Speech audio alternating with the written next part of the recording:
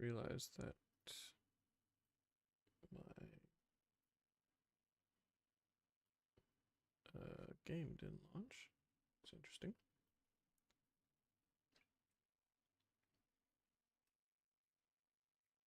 Okay, worked this time. Whatever.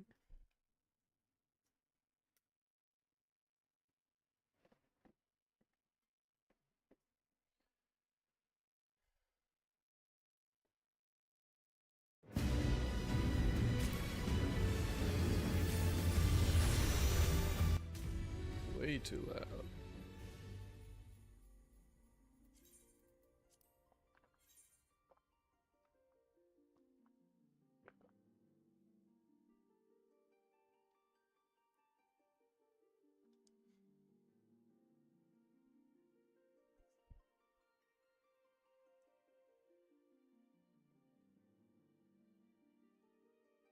Every time I sit here waiting, it occurs to me that I want to take more control over my streaming software so I can play music better. And then I don't do anything about it. So this will be a thing that bugs me.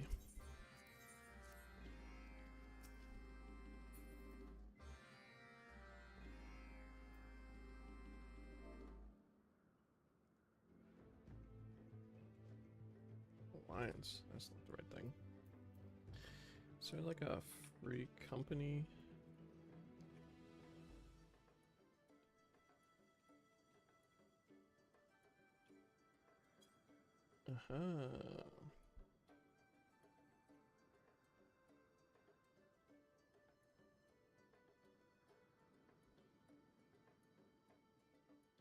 Yeah, I don't actually know them, so whatever.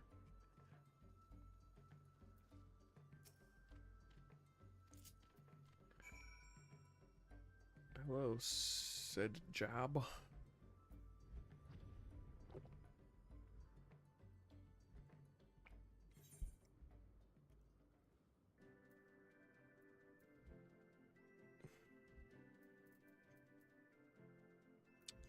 Endymion Disco. This way.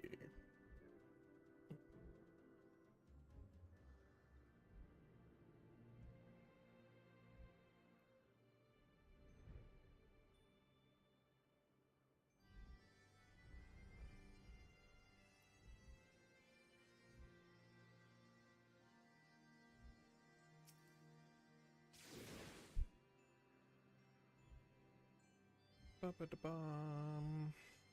Bum, ba-da-bum, bum.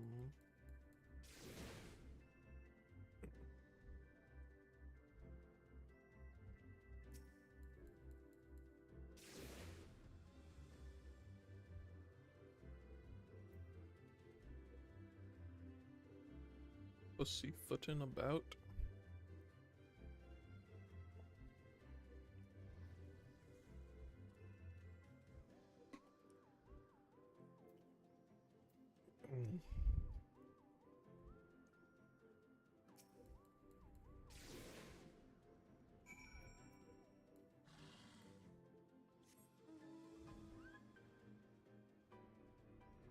Didn't actually have a reason to do that, but whatever.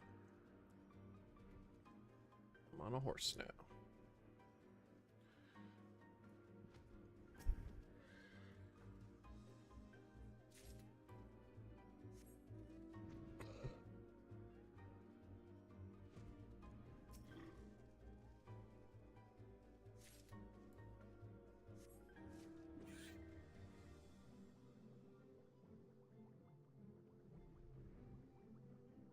A water droplet on this thing is so fun.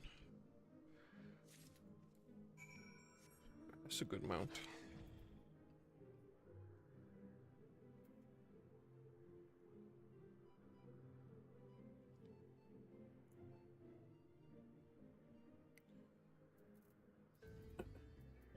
Oh yeah. What?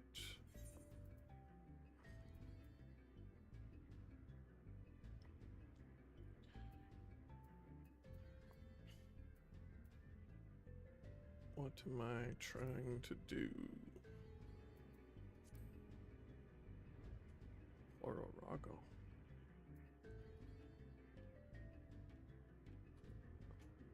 Anti-tower?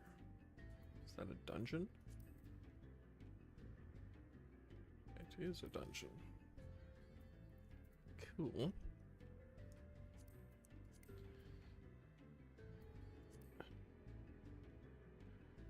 Keeper of the Lake.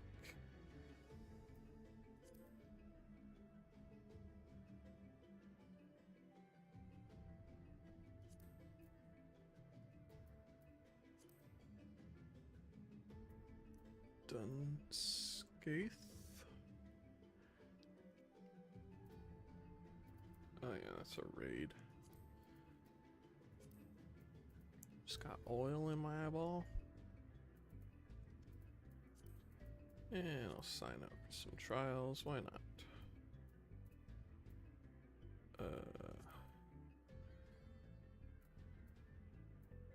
Earth's font still hasn't happened. Striking tree extreme. All right. Whoa. Wow. Okay. To be honest, I was not expecting that one to be the one that popped, but here we go.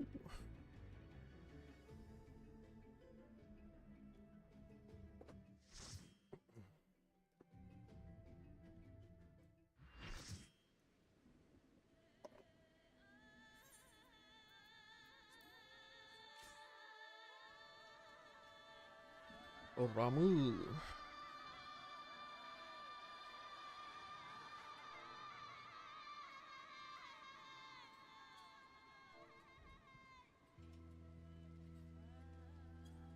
Hi, hi.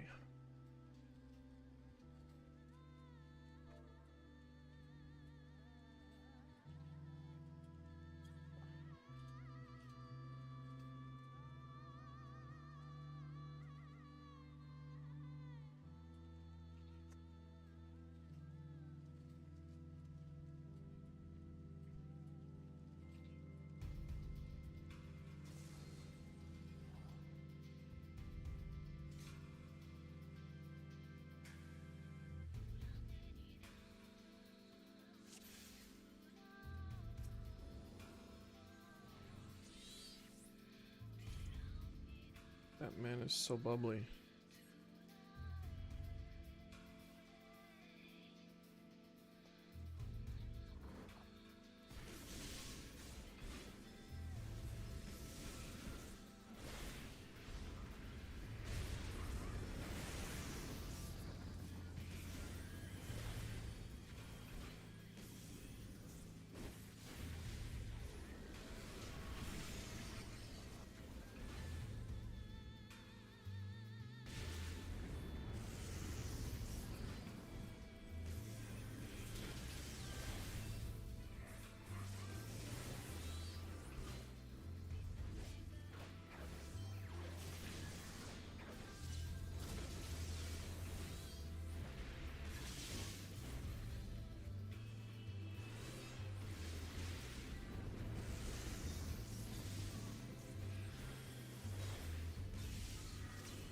Yeah.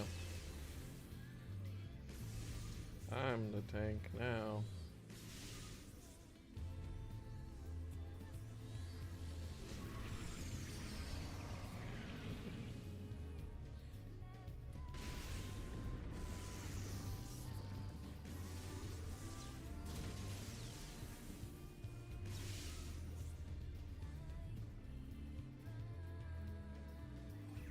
Okay, so we get an orb situation going on.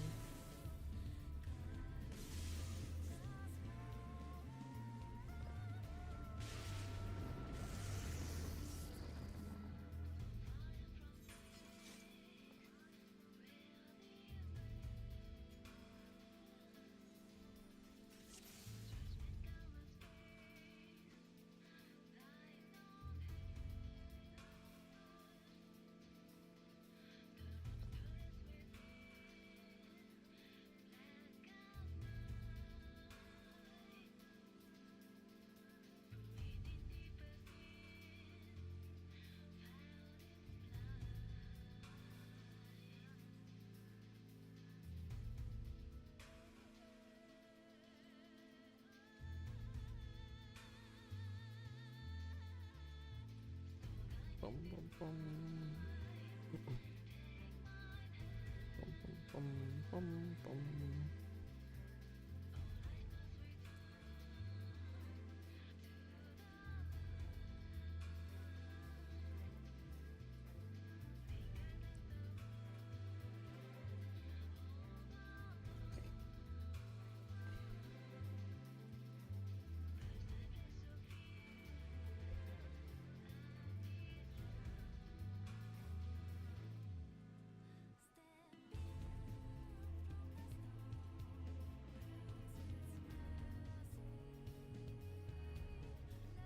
It's funny that I sent my guy to stand like a dweeb like a month ago.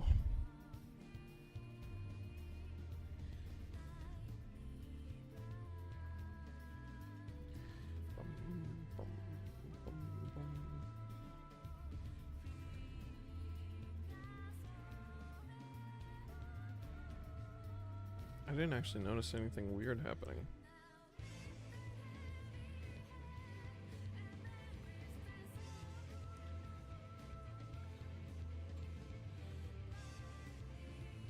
Charmed people. Didn't even see. Cool. I guess I was just blind.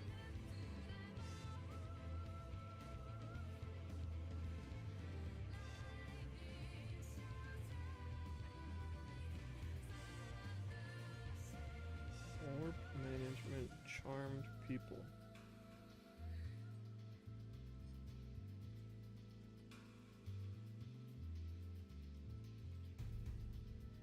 Once in a while, we will get an AoE lightning around us, and some that spawn on the field stationary. Do not be in more than one of those at once.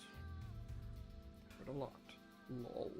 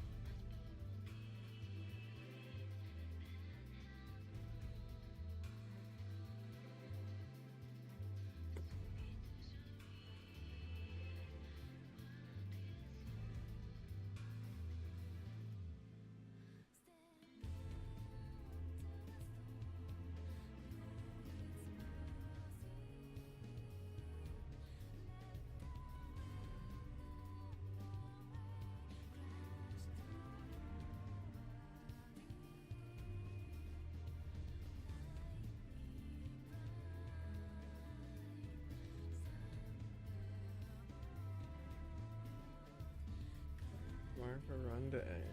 Cool, cool.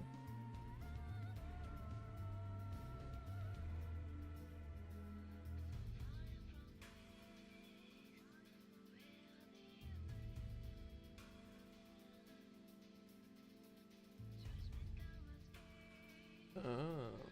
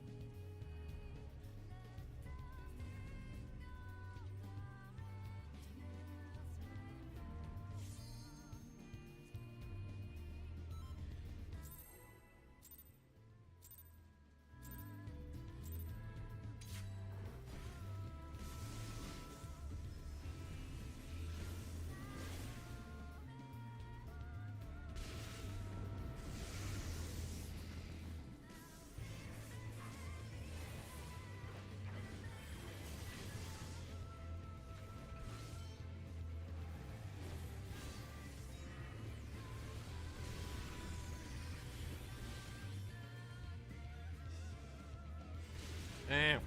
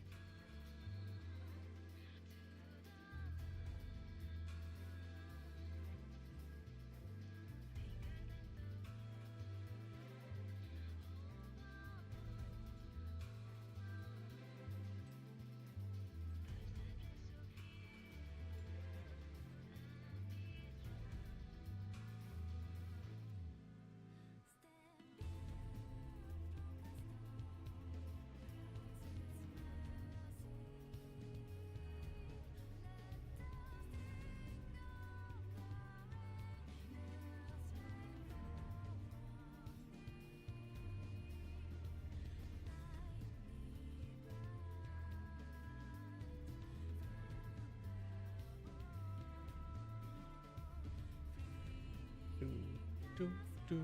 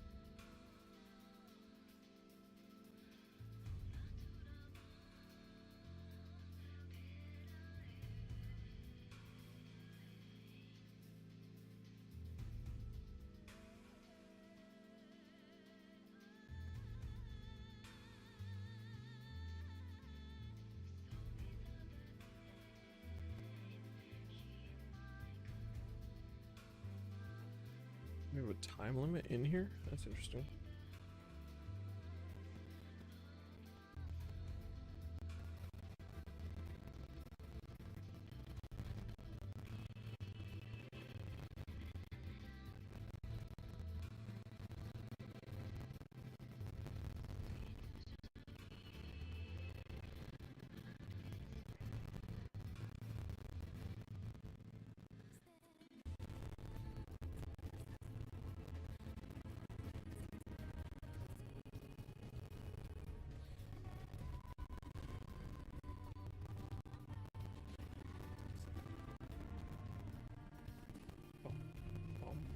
Bum.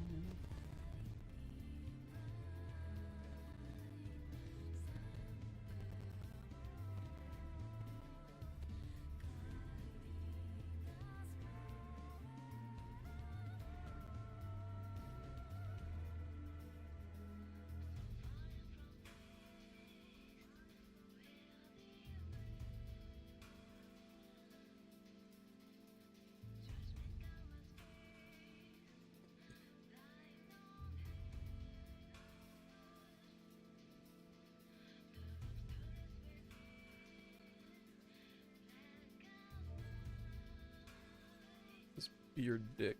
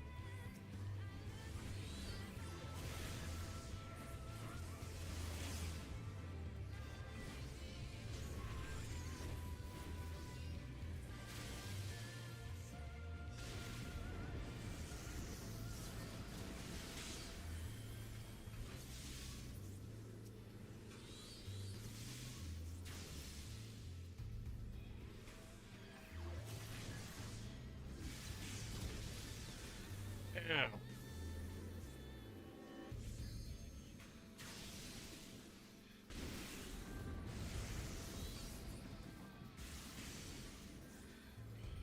Auto attack from Ramo. What?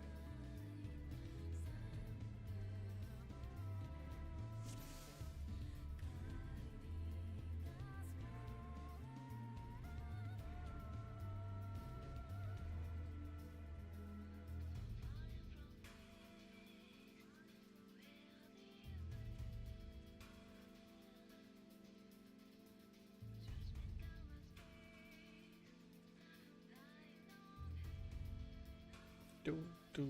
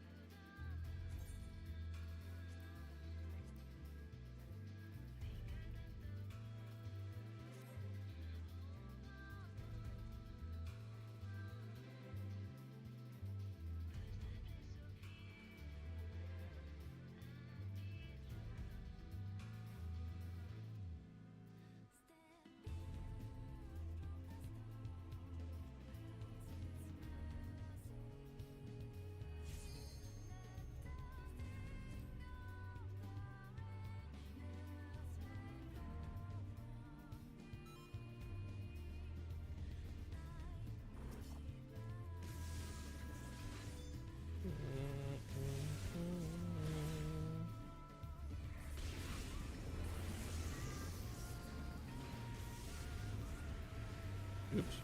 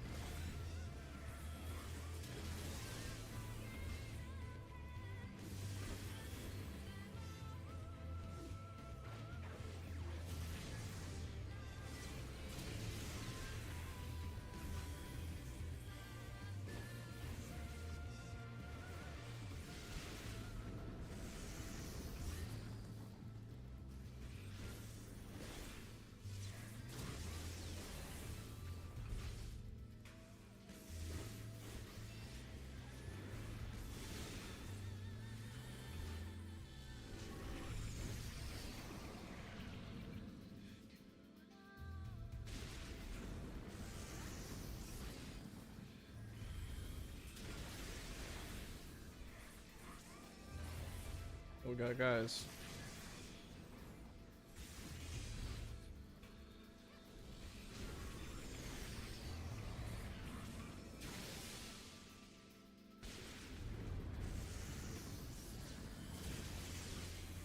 I should have been throwing my thing at him, but that's fine.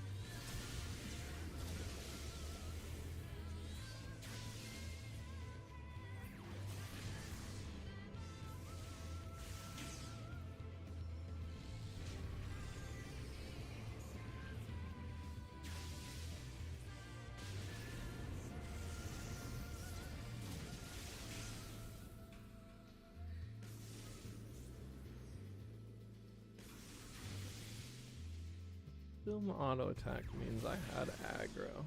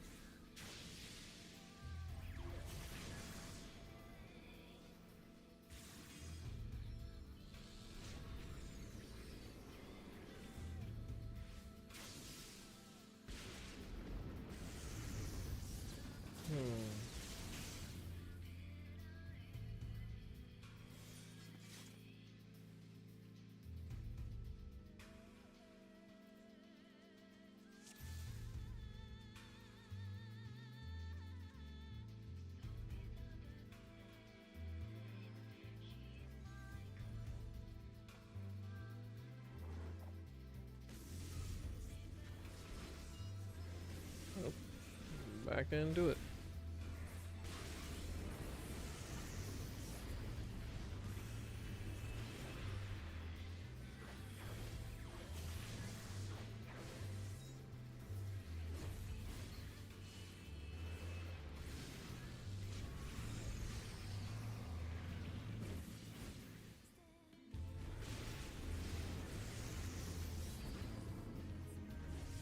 Oh shit. They were charmed.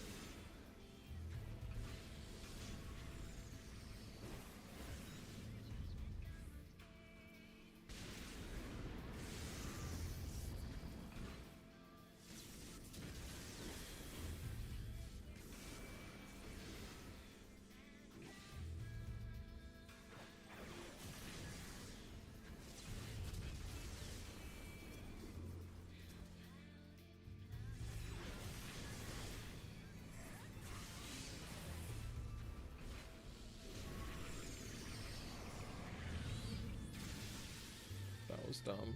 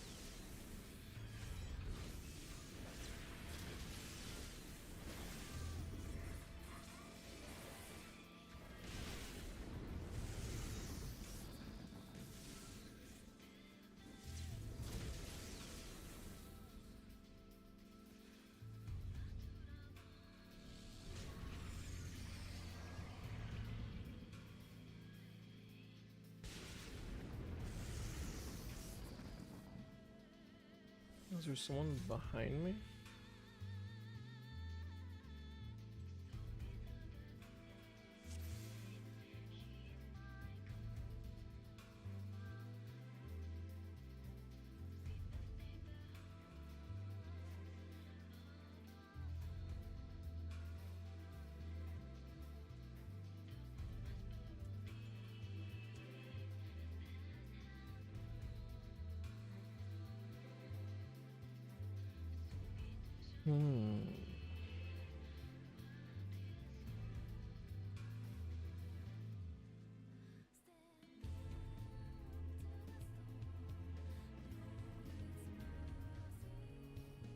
Okay, so I need to watch other people's debuffs better.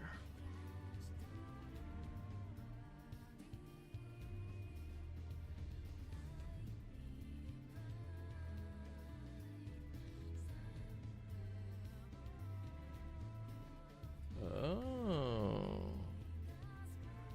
interesting.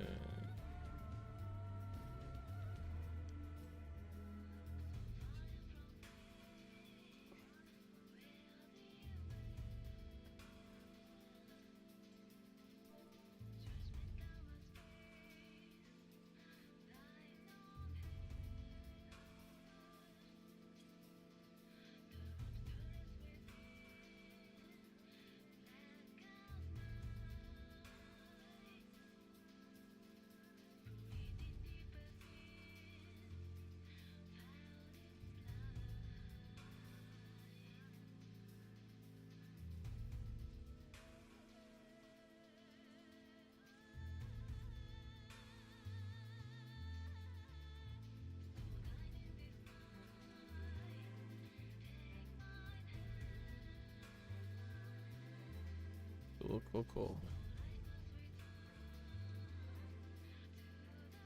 I need to stop fighting.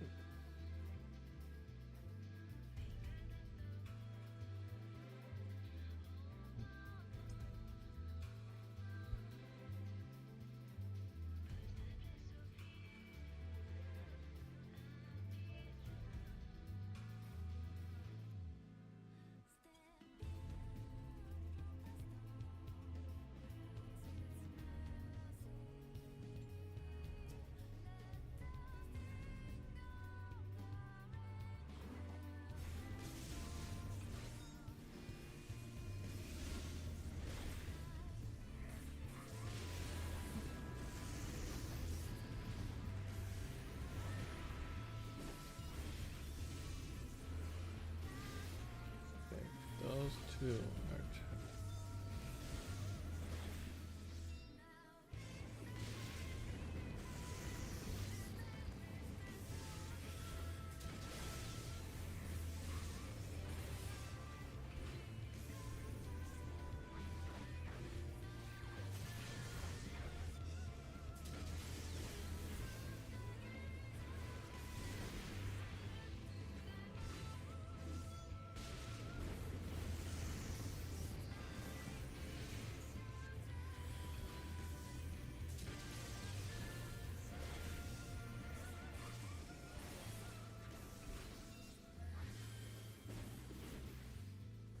those two need it.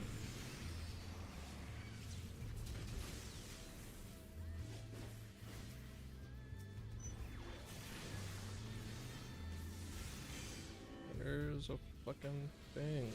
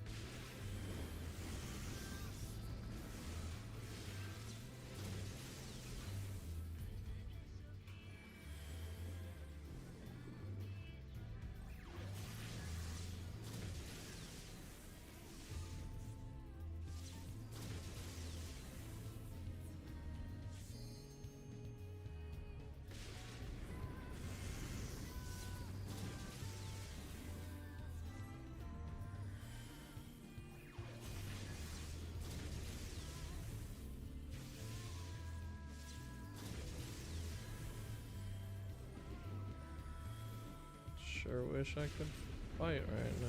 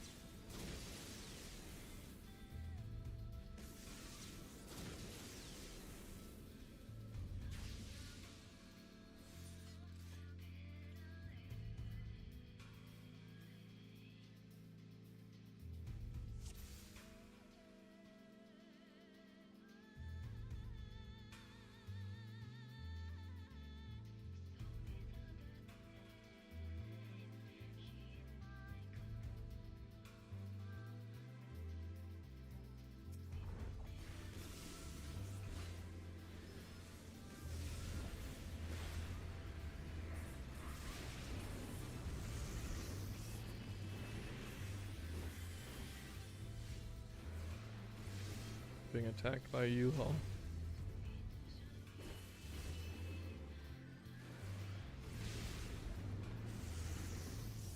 Fuck.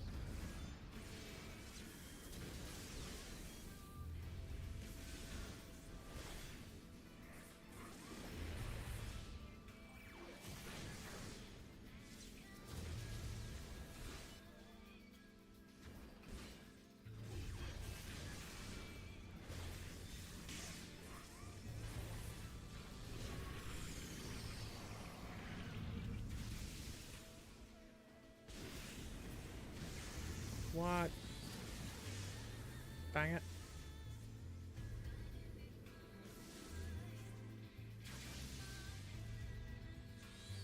Should've jumped, I guess. Oh, but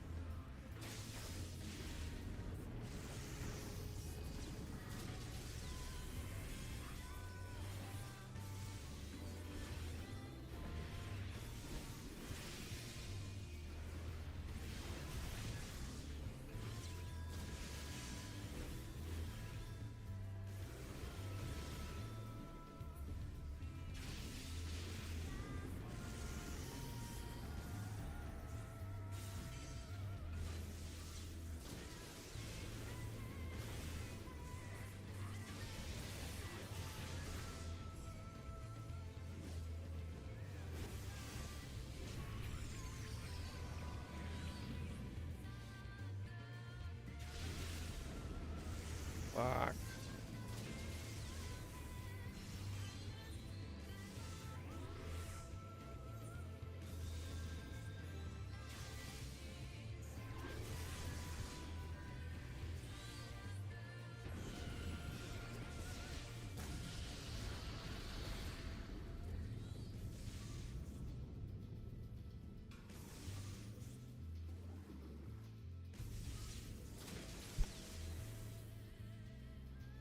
Fucked up twice that run.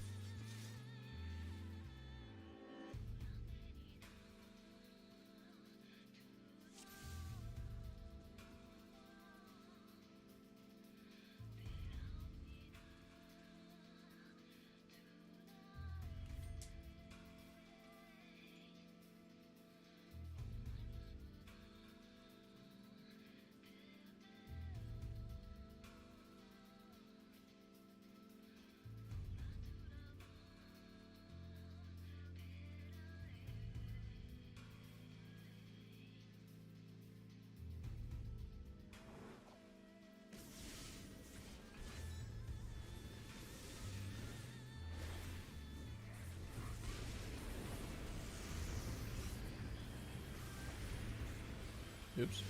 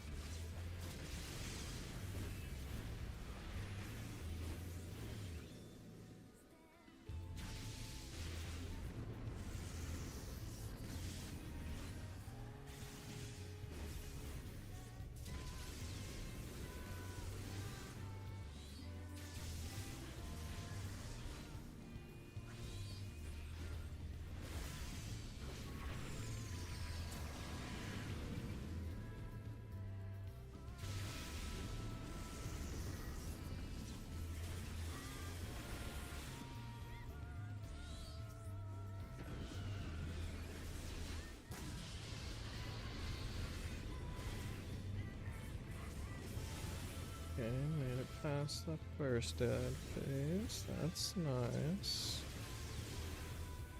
Perhaps the only ad phase.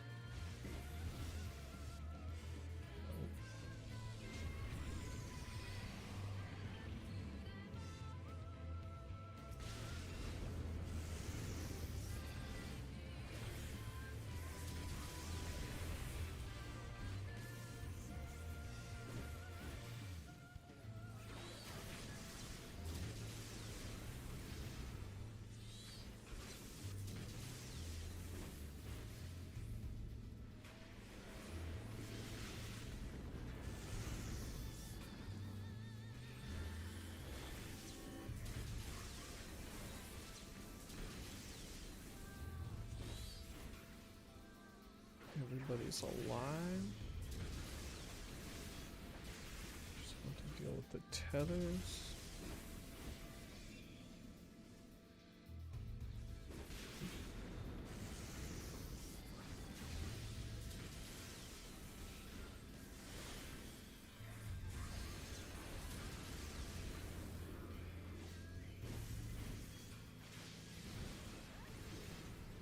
Those two.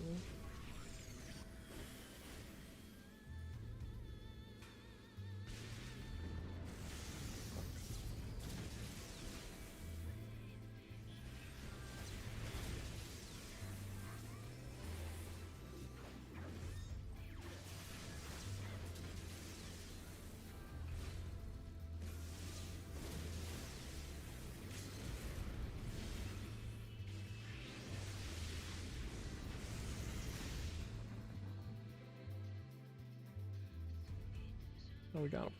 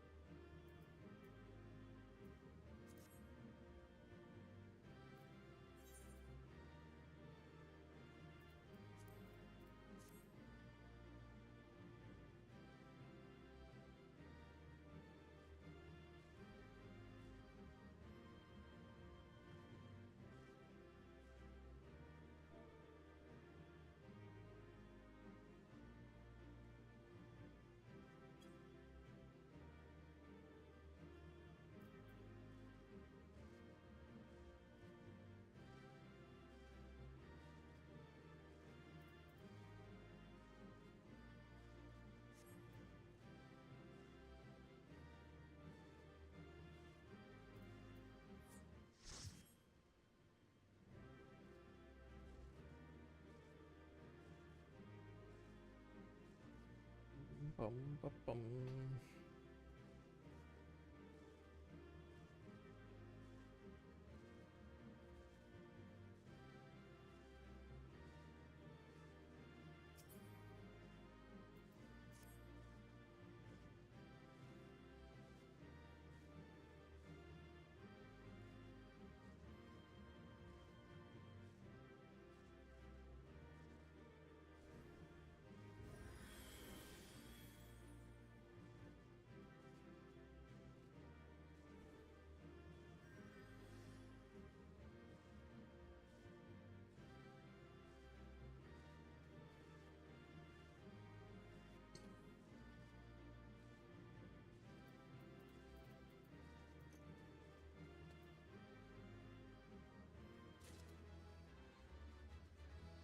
Got the weapon. Got the Foolus.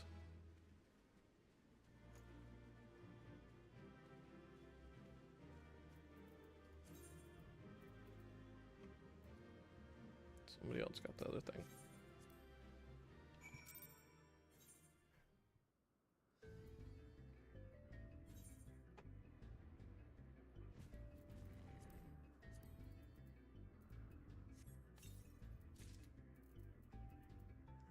Thunderbolt. Oh, that's not even an upgrade. I feel bad taking it from the other guy, but maybe it looks cool. That's kind of cool.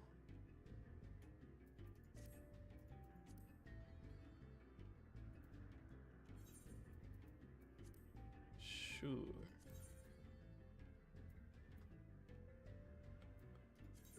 Thunder.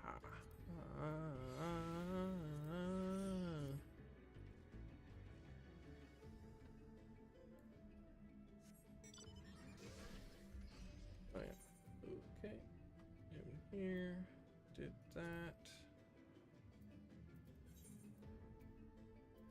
Turn that off. Ignore. Add this one.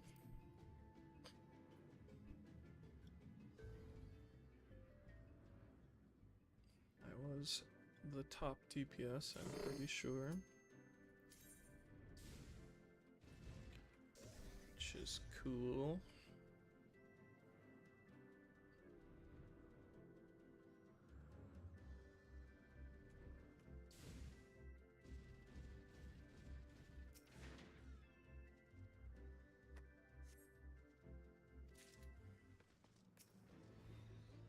I'll dance at you real scary like.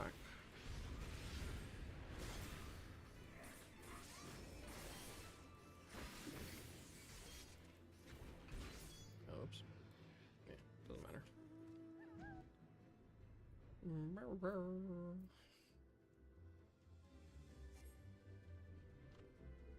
Somebody did not want to scathe about.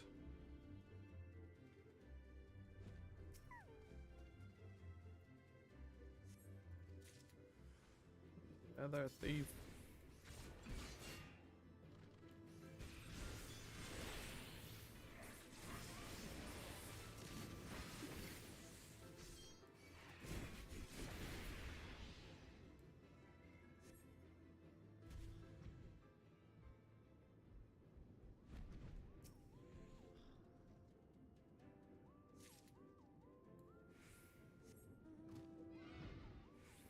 Dum, bum, bum, bum, bum, bum.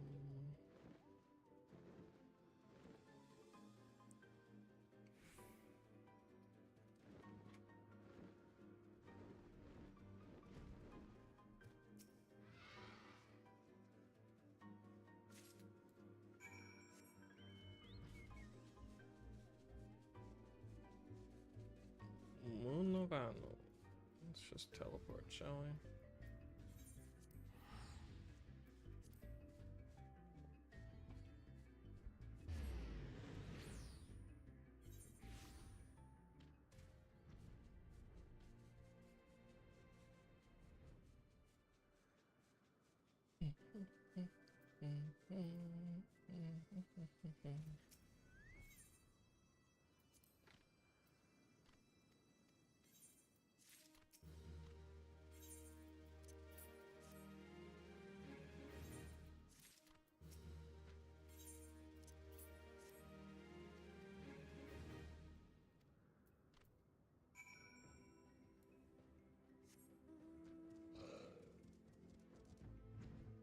Pussyfoot in the bed.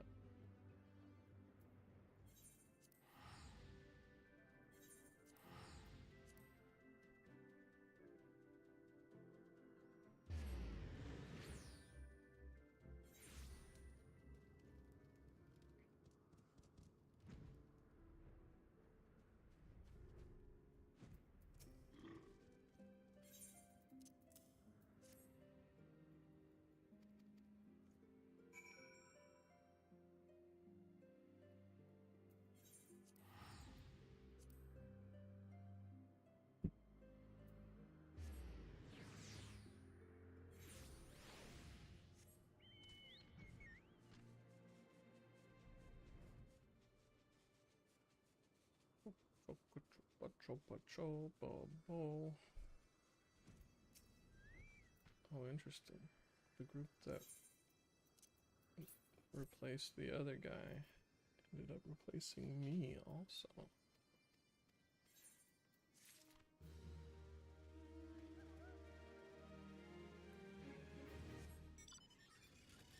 Alright.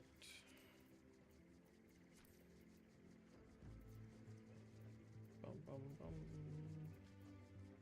Is it in Cortus? No, it's in Travania.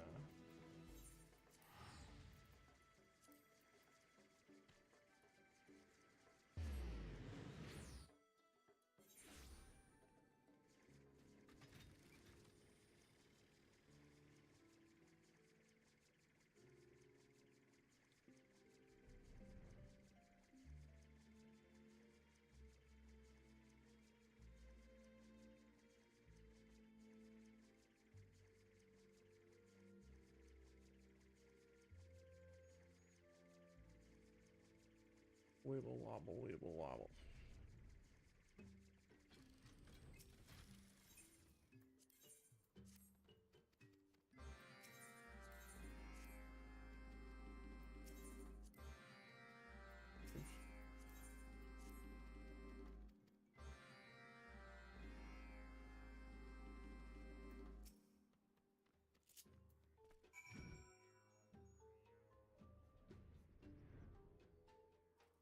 got a boreal wyvern.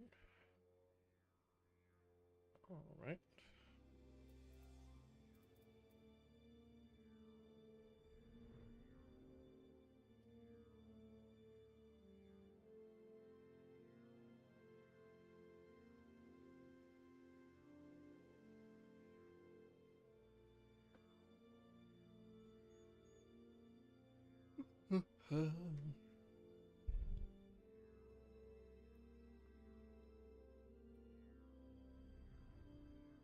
You're about to get stinked.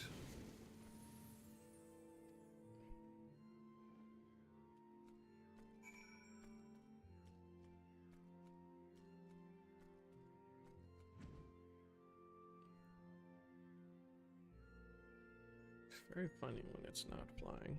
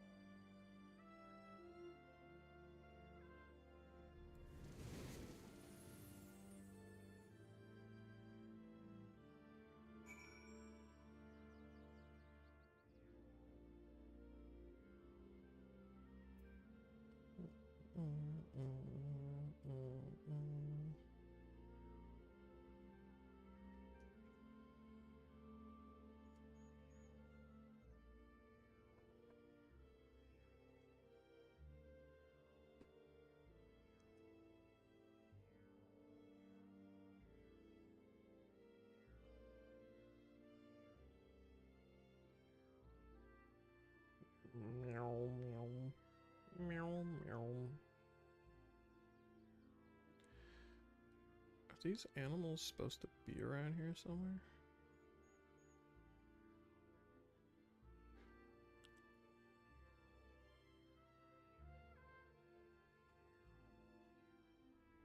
Who can say?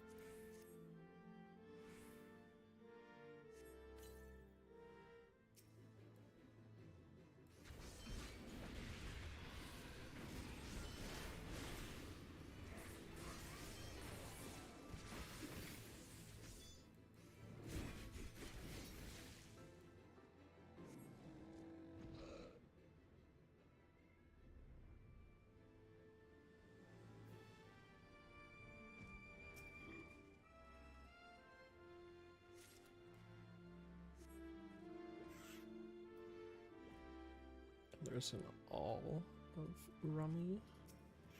That's kind of fun.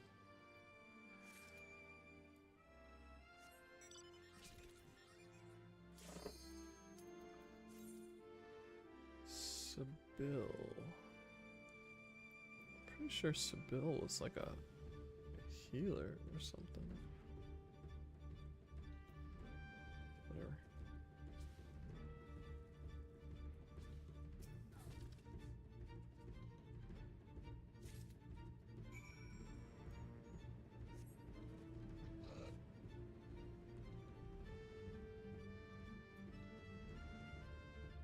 Amari was the worst. I did.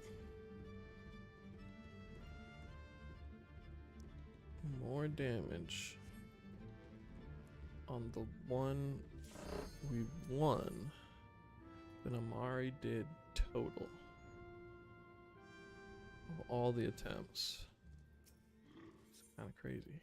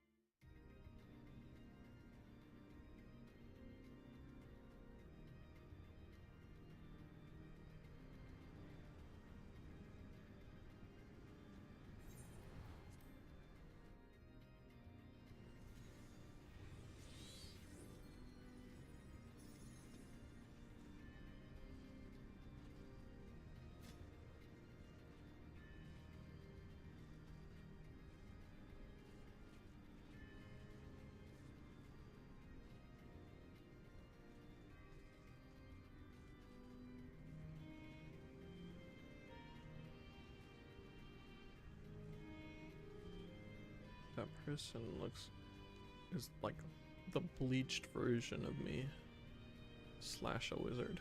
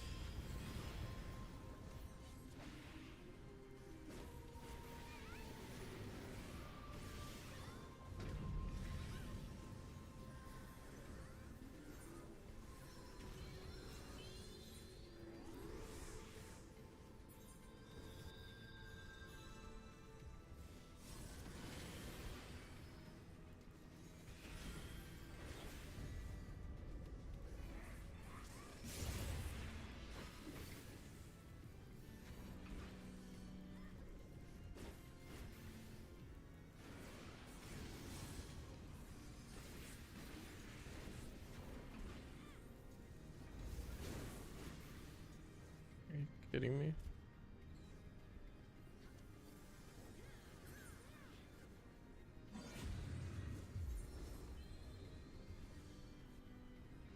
I'm not doing well.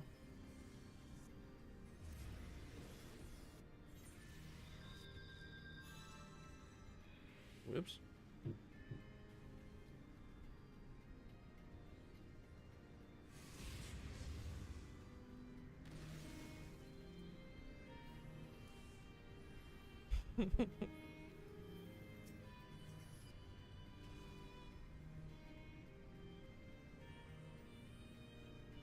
Just wanted the pop-up to go away.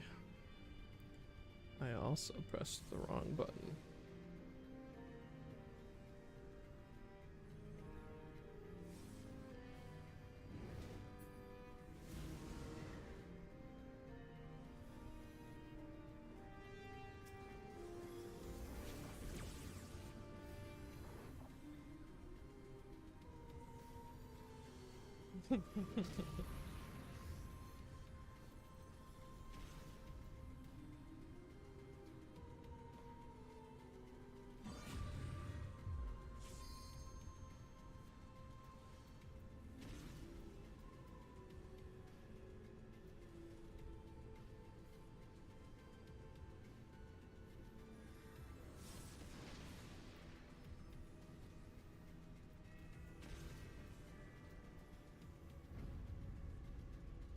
I wonder if I can take damage from this.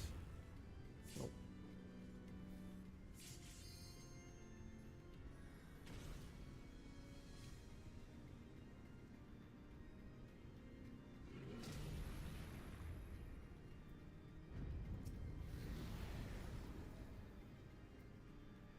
Alright.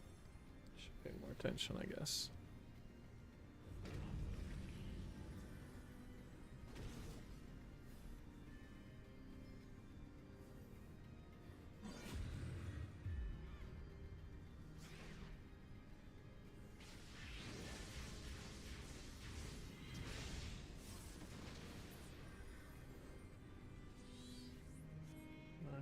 isekai'd.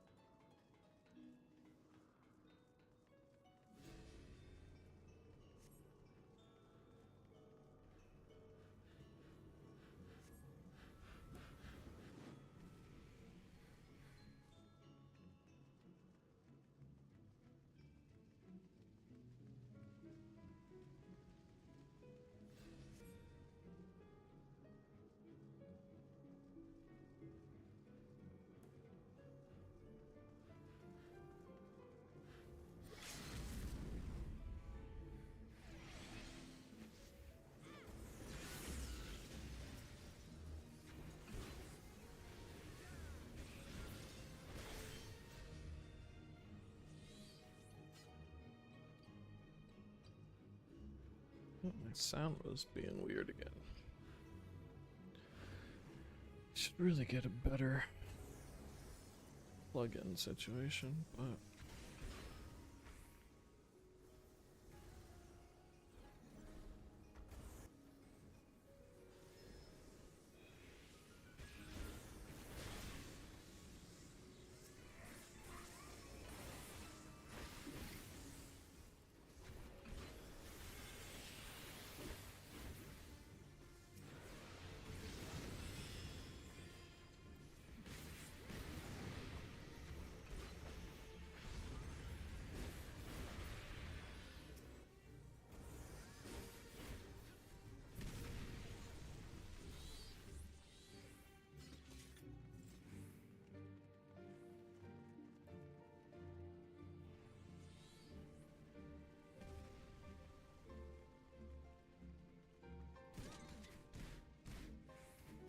clonk, clonk, clonk.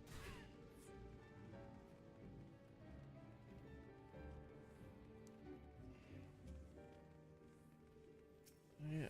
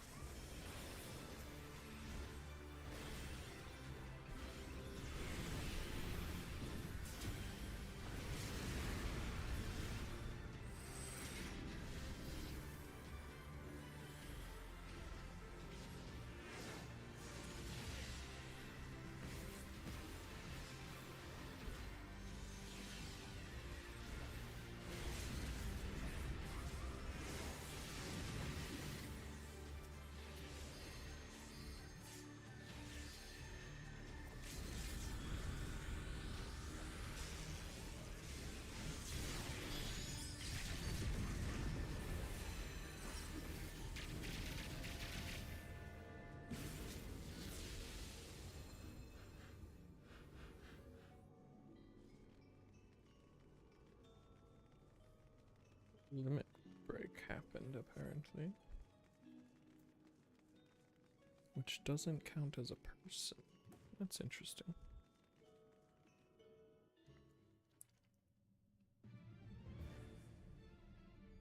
$1.3 million damage from limit break.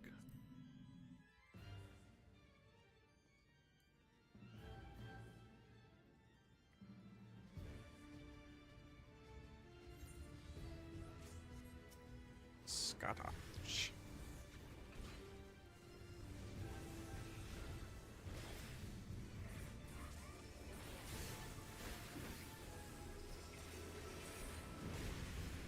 Ow.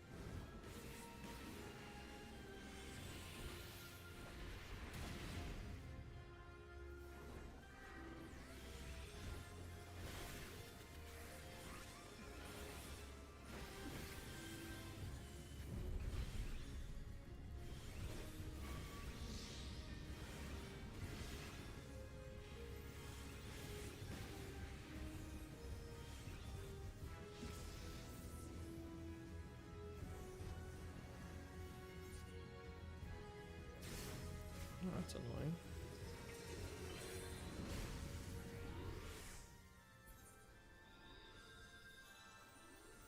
What's happening here?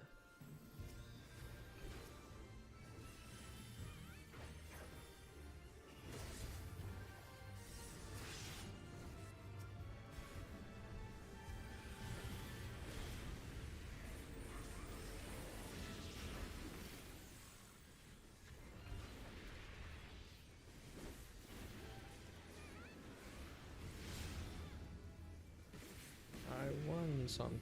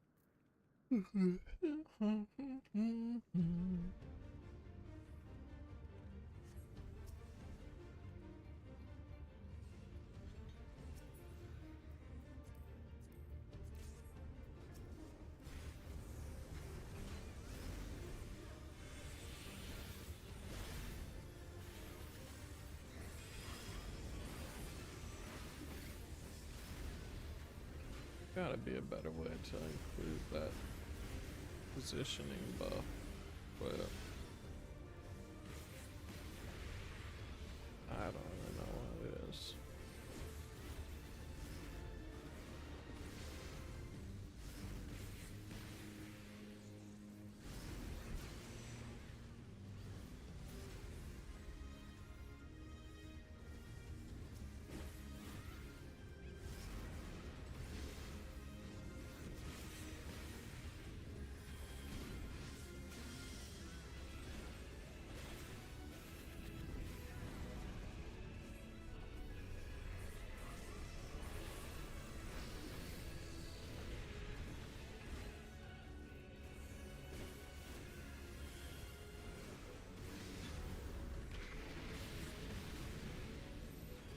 Ultimately, it's another case of me wishing I could just macro it together, but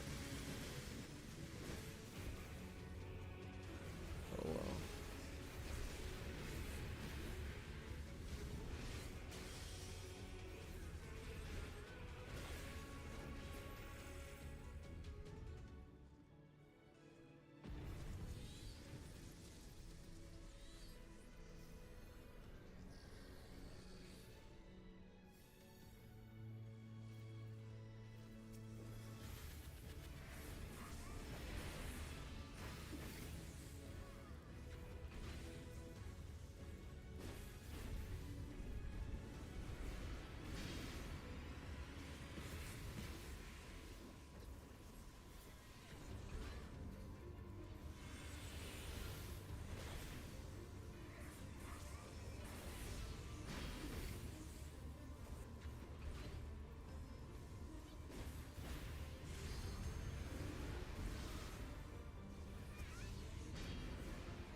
One test of strength then.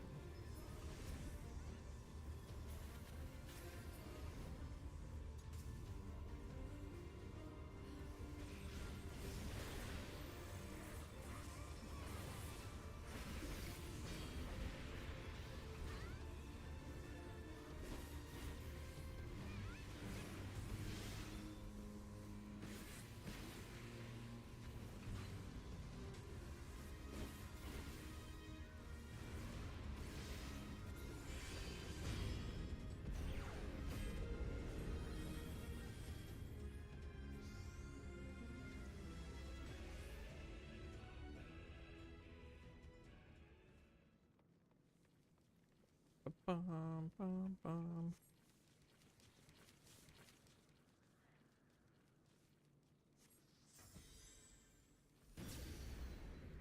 Pew.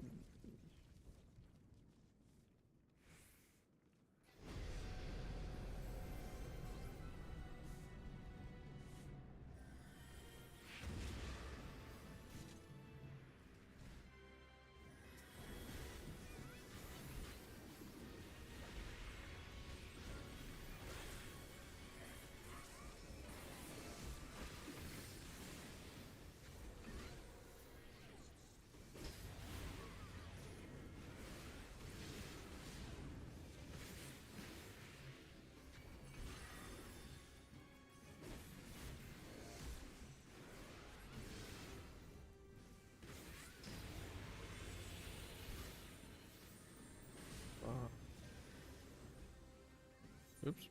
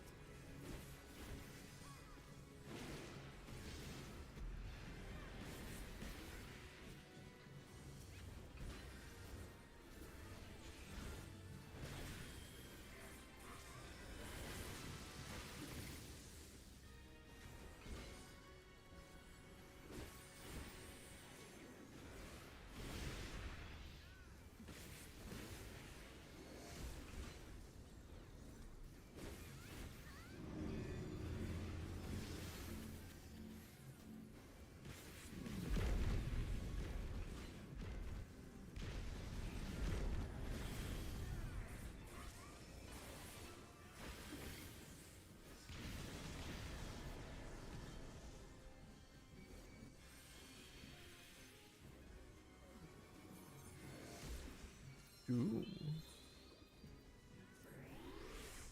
What is Doom?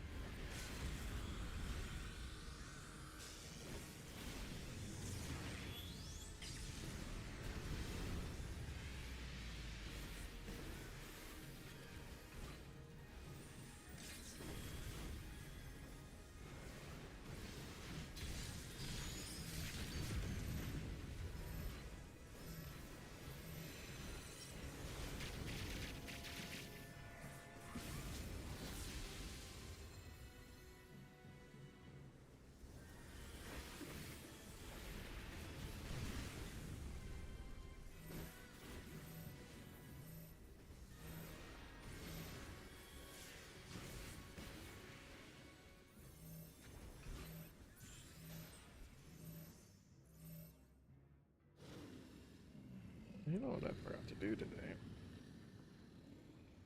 Turn on my lights.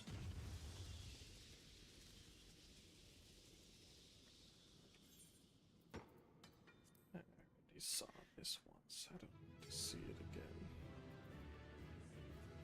Dum-ba-dum.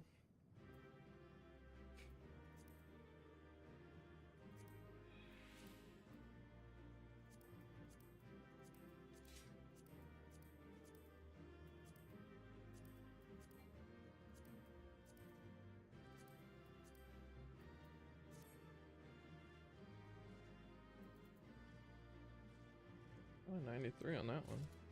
Nice. Oops.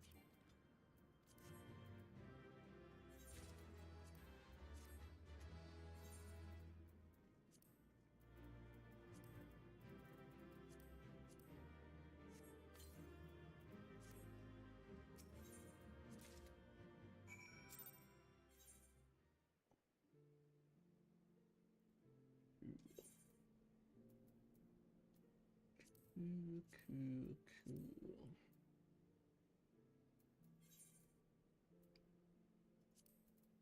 Ogamar. The extreme navel.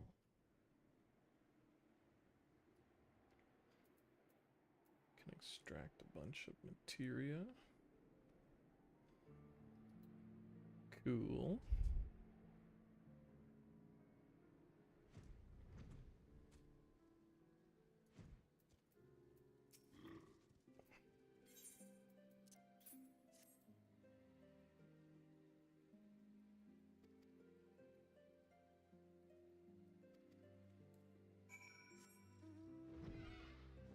Bum, bum, bum, bum, bum,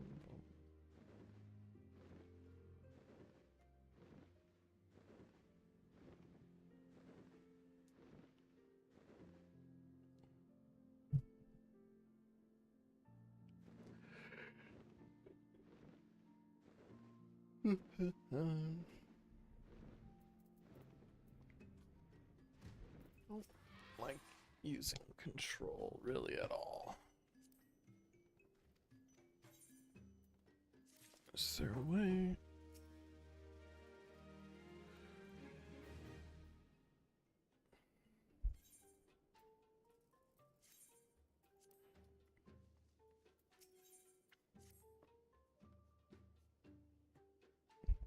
Well met, Master. Look how the Adventurers Guild has grown. Our roster is filled with eager Vath, and our clients demand much more of us. Your contribution has been most welcome indeed.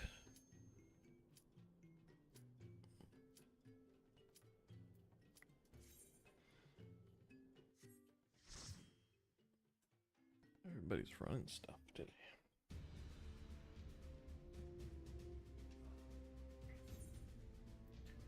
Running Stuff Monday. That's what they call it. Alright, so if I don't do it on.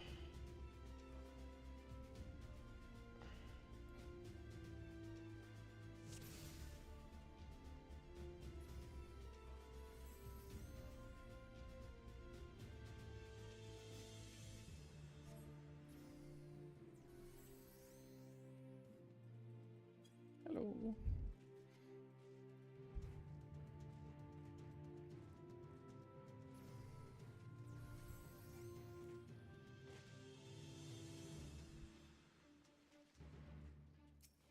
I could use this.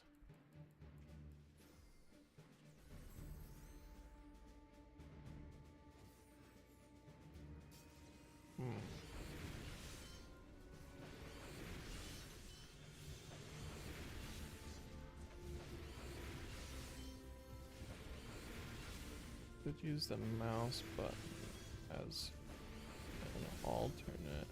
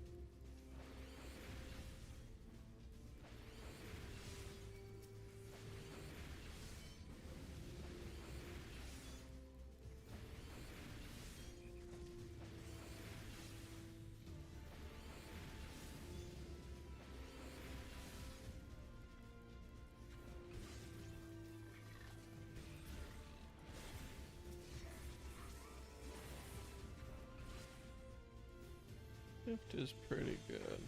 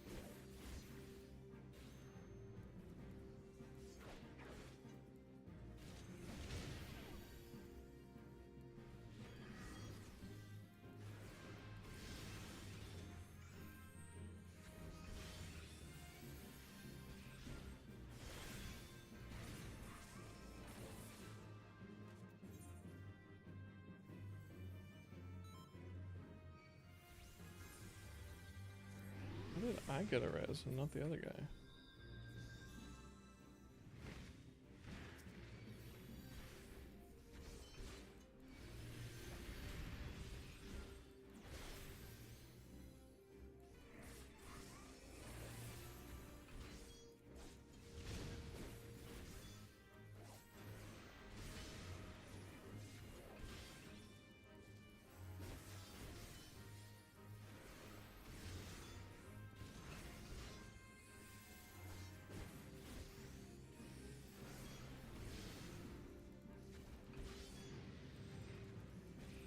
guy's not dead. He's seed. That's why.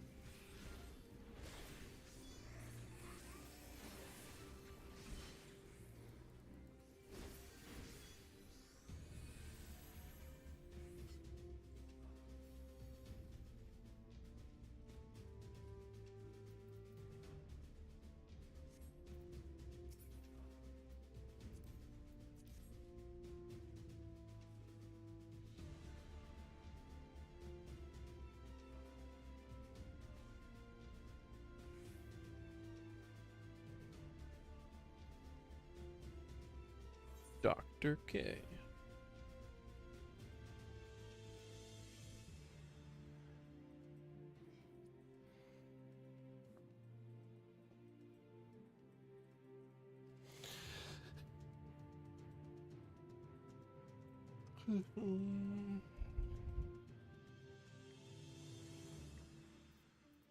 Oh yeah.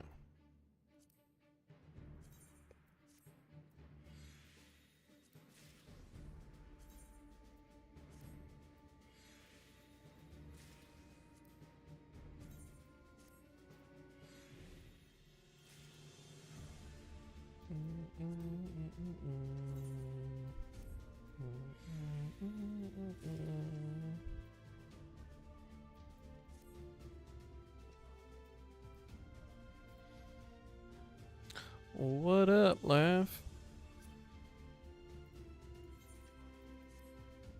How's it going?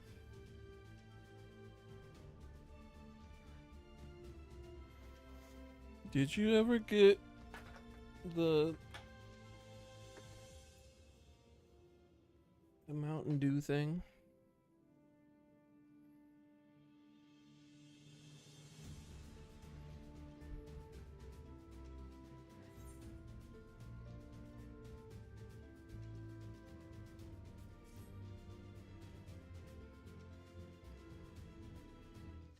Their advertising worked on me, and now I'm somewhat into Mountain Dew.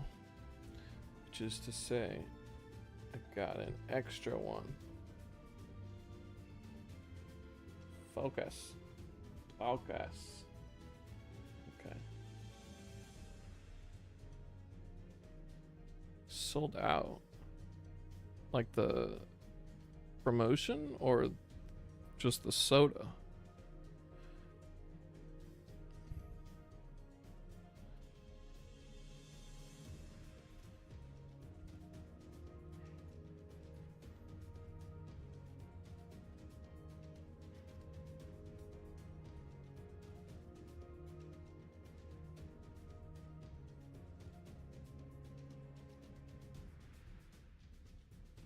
Oh, interesting.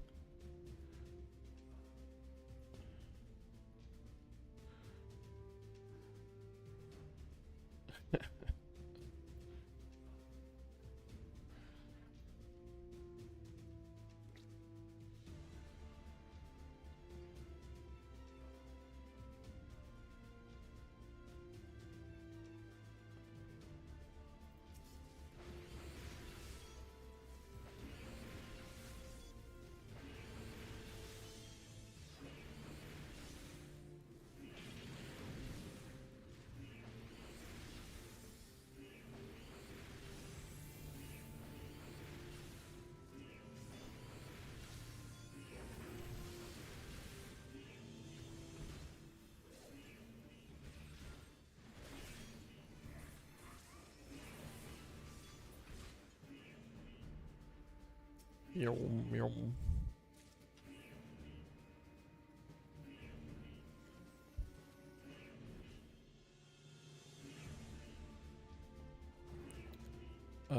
This is the level 60 weapon.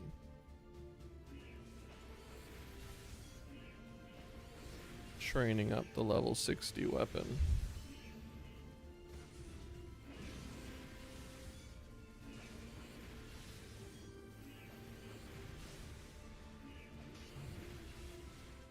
But generally, doing quests, you know.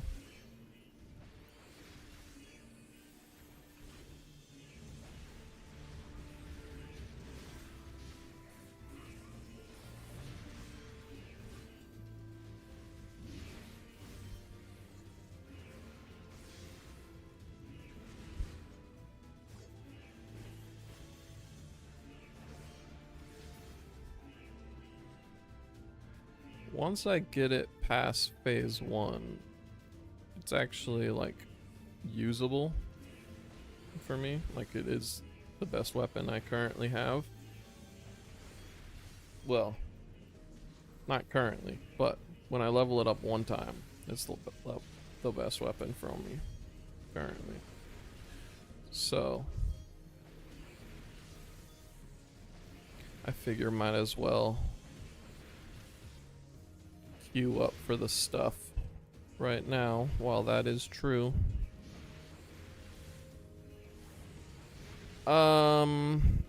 Yeah, I think I'm in the like running around at level cap quests of Heaven's Word. I'm supposed to, one of the dungeons that I'm queuing up for is the like story quest.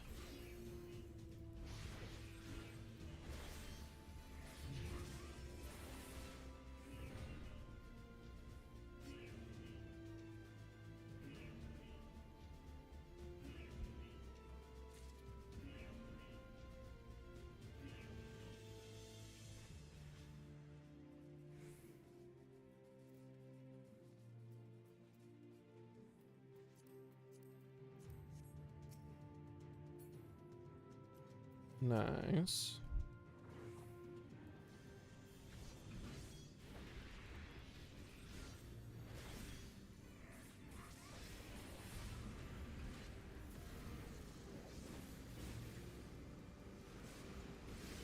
Does that mean you did all the stuff on all the classes you play, or just the main story?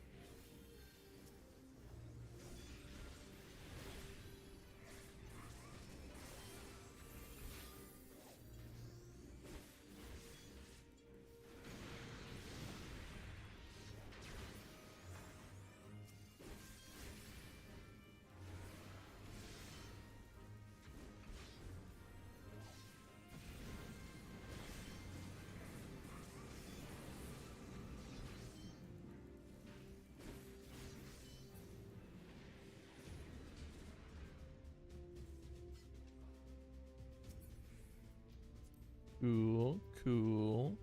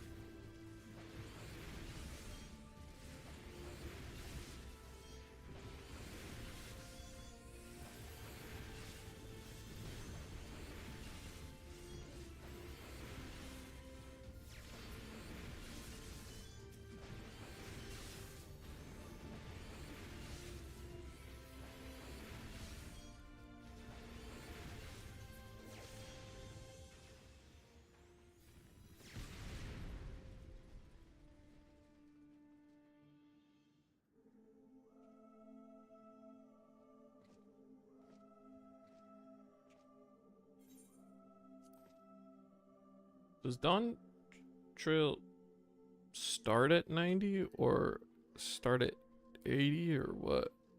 I would assume 90, but...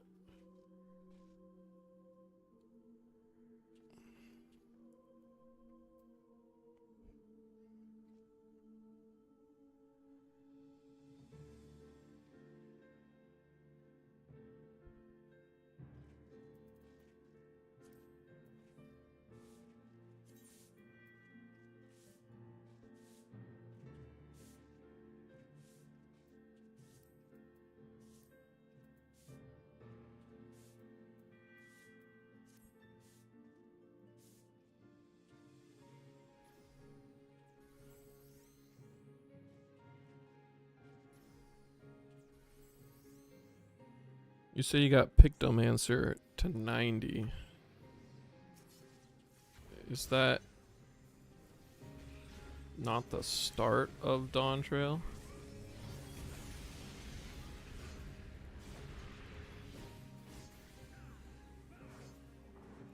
Oh.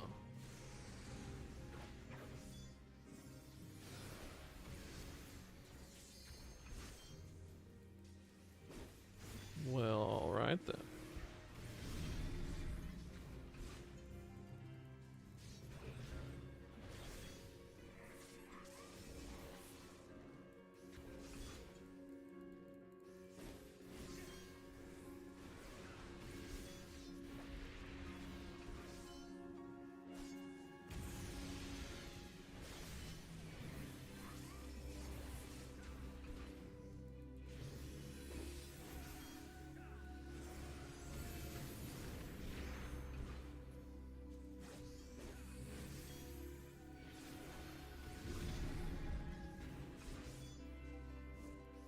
Oh, the Picto guy a new class?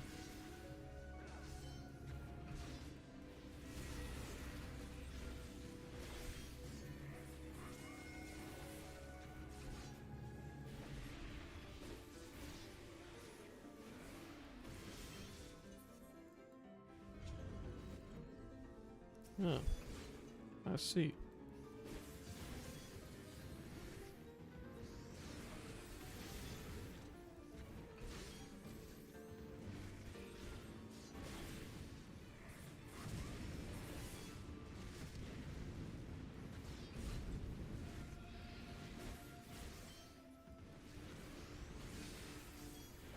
I guess that would explain why I started noticing pictures showing up all over the place recently.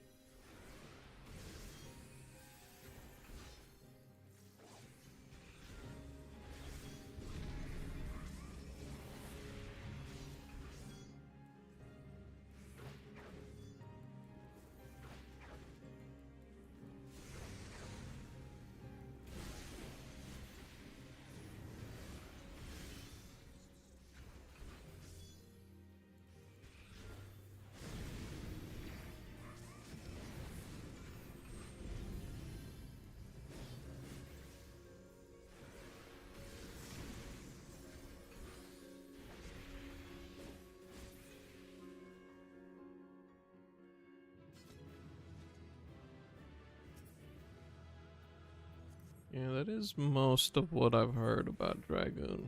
It's that people don't like it.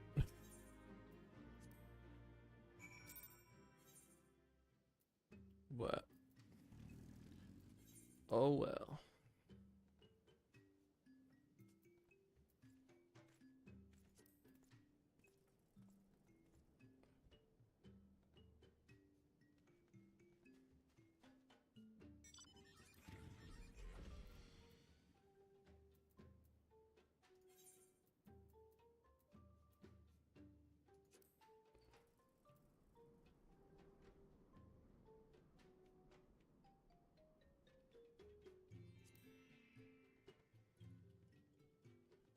Oh wait, what? Wanderer's Palace Hard. Right.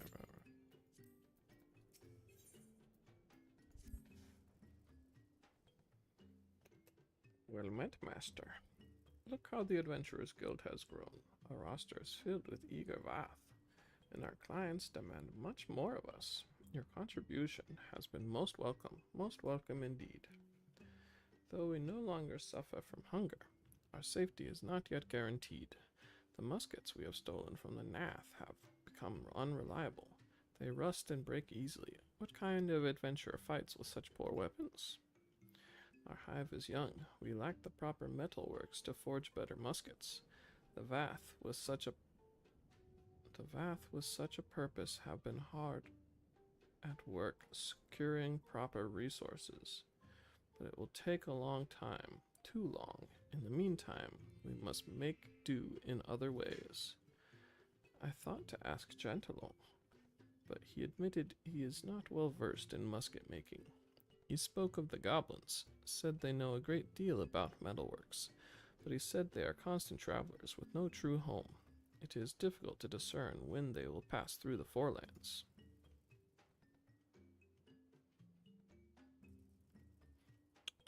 Idleshire, a goblin settlement in the hinterlands? How fortunate that you would know of such a place. Master, surely you could introduce me? What excitement I feel, knowing I can travel on another journey. I am itching at the chance.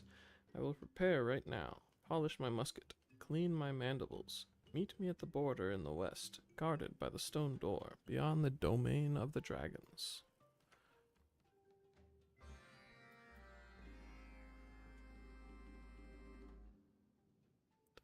Order and okay. Bum.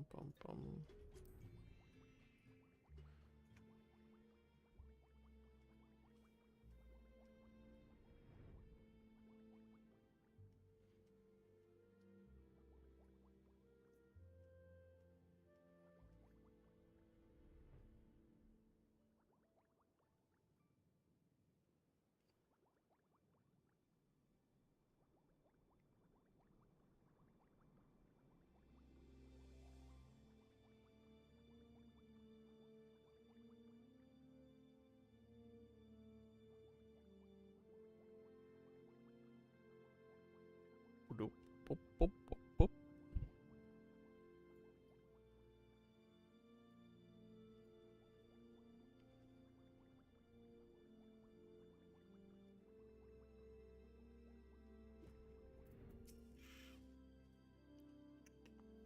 Chantelo said the goblins are not like man.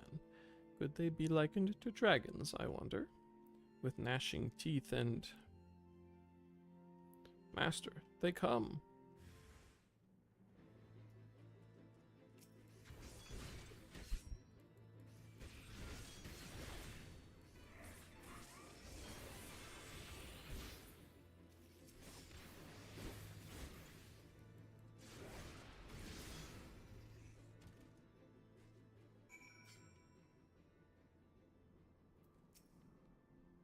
Their voices were toneless, but alluring. They repeated their message over and over. Halt your travels. Why do they try to interfere? It frustrates me, but I will not let them win. I will keep on to the hinterlands.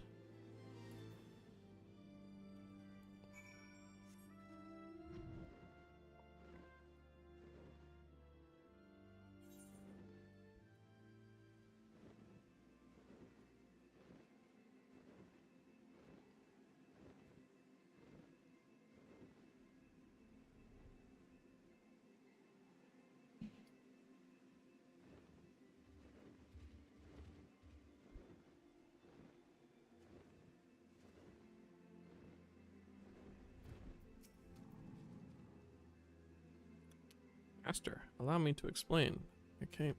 He came out of nowhere and attacked. With a knife, I had no choice but to shoot. Illuminati. He was not from the goblin settlement we seek? Somehow I am relieved. His savageness reminded me of the One Mind. I was worried all goblins were like him. I was taken aback by his face. It was so... No, never mind. Perhaps it is best not to say.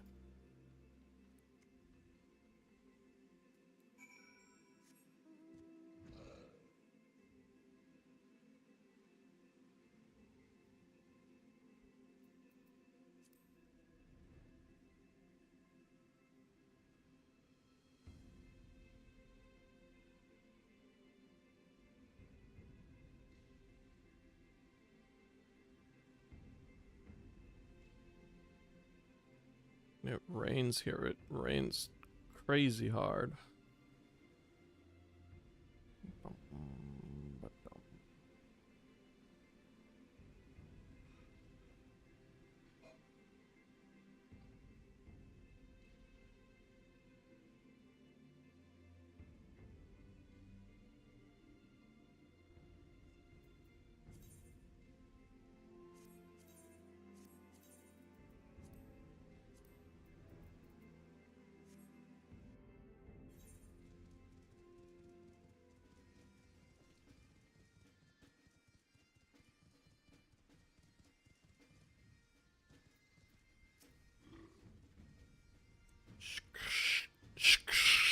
Behind you, Uplander. Massive crawly bug armed with a deadly weapon.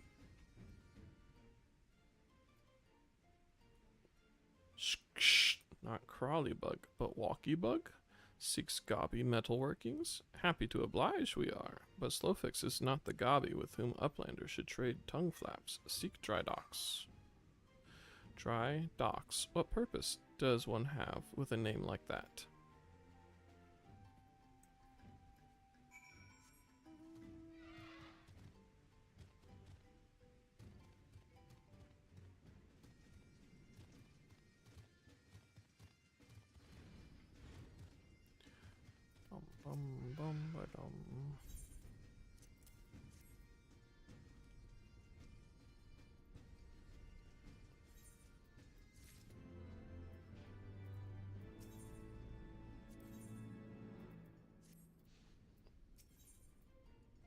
So I could just keep doing that over and over and over.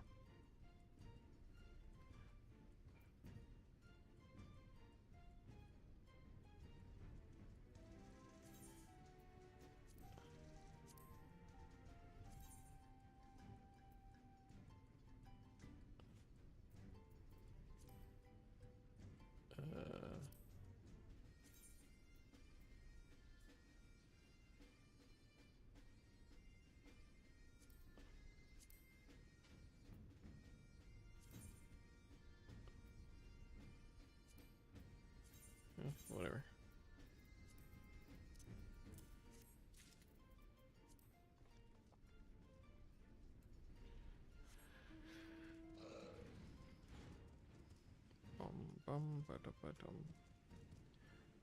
That is gonna be a blue quest always there. Every time I come through here is gonna drive me crazy.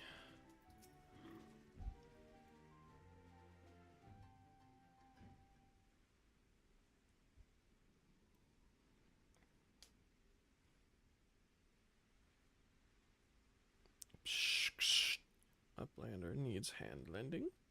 Drydox never tires of giving out busy tasks. Ah, a walkie bug.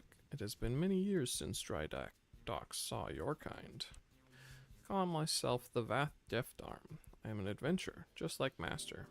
You have met walkie bugs like me before. Before founding Free Nation in Idleshower, Gobby flock traveled far and wide. When Drydox was small gobby, walkie bugs wielding boomsticks attacked our tent ring. I see. It must have been the One Mind who attacked you. But I mean you no harm. I have come to befriend the goblins. But I did not expect you to be such strange-looking creatures. Pshmph. Did Drydock's ear-catching walkie bug right? Cannot tell skull from city parts, and he says gobbies look strange? My apologies. I did not mean to be rude. Slowfix tells me you can make muskets. Very good muskets. Muskets are what I seek, like this one. Walkie bug wants boomstick like this one. Even baby gobby with blind default can craft better boomstick. For jingly shine dry docks, will crafty build the best boomstick. Gives word bond. Jingly shine, I know not what that is, so I do not have any. I came to offer my services in exchange for boomsticks.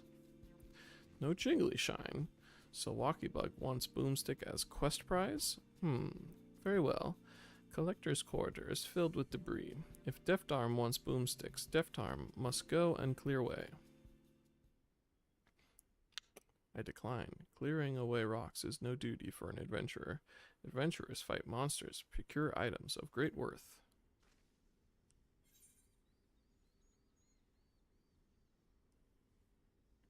Pick up the damn rocks.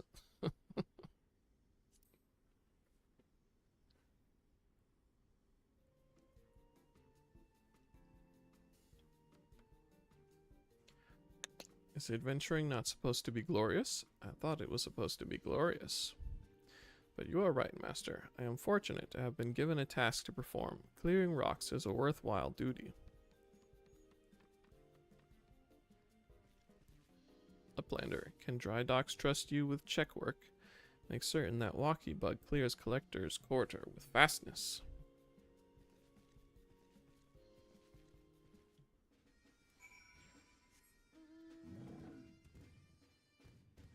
Bum ba dum ba dum bum bum bum ba dum.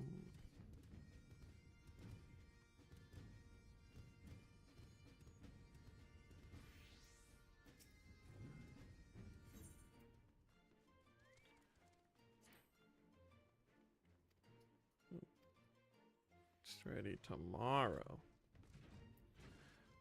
Okay.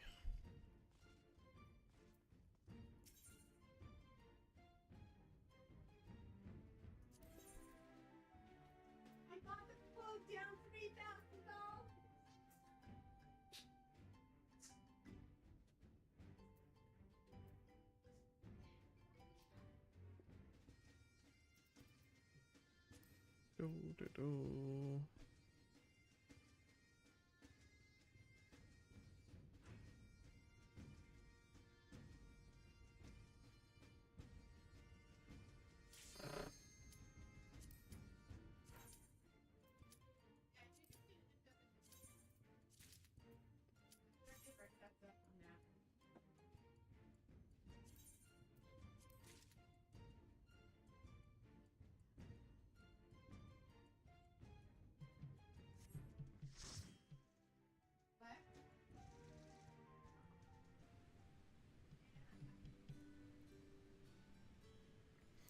The anti-tile tower.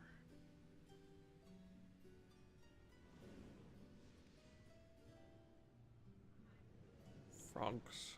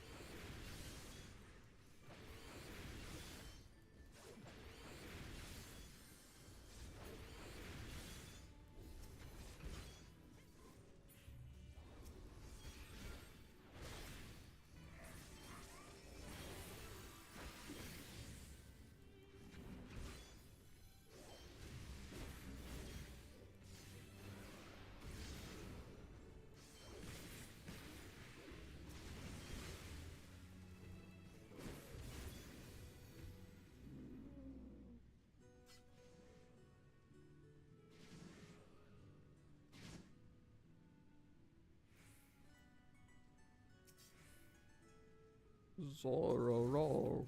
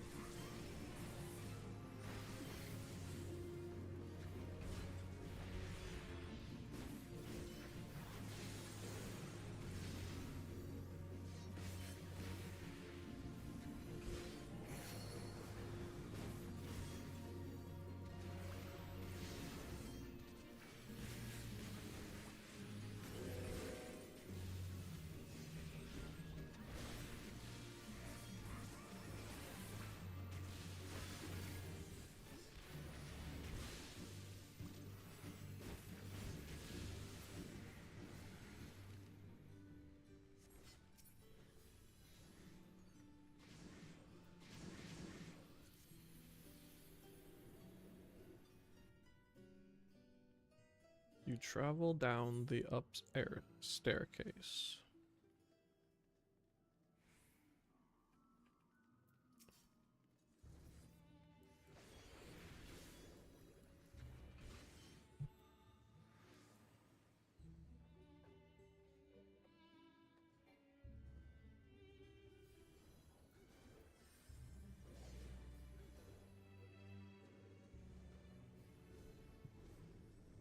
What the heck?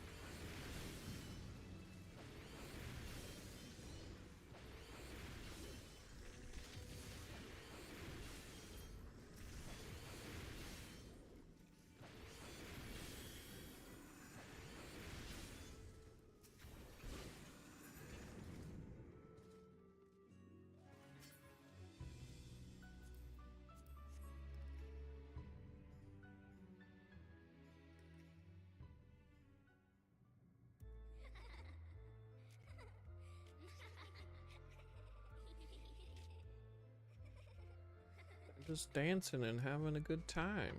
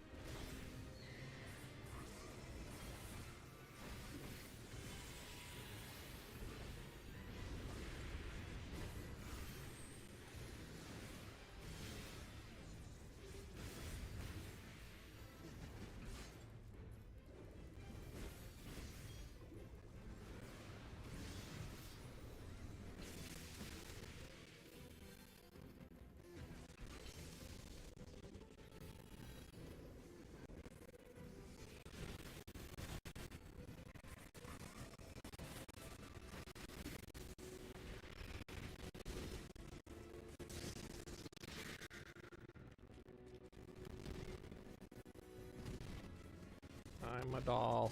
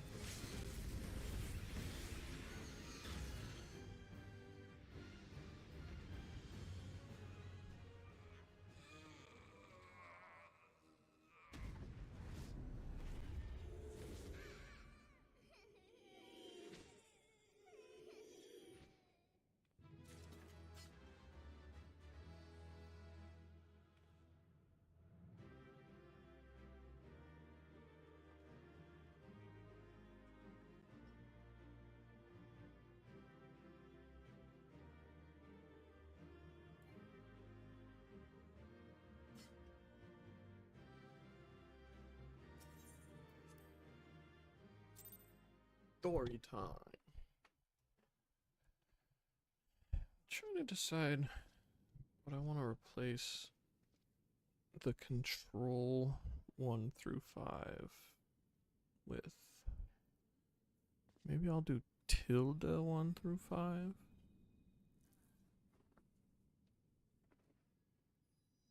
Maybe move tab to something else and use tab.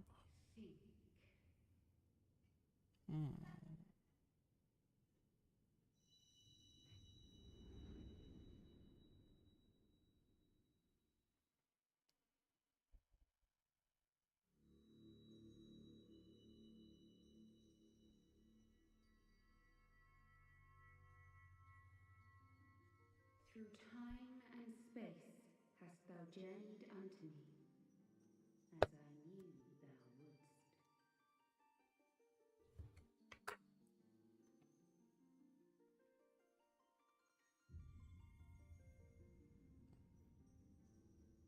We are the word of the mother. We, who were once called Minfilia.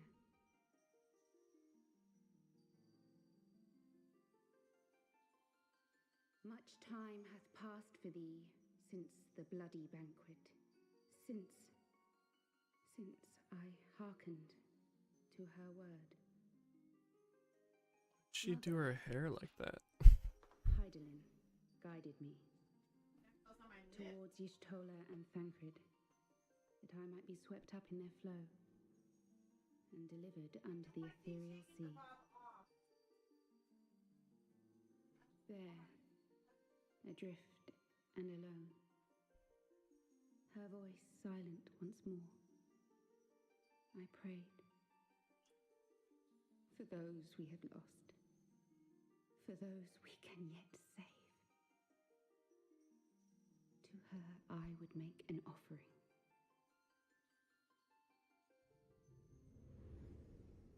We speak now with one voice, one will, one word. Unto thee we bequeath the most precious of gifts, the truth which lieth at the heart of this world. Thus do we beseech thee once more.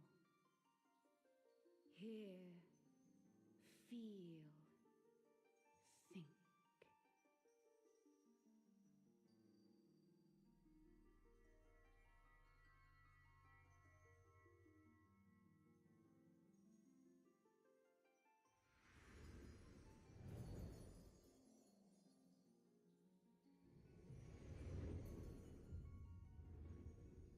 Before there was life, in the depths of the ethereal sea, light and dark did once dwell as one.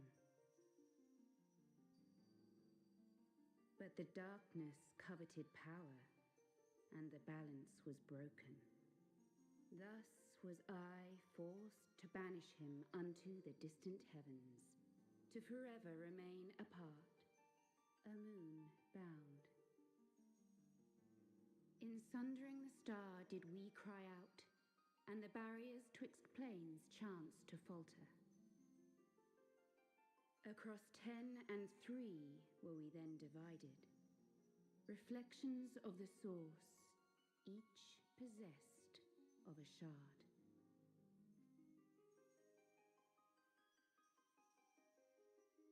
Zodiac longeth to be made whole. For his restoration, for his resurrection, his servants labor without cease. They seek to tear down the barriers which surround the source. Thus do they rejoice in their ardor, in your calamities, for each marks a rejoining.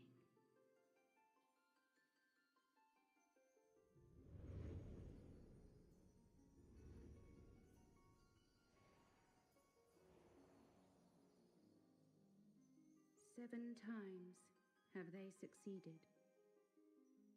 7 times hath the darkness grown stronger. 7 times have I failed. The Ascians cannot be suffered to continue. This is my final.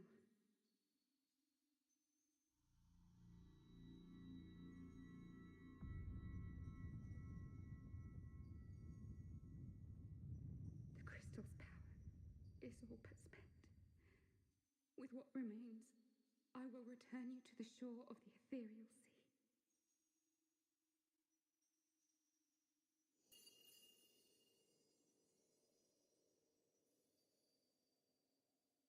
Blessed children,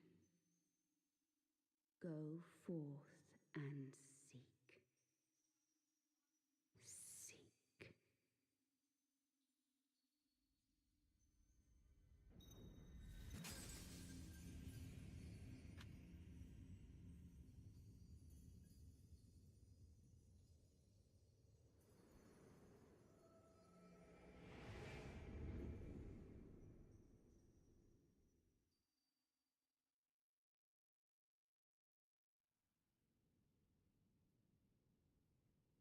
You've had another vision, haven't you?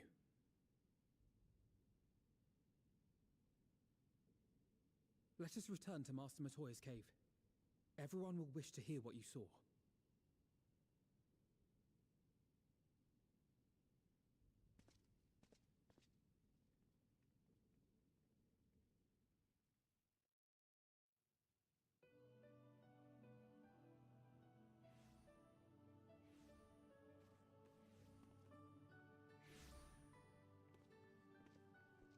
Still in one piece, are we? Well, did you learn anything?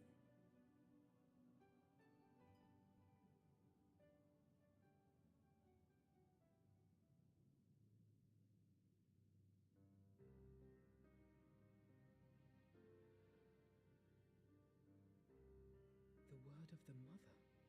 I'm not sure I understand. Nor am I. Cryle?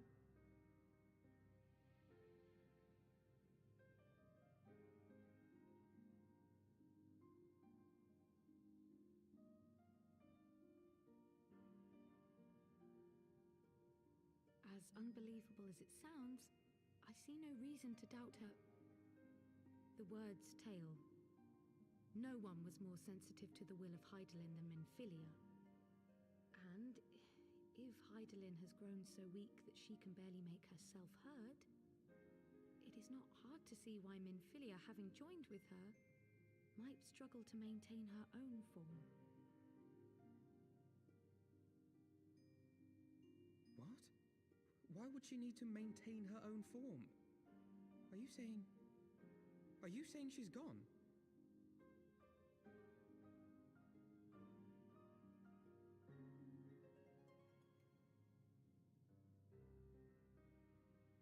But that cannot be! Not now. Not after all we have accomplished. We were meant to usher in the dawn's light together. She threw herself on the fire to fuel your dawn's light, boy. You'll just have to usher it in on your own. Must you be so ungentle?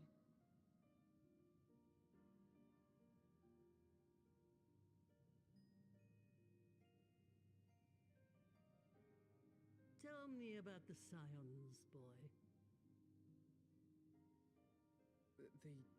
The scions of the Seventh Dawn lay before Eorzea's salvation. Whenever the realm is threatened, be it by Primal, Ascian, Garlean, or any other, we take up arms in her defense, that all in Eorzea may live to see a brighter tomorrow. And that's very noble of you. But in chasing after these lofty goals of yours, you seem to have lost sight of some basic truths. To win a war, you must be willing to do whatever it takes. To fight, to kill, and if necessary, to die. The path you've chosen is paved with the dead. Walk it with your eyes open, or not at all. Does Minfilia being part of Hydaelyn accomplish? I know the truth of which you speak, and have from the first. If the Ascians will go to any length to resurrect their god, then we must needs be as committed to our cause, to unmask them and their schemes, and to crush them both utterly.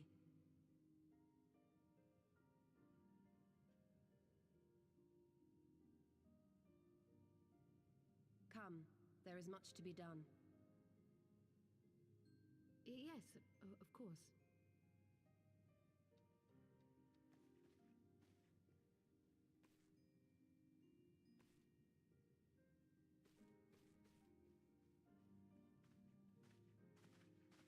Thancred, wait!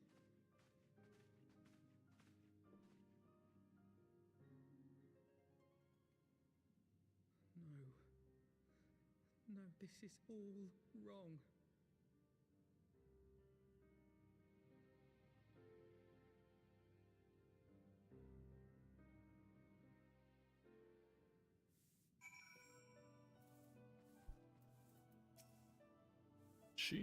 She's not coming back, is she?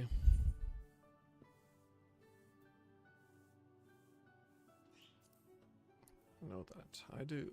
To give all for her beliefs was ever her way. So will we, as we must. What greater calling could there be than to stand against the dark as defenders of the light? And yet, where does it end? The sacrifice, the loss.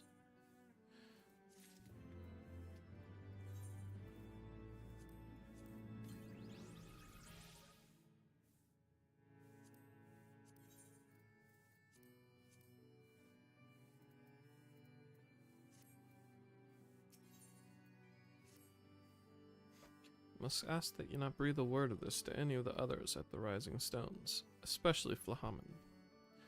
I'll bring brief Tataru on what we have learned, as well as Orianger. He may have insight into what the word told us. As for you, Fluffy, after all you have done, I would say you have earned a rest. But speaking of well-earned rewards, I received a missive from Sir Americ while you were away. It would seem he is planning a ceremony of some sort, and would like you to attend. He did not divulge the details, preferring instead to explain in person. Mayhap you should pay him a visit? Mayhap.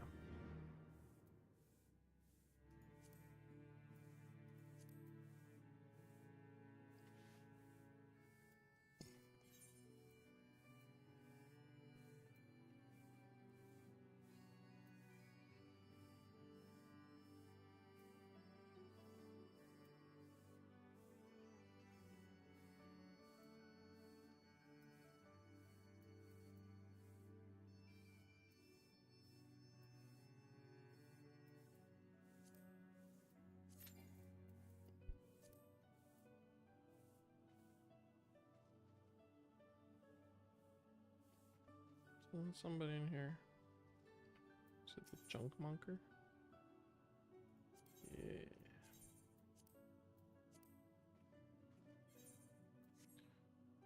Bum bum bum bum bum bum bum bum.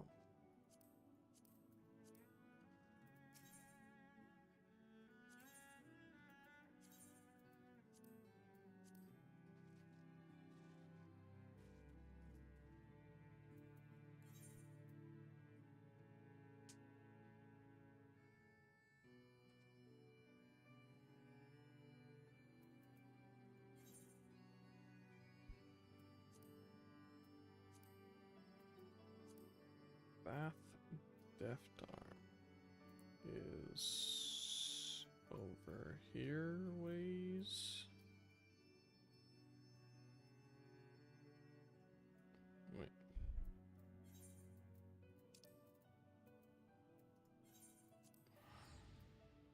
Oh, wait, that's right outside. Right.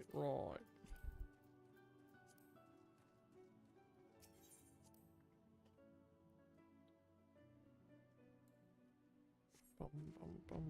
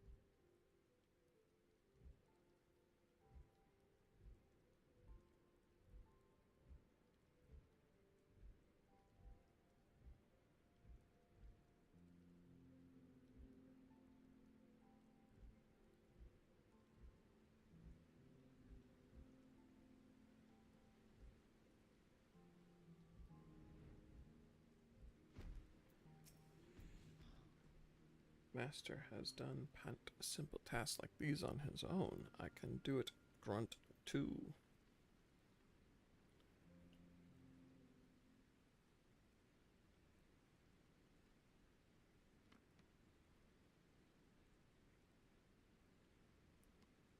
It's no use. It won't budge, and my arms are tired. Perhaps a snack will rejuvenate me. Nom nom nom nom. Shh, Dry Docks grows impatient and comes to check work. Shh, shh.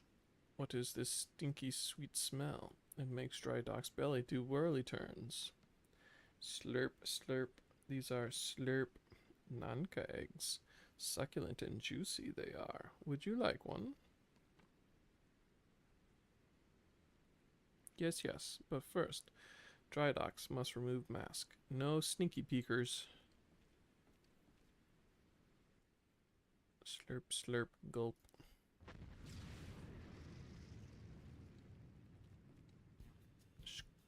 tasty fresh, like party in mouth with all gobby flock invited. More stink eggs, more stink eggs. Perhaps we can alter the deal. If you craft boomsticks and metalworks for the Vath, I shall bring you more Nanka eggs. Mountains of Nanka eggs.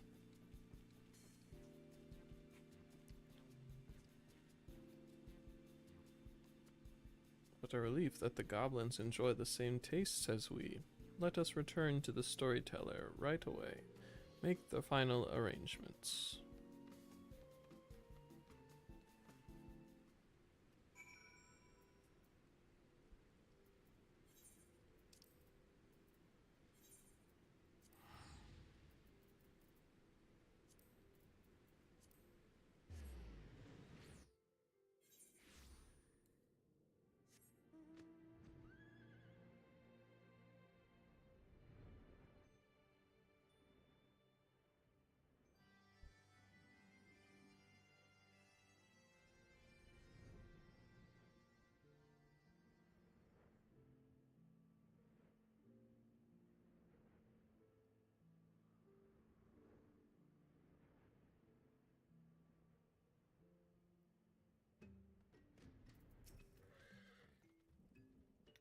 The deft arm is not here. Did you not see him on the main road?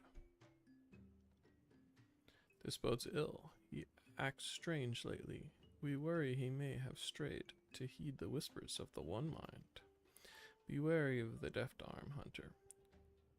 Our connection to the Overmind has been sundered, but all Vath have a lingering link to the One Mind. Some have a stronger link than others. You must have seen his struggle with whispers as we have. The One Mind's thoughts against his. It is like 100 voices humming in unison. He is overwhelmed and cannot act. To be truly freed from the threat of the One Mind, his sense of self must be powerful enough to overcome their whispers.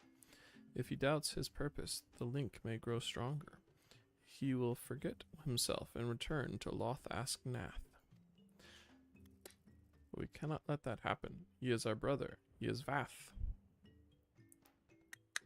The One Mind must be beckoning him towards their hive. He cannot have gone far, great hunter. You must bring him back to his senses.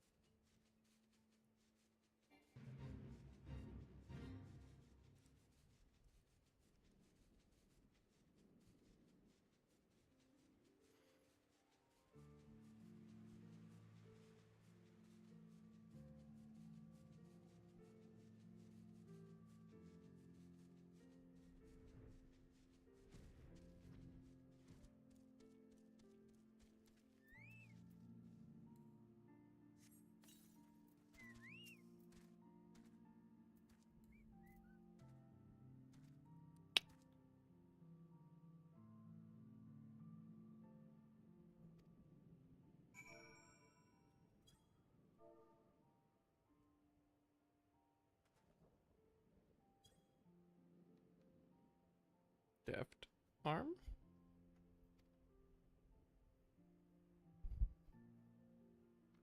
Yes, that is who I am. The Vath Deft Arm. I am an adventurer.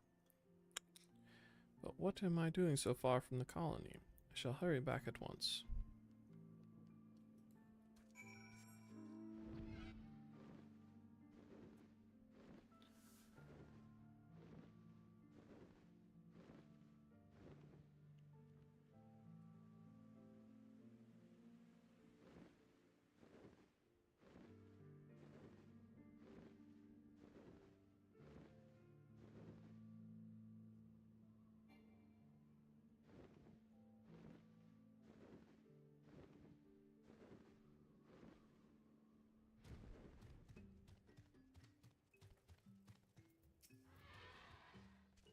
I spoke with the storyteller. He explained what is happening to me, and about why I lose my way, about why I struggle to fight the One Mind. I'm sorry for staying silent, Master. I thought I could overcome this on my own. I thought if I declared my purpose, the voices of the One Mind would vanish. Instead, they have grown louder. Oh, my mind is It is full of questions, heavy questions. I fear many things, but I fear losing myself the most. I know. Perhaps the One Mind still calls me because my purpose is not strong enough. I must do whatever it takes to become a capable adventurer, accept more tasks on my own, reap more rewards. Then the One Mind will whisper no longer.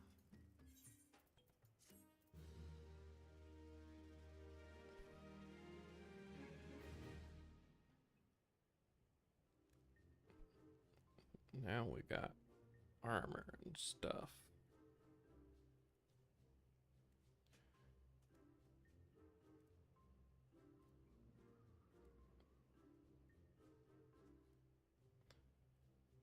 The Goblins of Idleshire are now clients of the Adventurers Guild.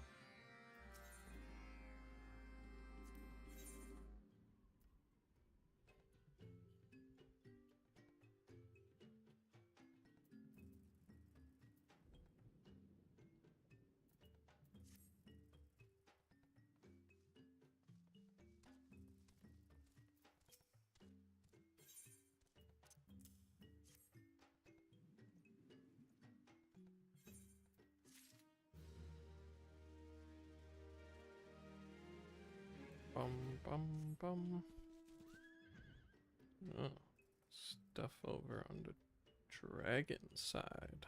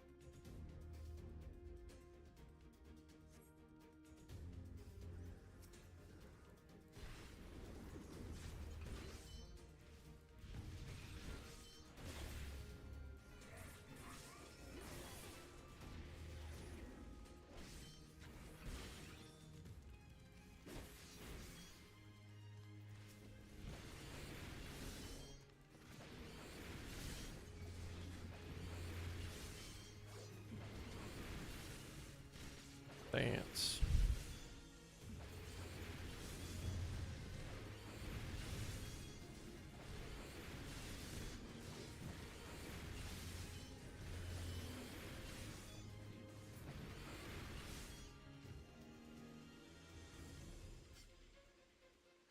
Flashbanged.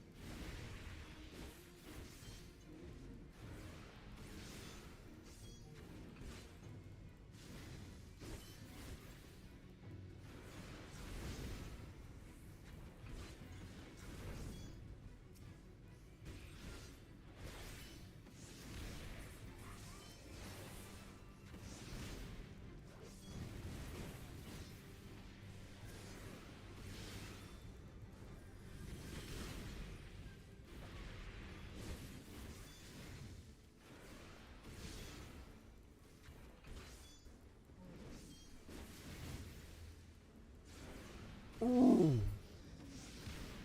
Ooh.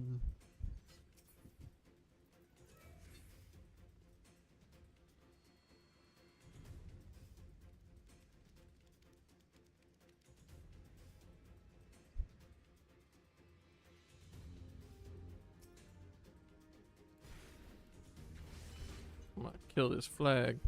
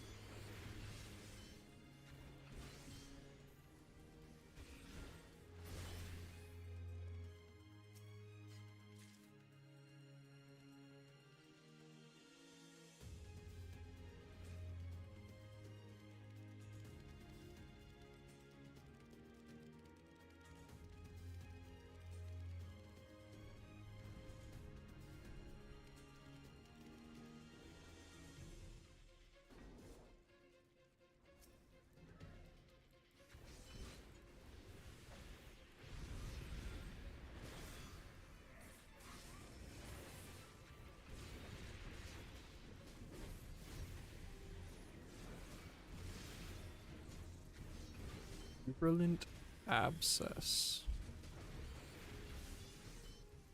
Gross name for a thing.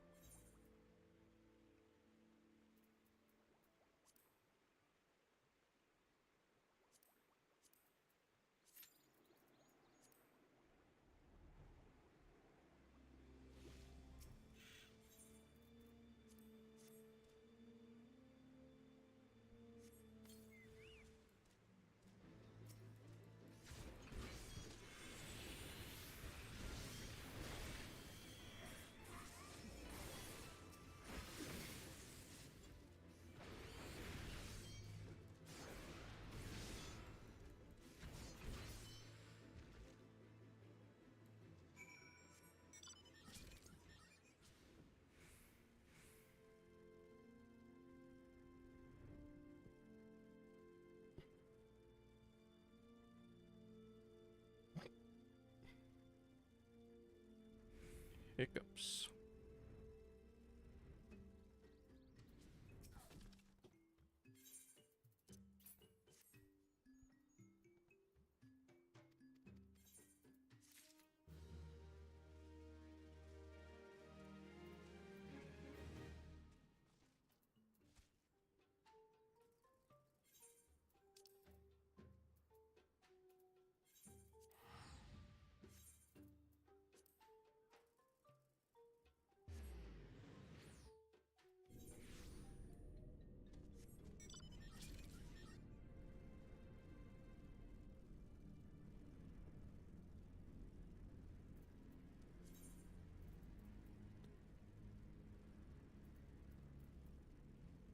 Manxam Mola Jaja.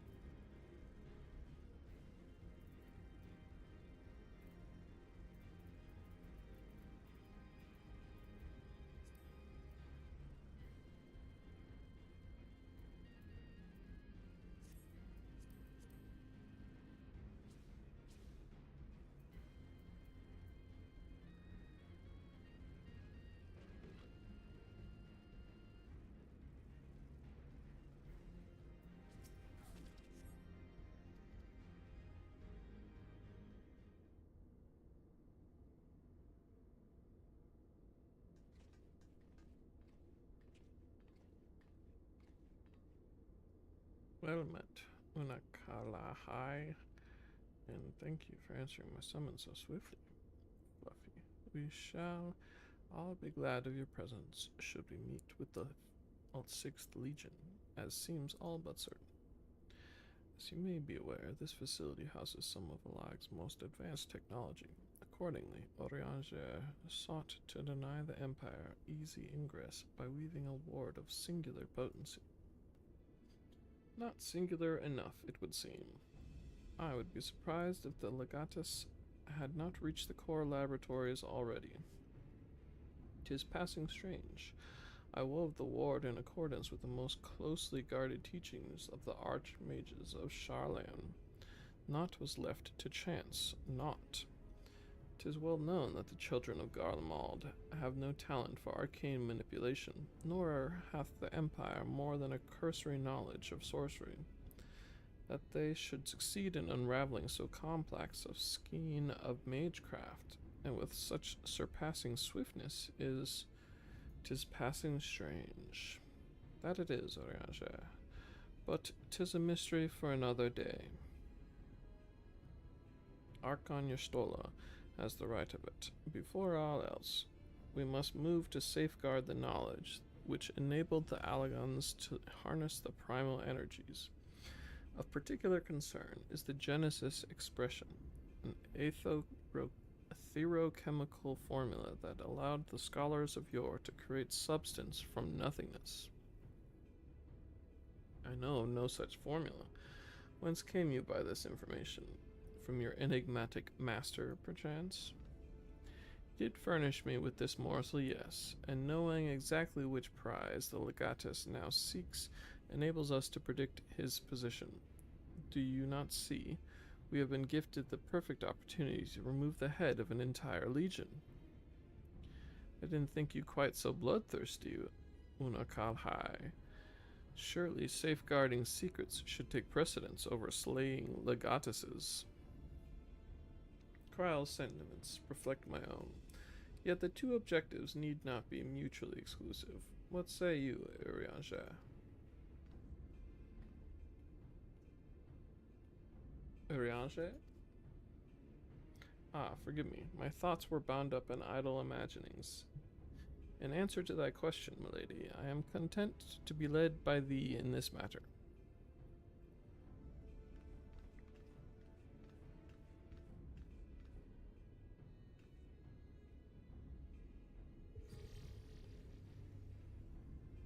Right. I've enabled the facility's teleporters. Shall we?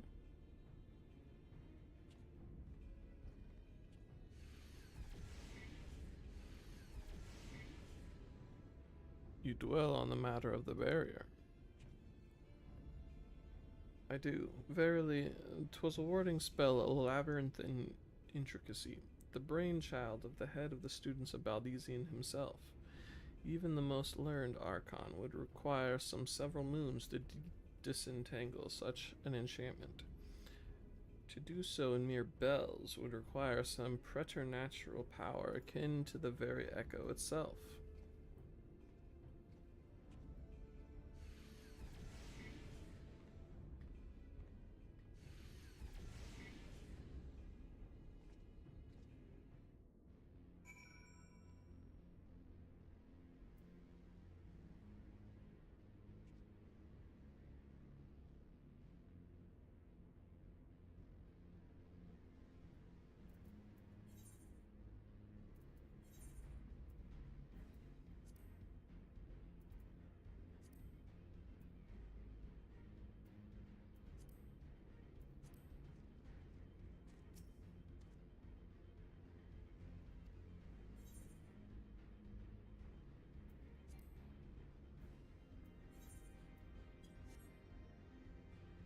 Snack real quick.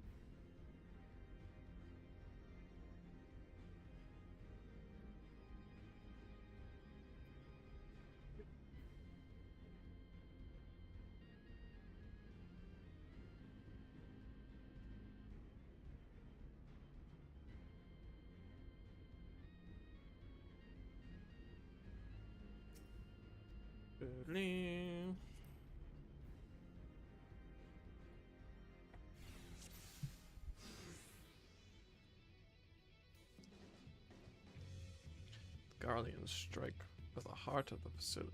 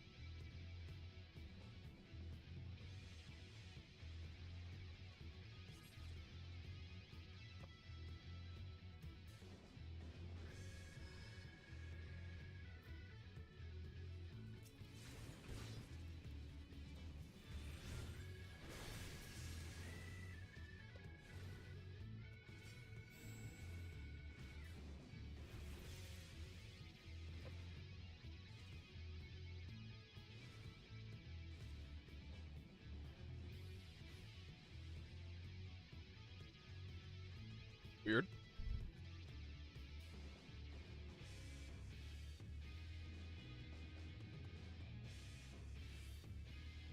Killed it so hard it forgot to be dead. In the name of the Emperor!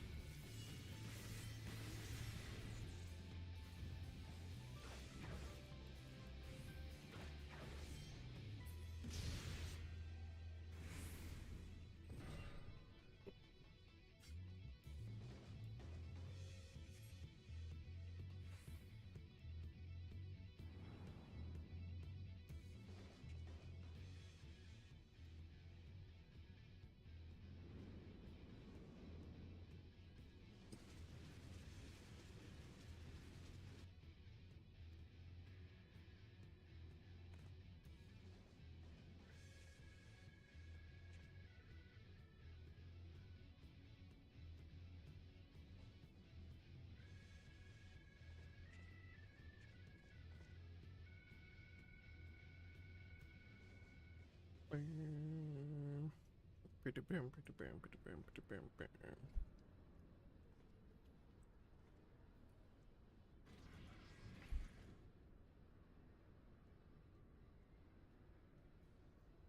exposed the bones of their work, now to extract the marrow.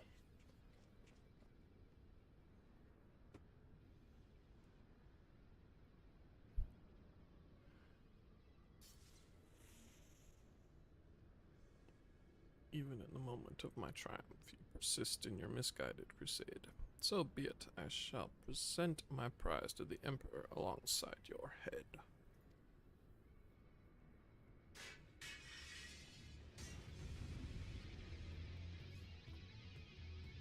Cool.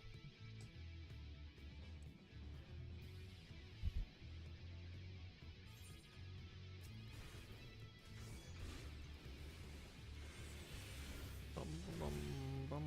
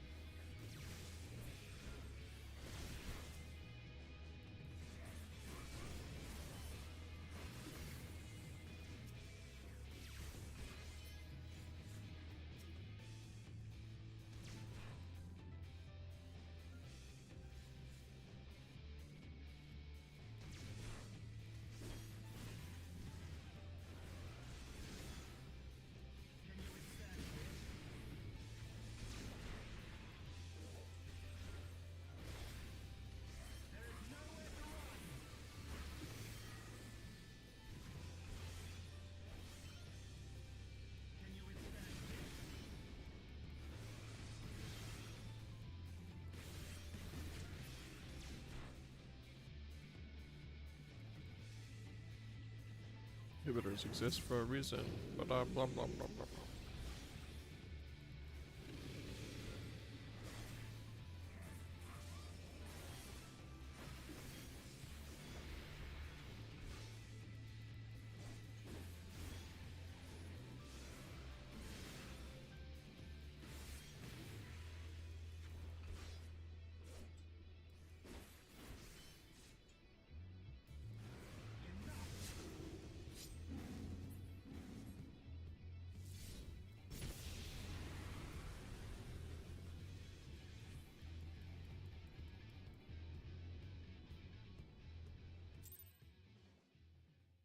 Bum, ba-da-bum, ba-dum.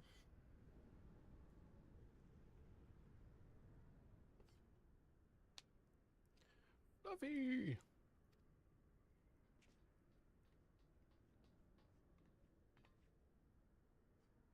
The Tomlith is unbreached then.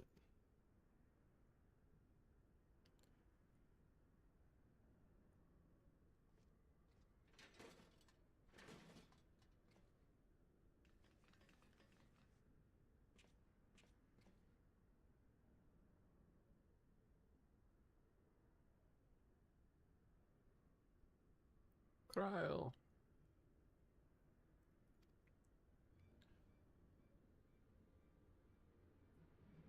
My wounds will not slow my blade should you seek to bar my path. You would slay me, no doubt, but it would be your final act.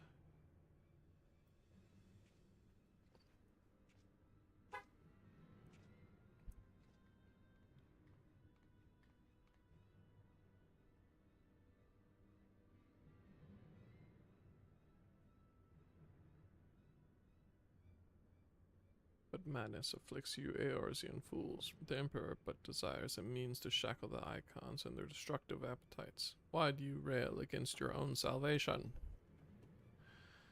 It is not for man to wield such power. The primal energy your Emperor seeks to contain would be as kindling waiting for a spark. Forget not the White Raven, Legatus. Like thee, he presumed to wield the power of Alag, and invited the calamity in so doing. This star's fate is too important to be decided by any one man, a warmongering savage least of all. Have care, boy, you speak of my emperor. I mean, we're already trying to kill each other. What's the point of politeness? Dying here in defense of his honor will not further his cause.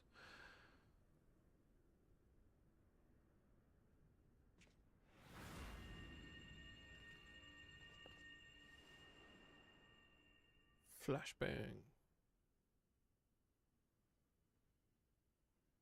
Oh well, I appear not to be dead. Ow.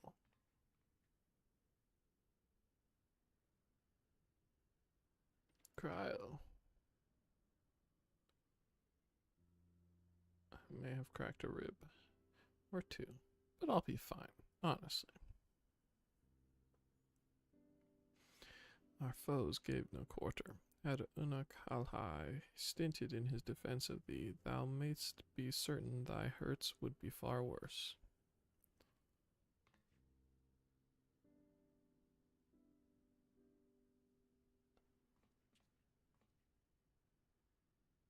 Could do no less. Mistress Cryle is here at my behest, after all. But the secrets of Alag are safe for the present, though 'tis doubtful the legatus will return to Garlemald till the prize he coveteth lieth in his grasp. Then we must redouble our efforts to protect this place. Cryle and I will place additional seals upon the tomolith.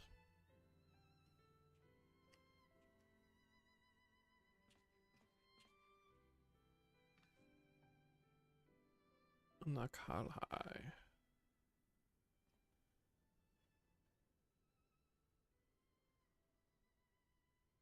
I appreciate you staying at my side.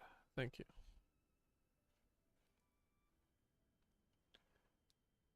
Twas not.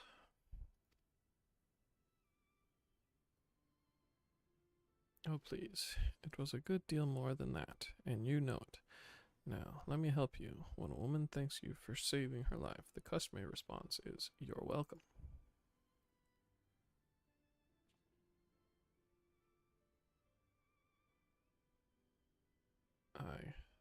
You are welcome.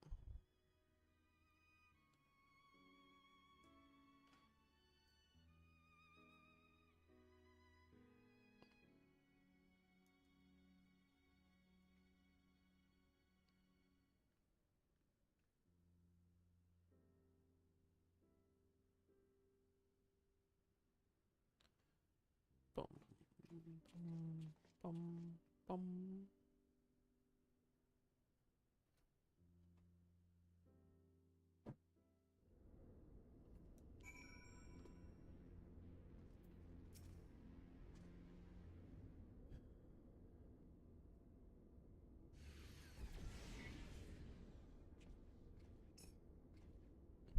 Horiansha. Are the new wards already in place?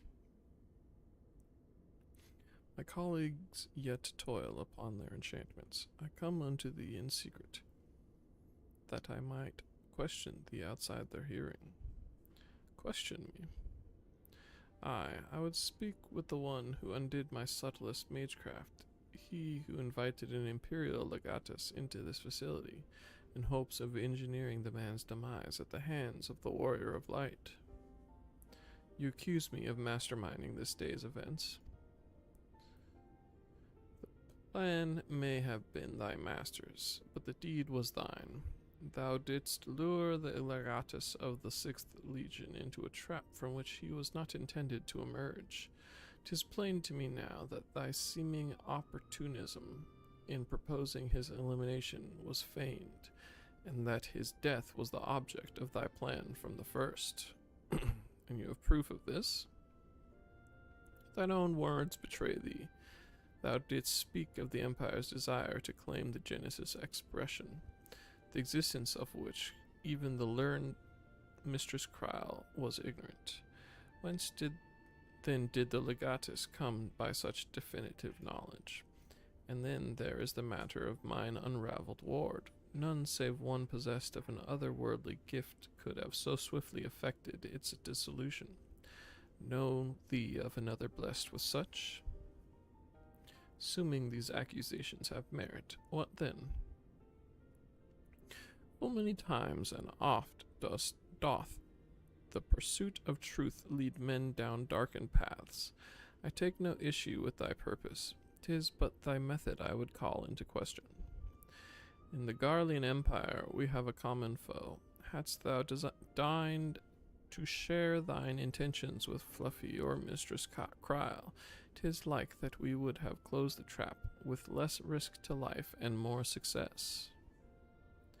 I sought to use the most dangerous secrets of Alag as bait.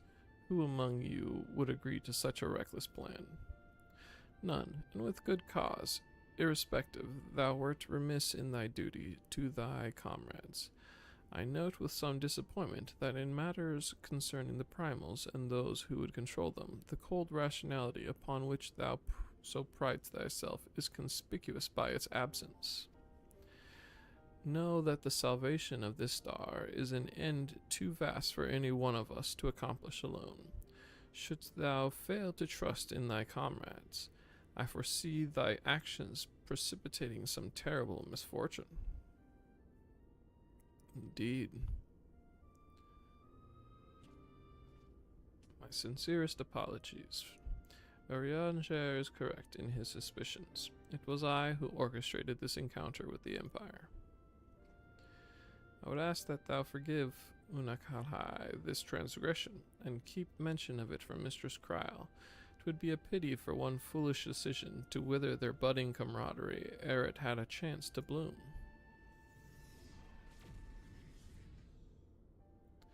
There you are, you rotten idler. When Y'shtola realized we were struggling with the words alone, she was absolutely livid. Ah, never mind the warring triad. I have awoken Archon Y'shtola's tempestuous wrath.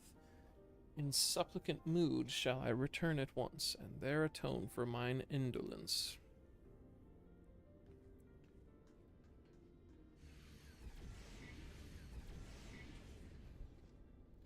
Come, Fluffy. It is time we return to the Rising Stones.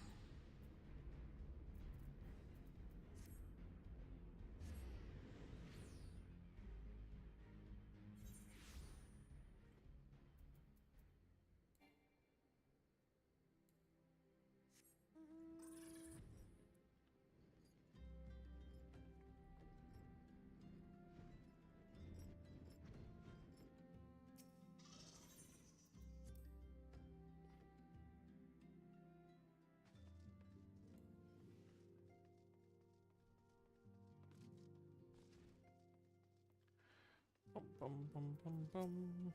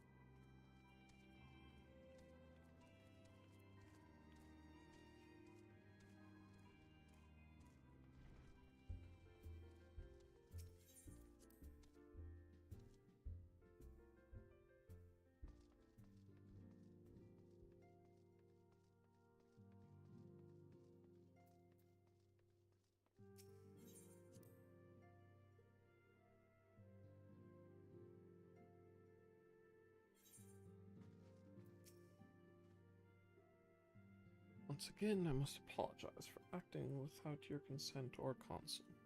It's a gesture of repentance and a sign of good faith. Allow me to share something of myself with you. As Urianger suggested, I possess the gift of the echo, though it is of a nature different from yours. Regardless, I would use my gift for the self-same purpose, the salvation of this star, and nothing poses a greater threat to the world than the proliferation of primal harnessing technology. This I know only too well. What I am about to divulge concerns the fate of another star entirely. On this other world, a magic was devised that allowed the realm's champions to use a stone known as auracite to contain the power of primals. So armed, these heroic souls conquered god after god, oblivious to their weapon's fatal imperfection, its propensity to bleed primal energies, and with each victory the heroes changed, transforming at last into fiends of endless appetite. Insatiable as their hunger for aether, they ultimately went to war over the star's ever-dwindling life force, and fought until there was nothing left. Thus, as Urianger so astutely observed, when I am faced with those who rush to embrace power unchecked, I lose all semblance of rationality. Know that my master too cares deeply about the fate of this star. I am his servant, his instrument, sent here to ensure that the same tragedy does not consume another world.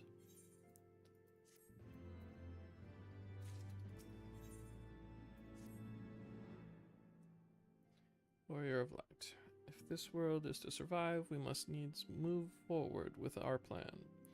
Another pillar of the warring triad must be toppled, the question of which has already been answered. Following our encounter with the Legatus, Archon Y'shtola detected erratic etheric waveforms emanating from the sector containing the icon Sophia, known simply as the Goddess in former times.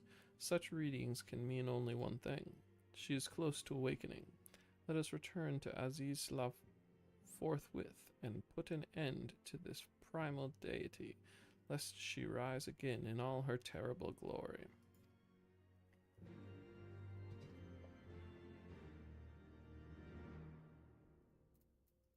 Okay. Just remembered my squad.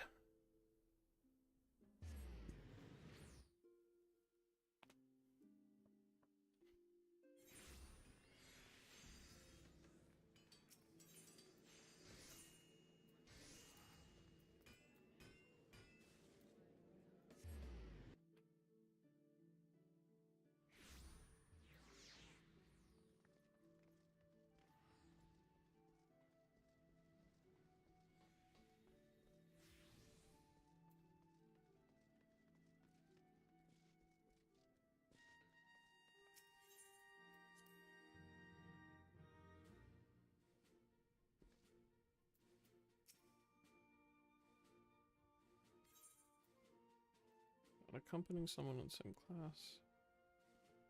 Contemporary warfare magics.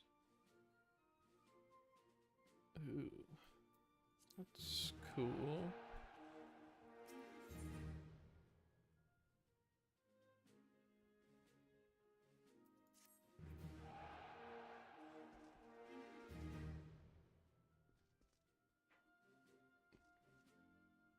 Why do they have fire spears?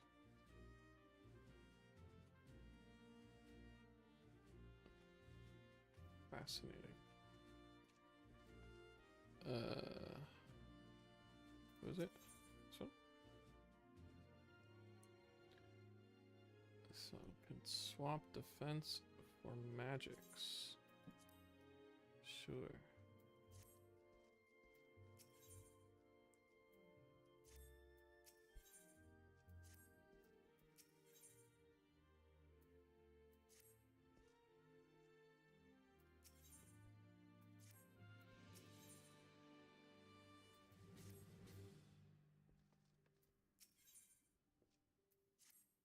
The heck?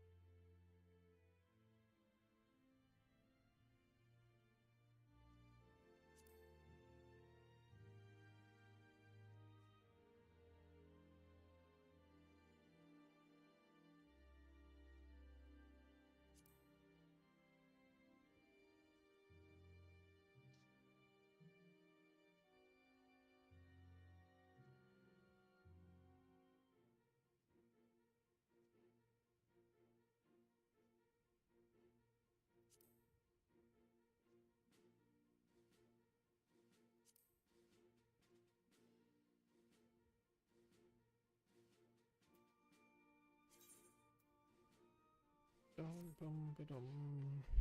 Bum ba-dum.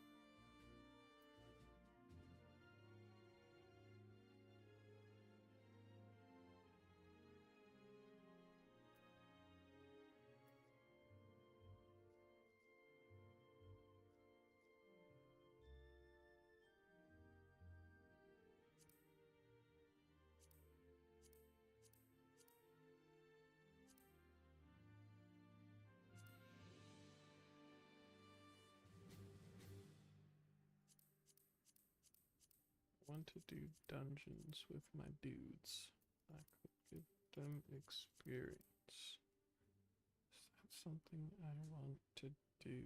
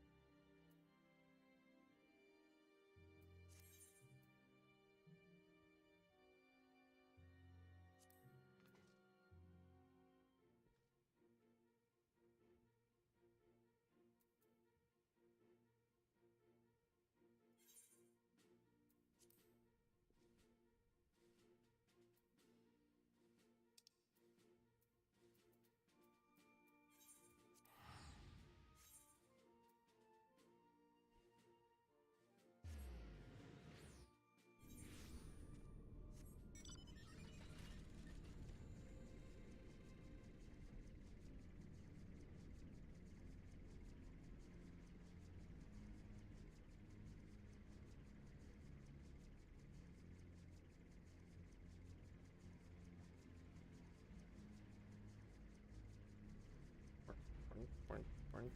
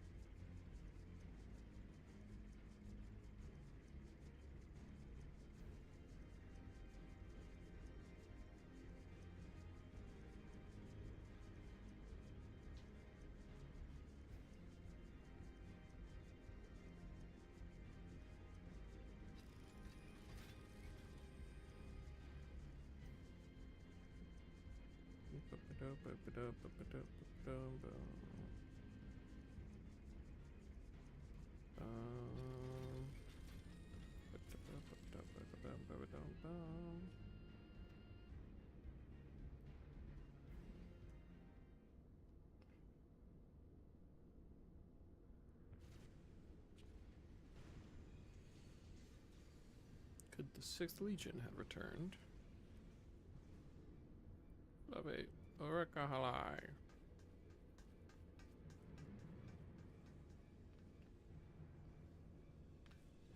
We're under attack. Your stolen range have engaged the foe not far from here.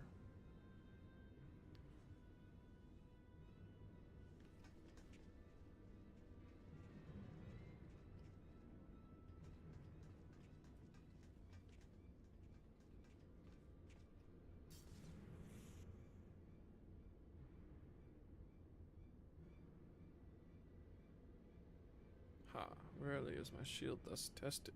'Twould seem the Alagons have not been lax in their recruitment.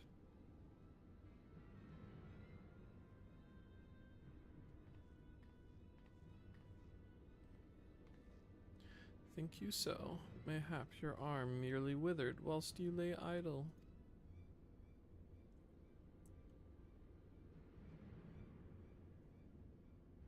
Still your tongues. We have stalled them long enough.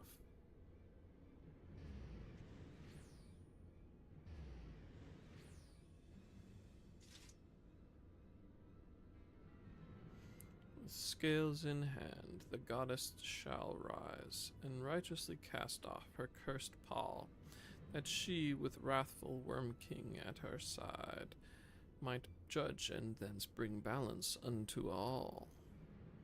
Hear my words and despair, Alagans. Our goddess is awoken. Your civilization has birthed the instruments of its own undoing.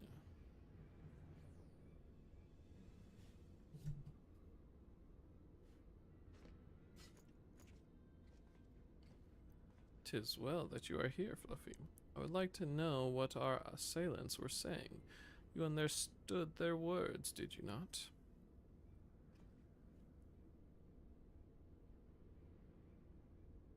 "'Twas a Mercadian dialect, if mine ears do not deceive, though one which beareth scant resemblance to any spoken in recent times. As for our antagonist's meaning, I do gladly defer to those blessed with the echo." The one with the shield seemed to think we were Alagans. He recited what sounded like a verse of prophecy, then claimed that their goddess is awoken. Is that about right? Glare. And might we assume that this deity of theirs is the very icon we've come to topple? Aye, from their tongue, their words, and their attire, 'tis like that our antagonists were Mercadian, thralls to the goddess Sophia, and victims of the Alagans' incursions. If, as Kral claimeth, they thought us agents of Alag, 'tis little wonder that they sought to bring us low. You suggest that Sophia's servants have been liberated from their containment, then we have no choice but to accept word of her awakening as truth. Gods help us, the Warring Triad have proven formidable enough when we've roused them with a fraction of their true strength. Should Sophia break free at the peak of her powers, Fluffy and his friends won't stand a chance.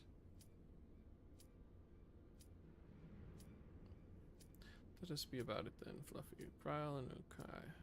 3 of you will make directly for Sophia's containment facility. Urianger and I will do what we can to occupy the Icon's thralls. Yeah.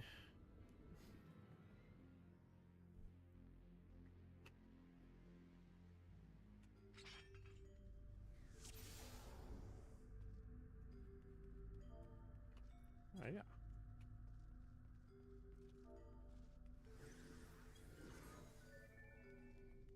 Heya, hiya.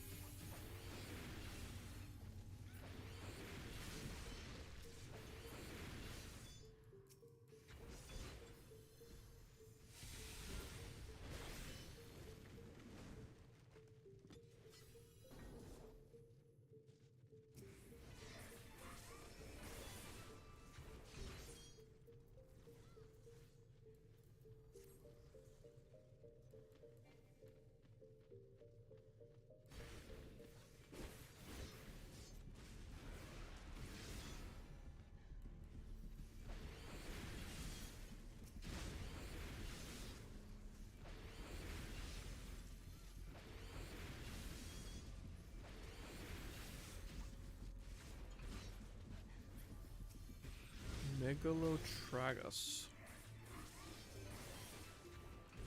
Dude's got some horns. Not messing around.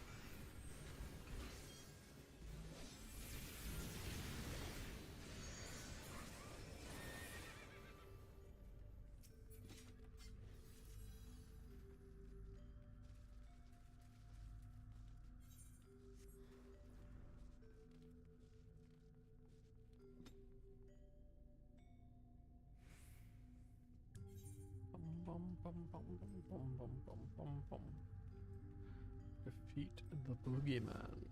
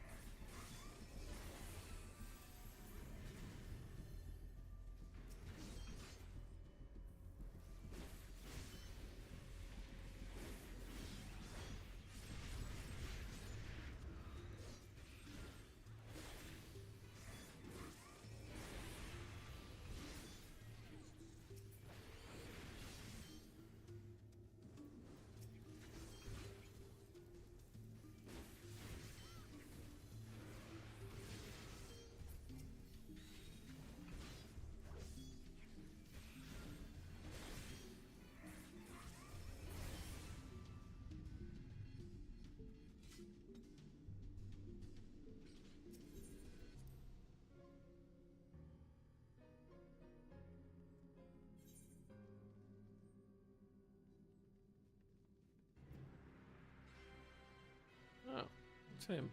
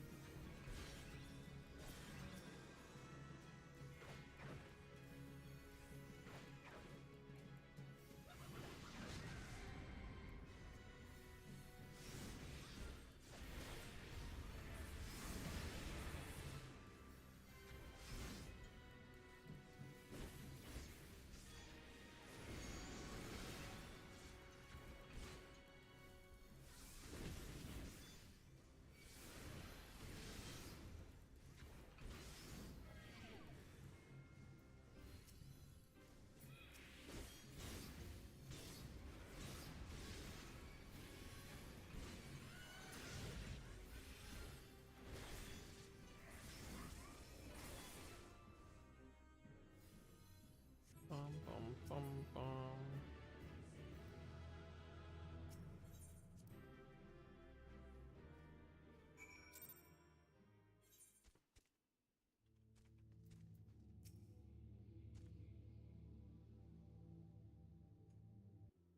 Well fought, Fluffy.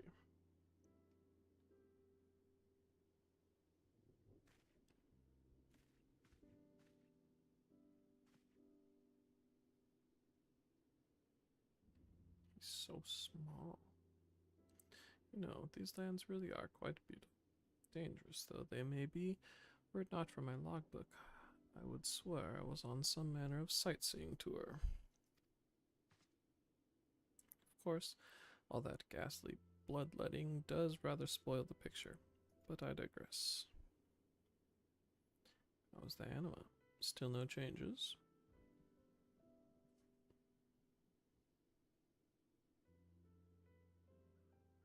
That is most unfortunate, yet we must take solace in the fact that it has not yet faded from the weapon. I am certain it will quicken. 'Tis but a question of when.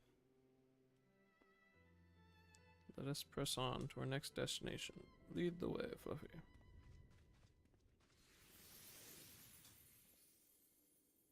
Eh.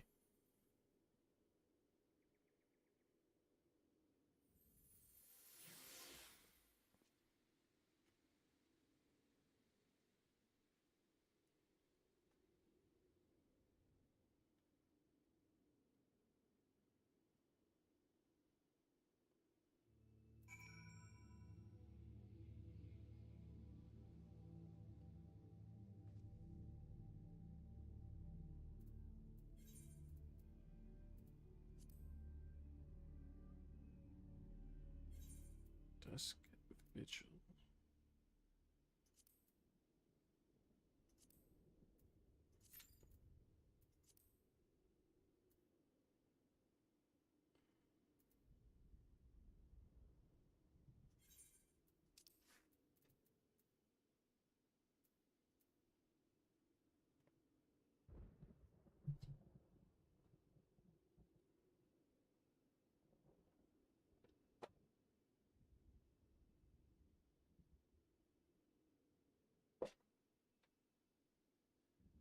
Isa.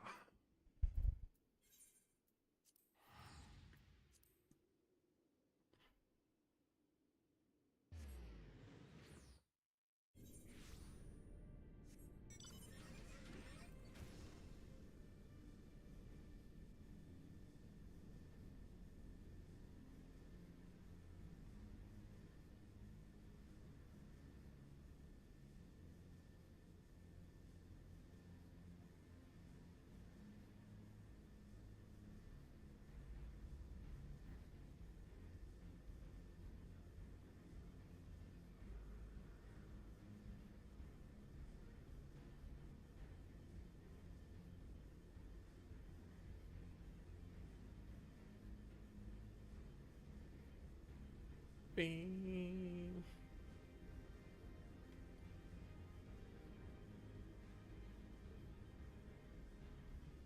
Bing.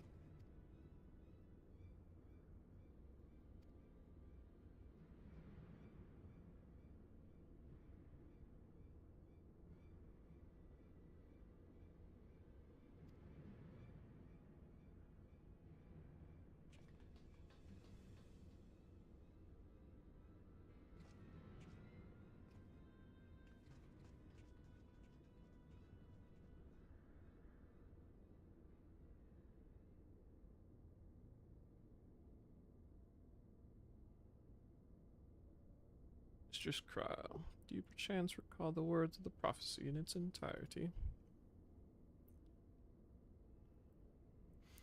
Let me see, I believe it was, with scales in hand the goddess shall rise and righteously cast off her cursed pall, that she with wrathful Worm King at her side might judge and thence bring balance unto all.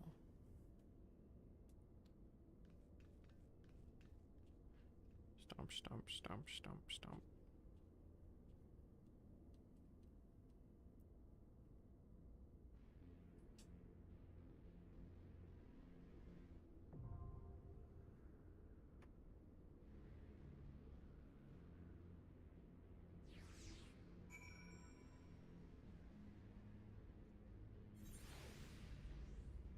Bing.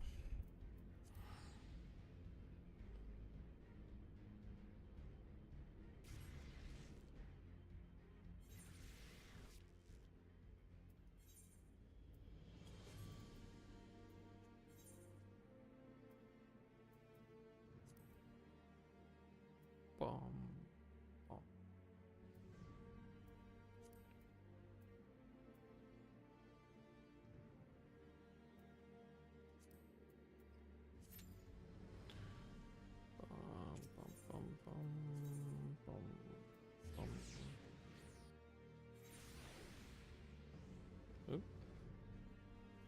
Violet Devereux.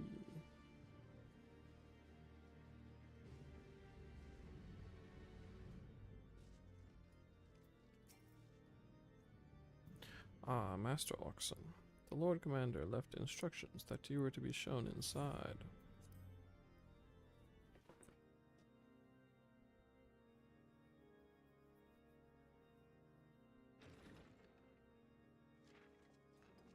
A pleasure to see you again, my friend. I take it you received our invitation.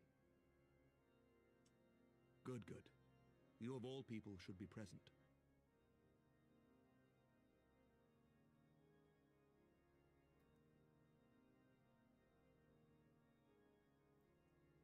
When the true brothers of the faith seized control of the vault, I feared the worst.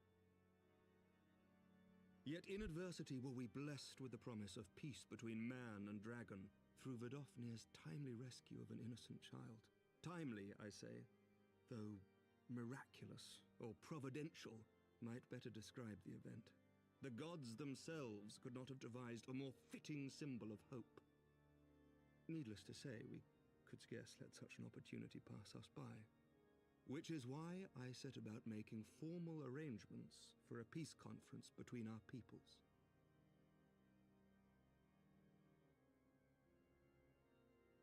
You and yours have done more to bring us together than any, and it is only right that you attend.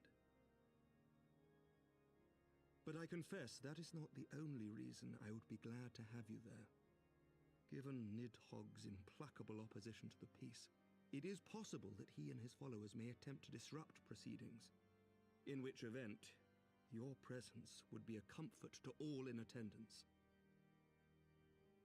Pray understand, I have no wish to invite the worm's ire, but if our fractured nation is to heal, if we are to move forward as a people united, then we must do whatever is necessary to bring about lasting change. Zoom out kind of messed with my eyeballs.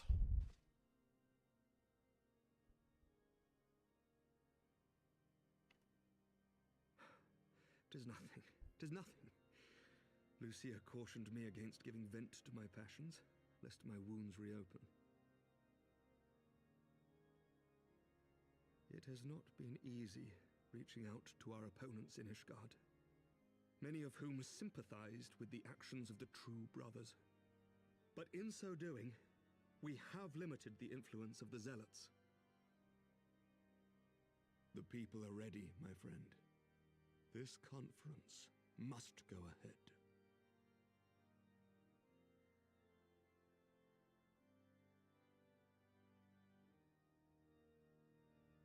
I knew you would understand. The conference will take place on the border of Ishgardian and Dravanian territory in Falcon's Nest. Lucia is there seeing to the final preparations even as we speak. Pray join her at your earliest convenience. It would not do for the guest of honor to arrive late after all.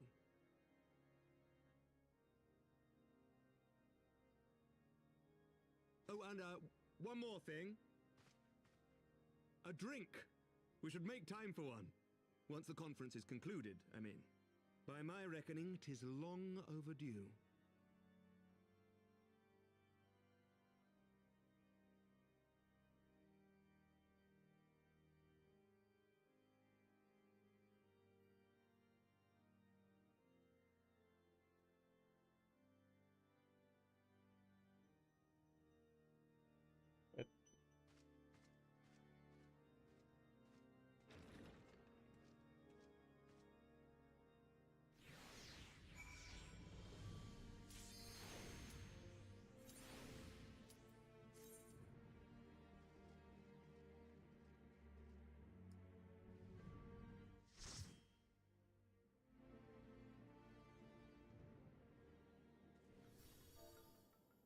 Oh.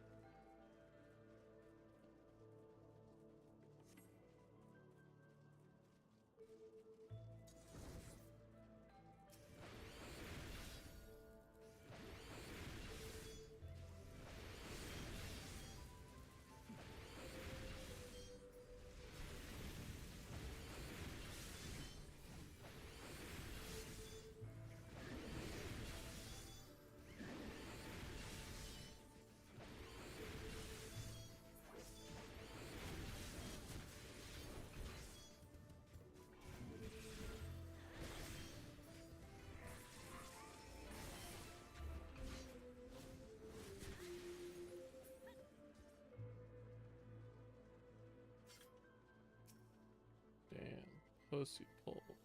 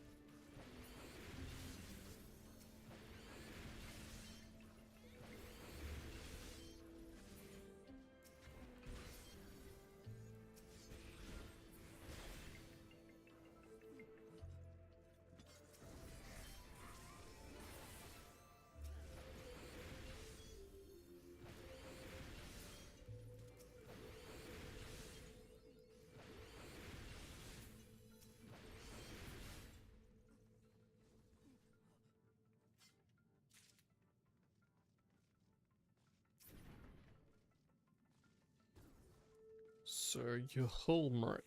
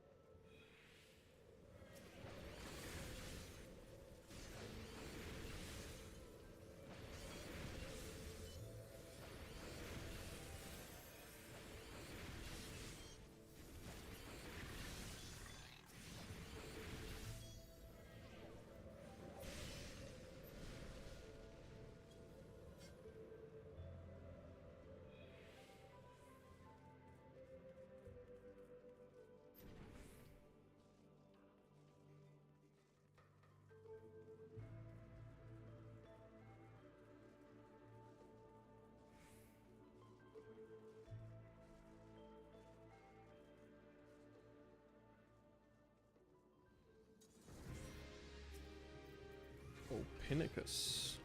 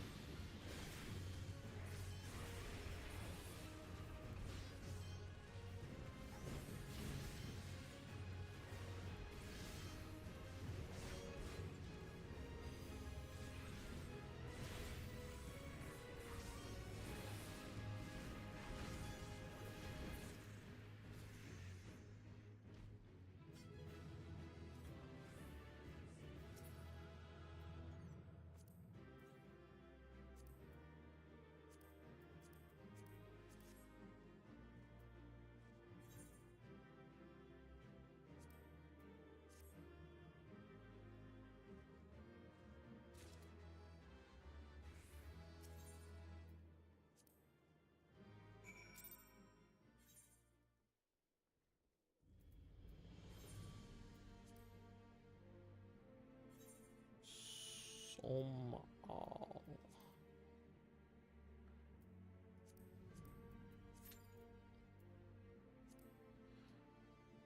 Bum, bum, bum.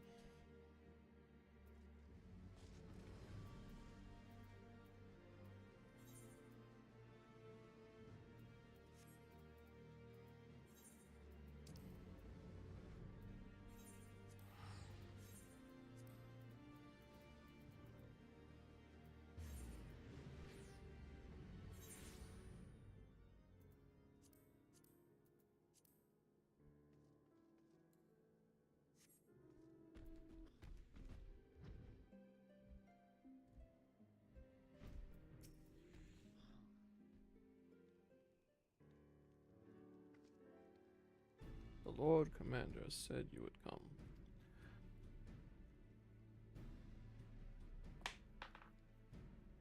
As you can see, preparations for the conference are proceeding apace. Mark well the curtain above. Conceals a relief that will be unveiled during the conference. The masons labor day and night to see it finished on schedule. Sir Emeric wanted a symbol which would endure long after this conference is concluded. I think he'll be pleased with the result. It was not my war, but I made it mine. To see it draw closer to a resolution fills me with a strange hope. His faith is infectious, is it not? His certainty that we can be better than we are.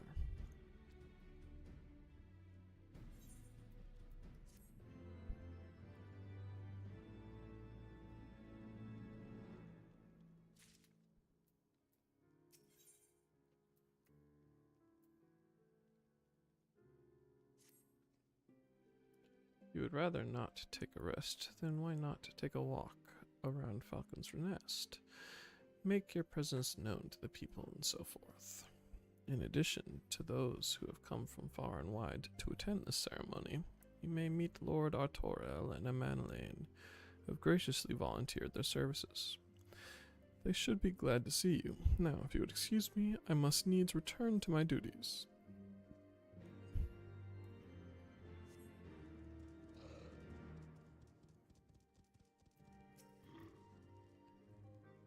you know when everything's set to begin.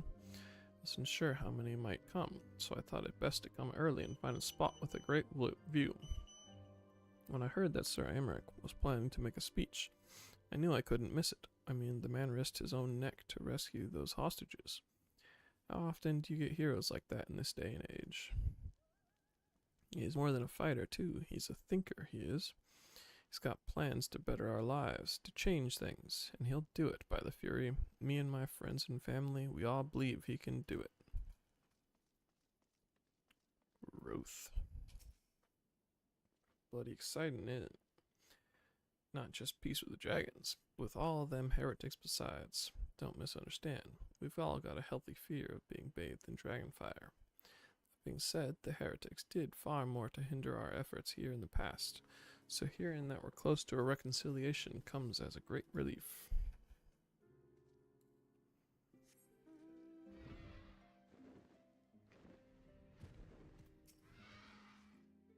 I'm glad to see that the rumors were true. Well met, Master Orkson. And fear not, I've no intention of begging your aid with this or that. Everything appears to be in order. My only lingering concern is that one of the convictors might not have been informed of our plans. As I recall, Vedofnir may pass directly over their encampment. The last thing we need is a glory-sinking nobleman attempting to slay a Dravanian ambassador to a peace conference.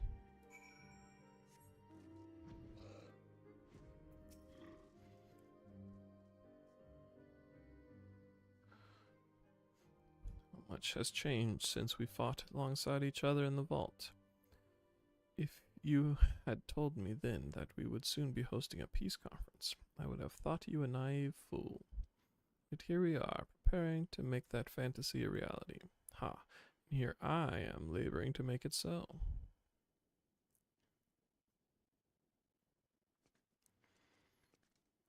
Lord Arturel, if I may. Certainly, First Commander. How may I be of service?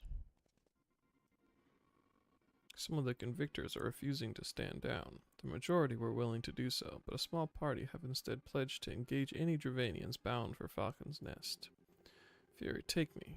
They would defy Sir Aymeric's commands if they dare attack Vedofnir. It will not come to that, but to see that it does not, we must needs hasten to their encampment. They should be far more reluctant to oppose us were a lord of House Forton present. I understand completely. Let us depart at once. But ere we do, I must ask, would you look after Emmanuelaine while I am away?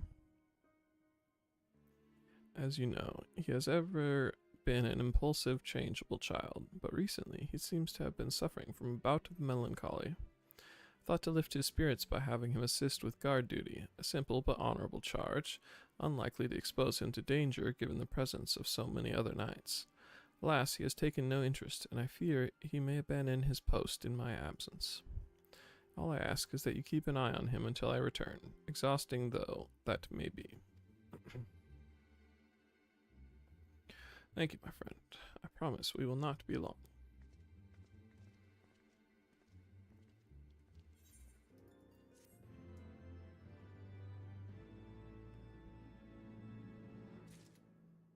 Boopy doopy doo, boopy doo.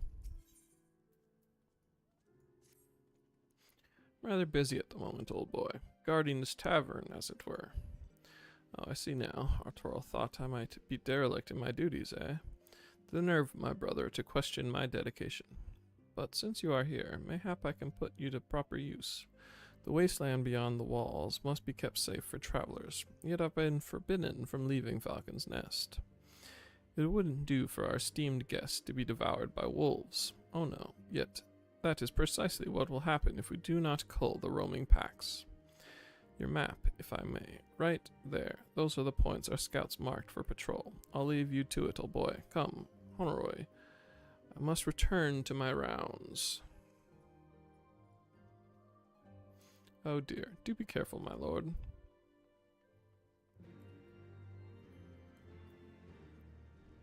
I didn't know there was a bar here.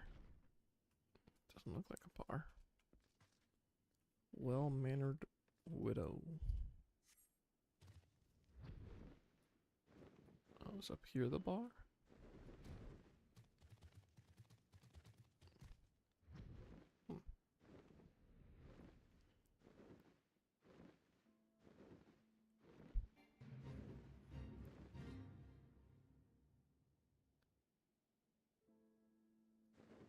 Wolf, wolf, wolf, wolf.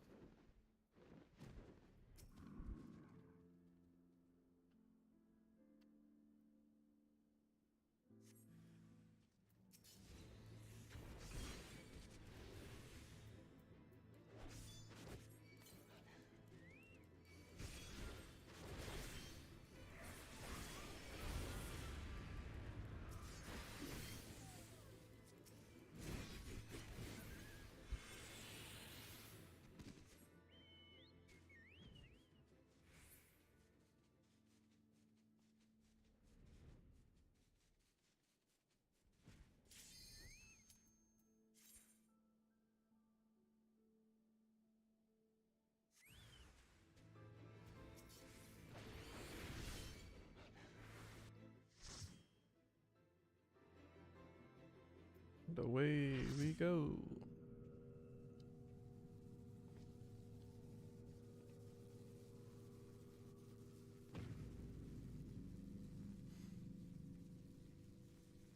I leave the goddess in your capable hands. Just watch out for her worshippers.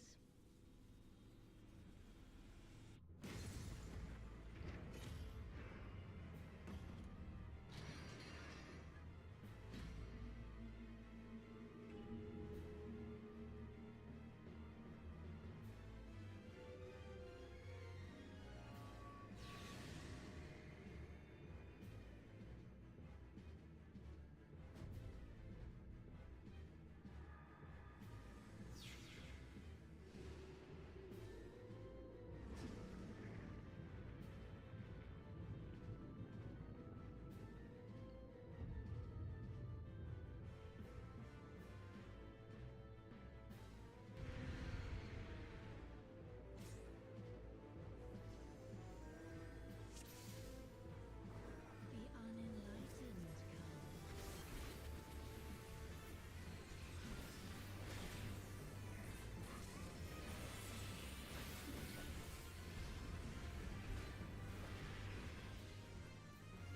come.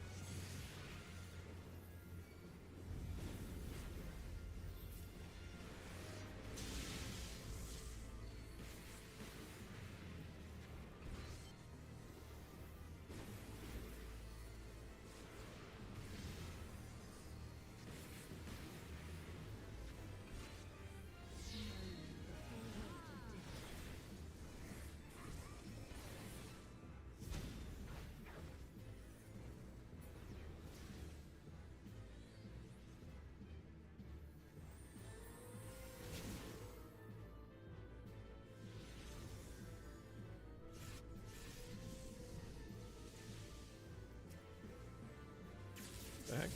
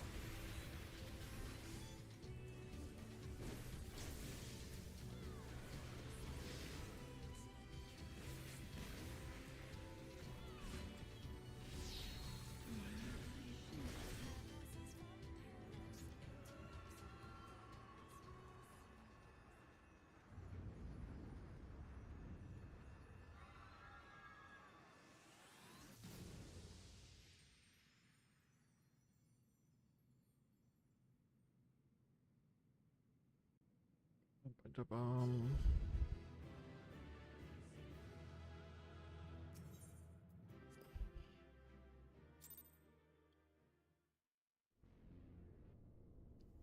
I did it.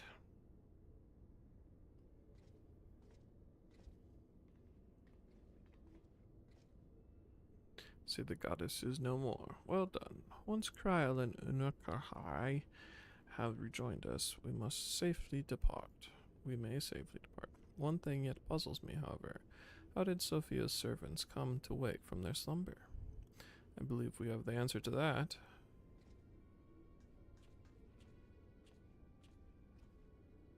Discovered the remains of a Garlean soldier in an adjacent sector of the containment facility. 'Tis like that the fool ventured too close to Sophia during the Empire's previous excursion, and was enthralled for his troubles. Another reminder, if any were needed, as to the incalculable threat posed by these beings. The goddess would not even have been conscious when she claimed the man's will, and yet his mistake granted her the means to release her servants, and would have resulted in her own liberation had we not been on hand to intervene. I do much wonder that the Icon's pawn was capable of so effectively manipulating the facility's containment systems. How came he by such rarefied knowledge? That too is easily explained. During our investigation, Kryl discovered a subtle flaw in one of the mechanisms which held the goddess in check. A flaw which had plainly been added intentionally. Upon examining the facility's records of the period, we were able to piece together the story. It was a time toward the end of the Third Astral Era, when the peoples of Mercedia faced extinction at the hands of the Alagan Empire. Sophia, a being of incomparable cunning, was said to have communicated certain plans to her servants through the medium of a trusted oracle. Following the oracle's instructions, they duly conspired with a rebel faction within the Alag who, we believe, agreed to tamper with the prison intended for Sophia, and then the goddess and her thralls chanced to be captured, though we suspect that this had always been their plan. Indeed, the prison was situated at the heart of Alag, and we think they intended to attack the city from within. They would merely have had to wait for the rebels to exploit the weakness in their confines. But the conspirators' dealings with the Mercedians were exposed before they could enact their plot, and all were summarily executed. It seems that the flaw itself remained undiscovered, however, and might have remained so until the end of days had it not been for the actions of the Archbishop and subsequently the Garleans. I cannot help but wonder what might have come to pass had their scheme been successful. Mayhap the answer lies in the prophecy. Kryl hath the right of it. Its words may be deciphered thus. The cursed Pal speaketh of Sophia's prison, from which she was supposed to emerge at the agreed hour. The Worm King, meanwhile, can be none other than great Bahamut himself, then yet a prisoner, whom the goddess did intend to unleash upon Alag to set right the scales of justice. A foolhardy plan. Had it come to fruition, the two of them would surely have razed the realm. Naught would have been spared the devastation, the Mercidians' homeland included. Their home already stood on the brink of oblivion. Mayhap they wished for naught else but to purge the poison of Alag with primal fire.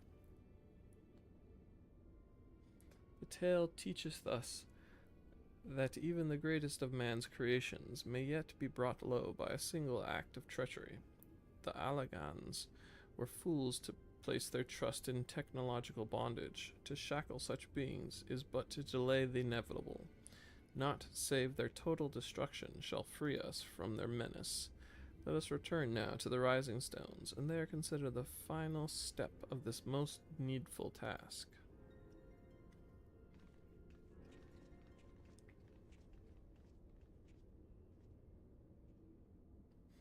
The threat posed by this facility is far greater than you imagine, Orianjay. One not limited to the Icons themselves. Sophia's remaining servants must be put down.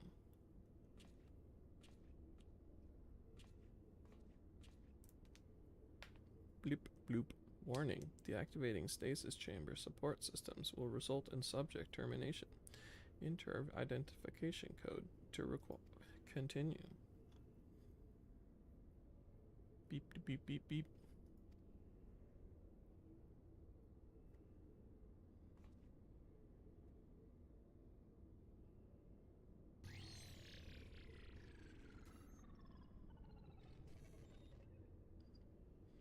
Identification code accepted. Subjects terminated.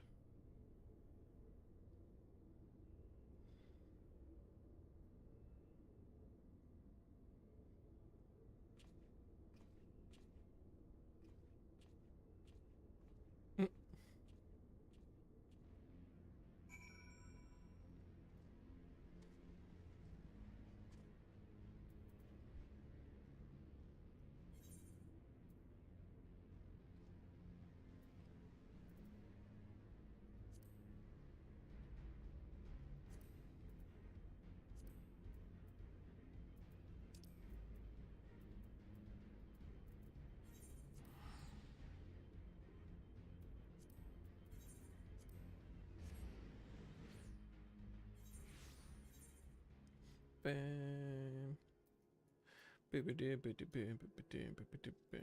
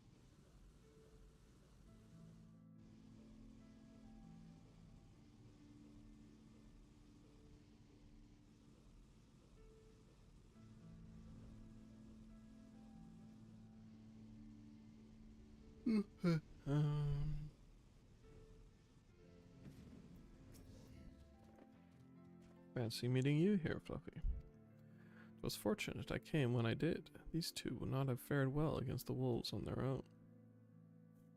The young lord wasted no time taking advantage of you, did he? And me, I suppose. Let us return to Falcon's Nest, then, and see what other thrilling tasks he may have for us.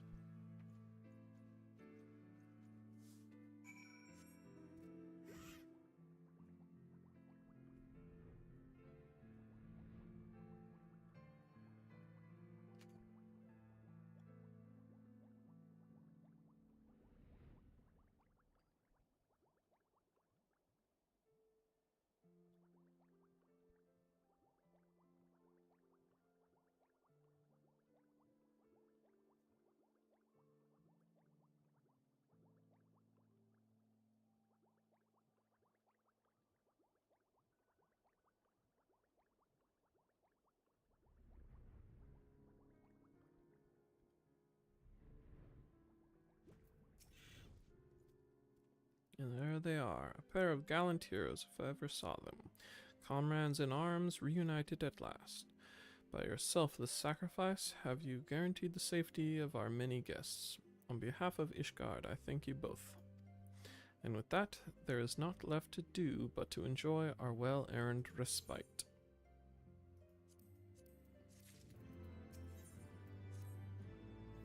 Oh, and this should of course go without saying, but let's keep those last few favors between us, yeah? Artorel wouldn't understand. Right then, the first floor of those barracks has been converted into a tavern for the duration of the conference. Why don't you go and have something to eat? For once, a suggestion with which I agree. Go on ahead, Fluffy. I will join you anon.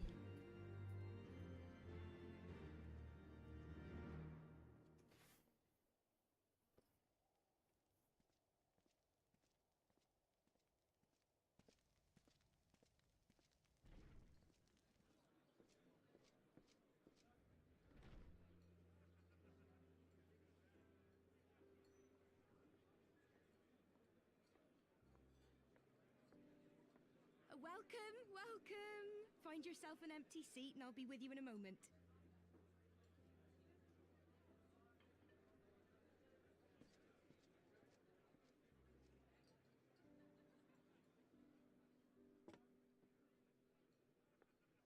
Cold out, isn't it? Here, a mug on the house. Let's get some colour back in them cheeks.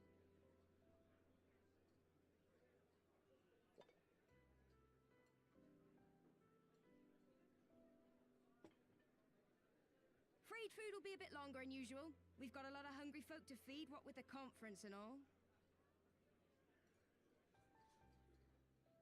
Oh, so many people with cause to celebrate. To think there could be peace in our time, after all them years of fighting. When I heard about the conference, I knew I had to come. I knew I had to be here, to do my bit. My husband, he died fighting the dragons, you see. And here we are, about to break bread with him.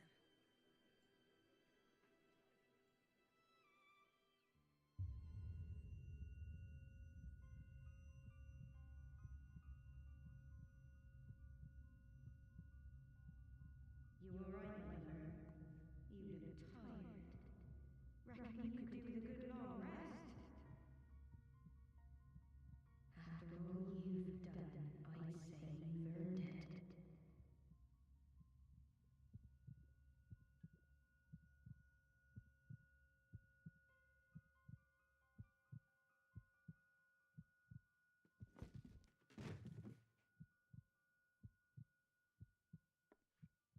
Sleep now.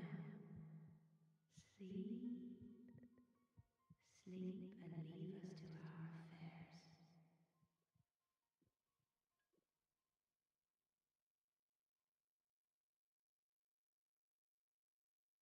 This was never your fight.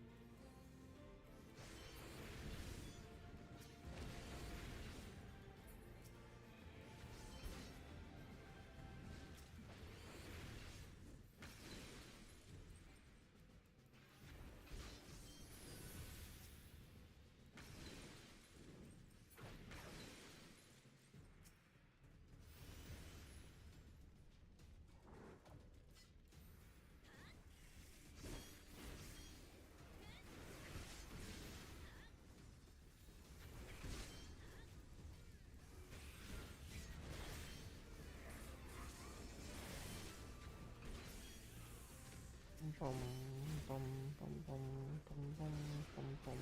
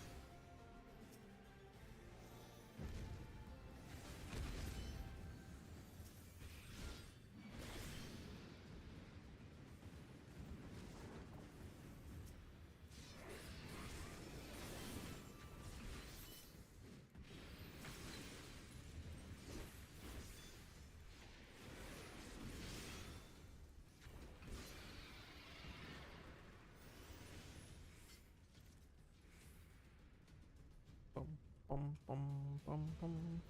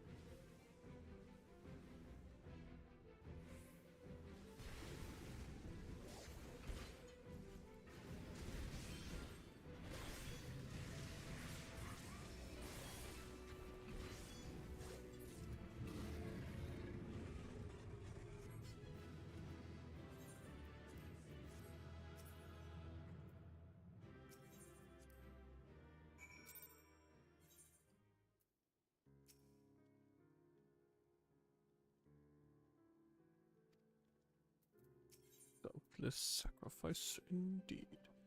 Now back to getting poisoned or whatever.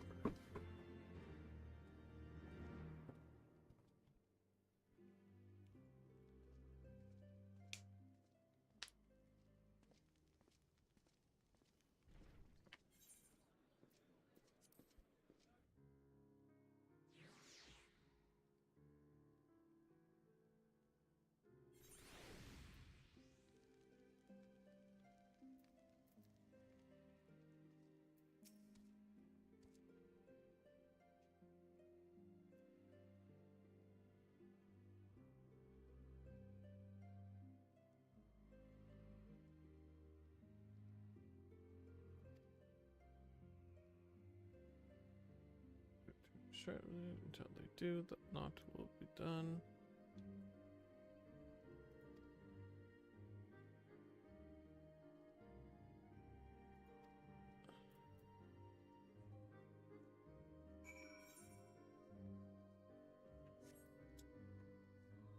Well, shit. Skipping did not skip to a good place. My wife and I fell while fleeing with the others at first. Ugh. Okay, what the hell?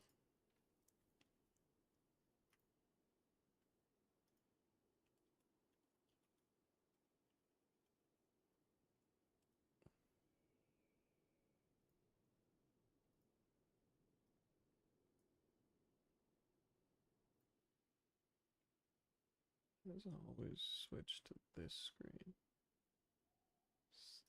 Stupid ass. It's because it's a different scene. Yeah.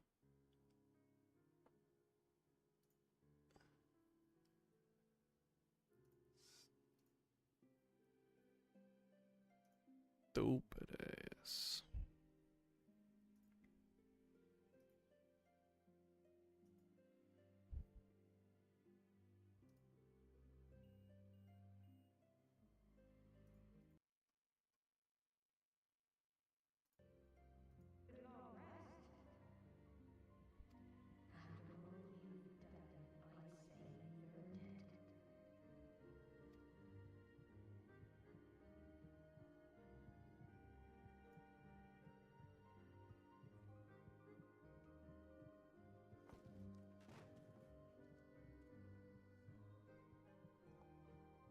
Sleep now.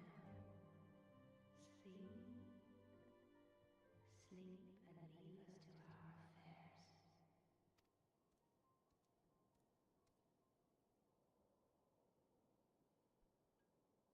This was never your fight.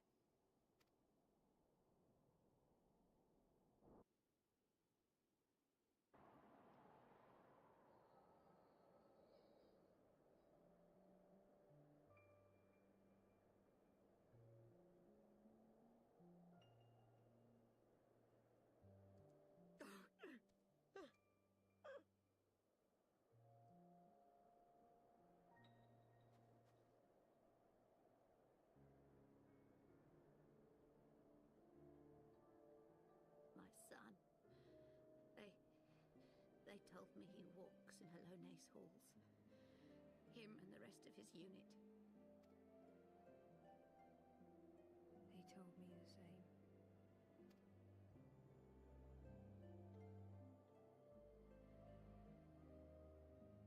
I expect they think it's comforting. Every time I calm, I cry. I cannot bear to remember, but to forget would be 1,000 times worse.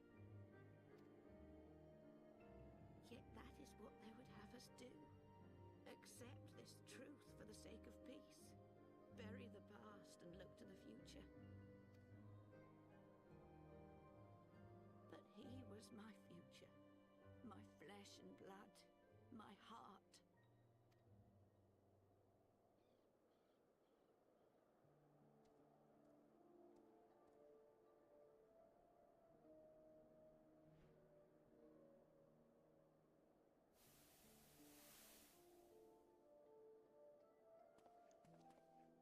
Is this it? We're the only ones with the courage to oppose this madness. Cowards, a lot of them. They think only of the prize, of the peace Sir Emmerich promises them. They know in their hearts it's a lie, but they go along with it anyway, desperate fools. But not I. Not I! I see the worm that killed my brother in my dreams every night, and I will not rest until he lies broken at my feet. Him and every last one of his accursed kin.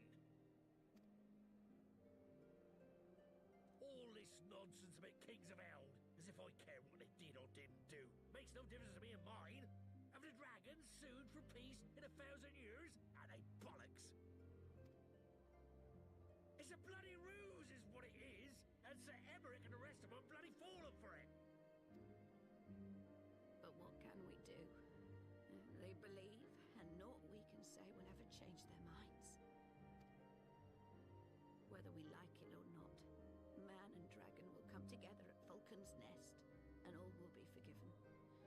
Forgiven and forgotten.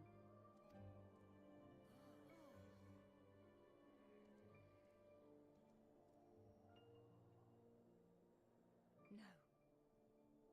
I will not let that happen.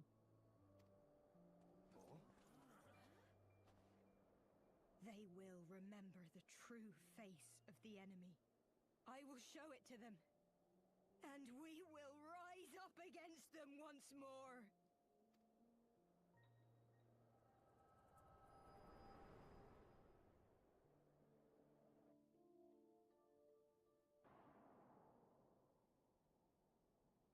Hey! Hey! This is no time for napping.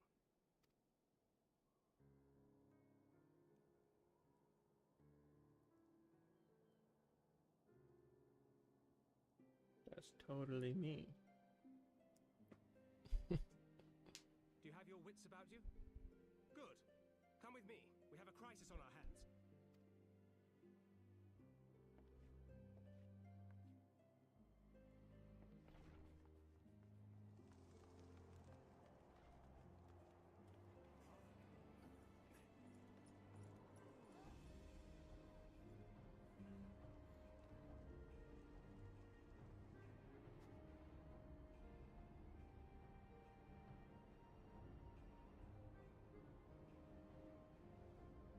Hear me, brothers and sisters.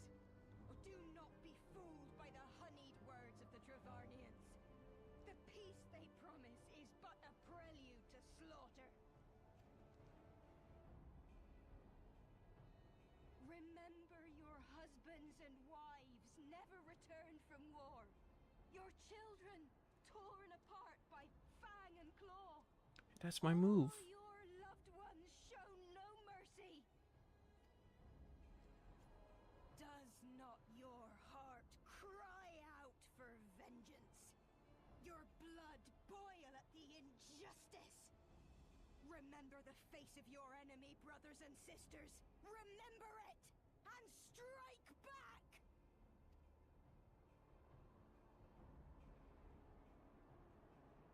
You there! Don't just stand around gawping! Do something, man! Stop her!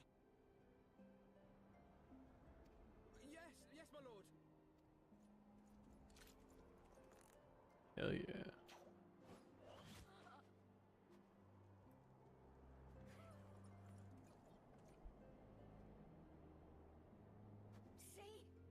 See here the true nature of the Highborn. With lies and deception they lead us to our doom. And dare we raise our voices in dissent? Death is our reward. This is the choice they have given us, brothers and sisters. Death by dragon's fang, or death by nobleman's command. Death to all we hold dear. I spit on your choices, noblemen. You will take no more from me. No more. No more.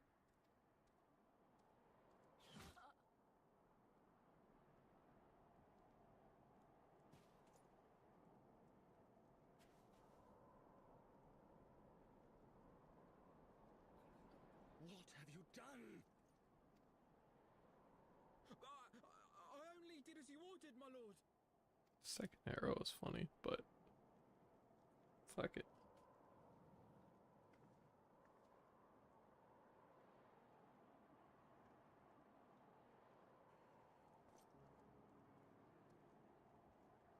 I gave no such order. I did not. I never meant for anyone to...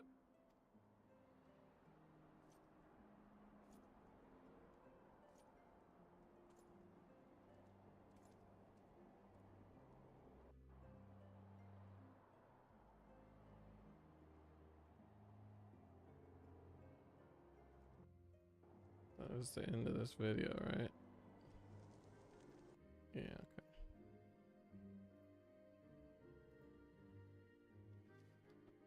Yeah, I don't know why he shot her again. I guess I saw a bunch of people on the ground, so I assume that she attacked people, but maybe she only drugged me. Which probably doesn't deserve getting murdered.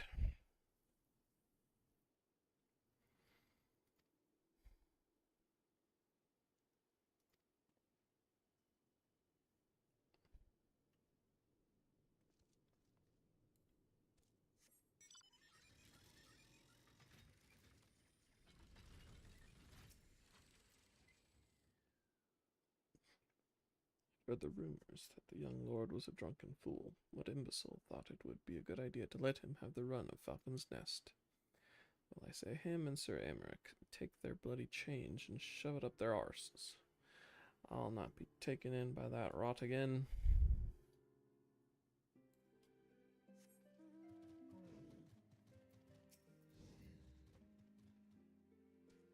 Wrong to resort to violence, but when I heard her speak, her words were as a dagger in my heart. Who are we to decide that enough is enough, that their calls for justice can never be answered? Will this be the end of it, or will there be others like them and the true brothers? I do not want to bear steel against my kinsmen ever again. I do not know if I even can.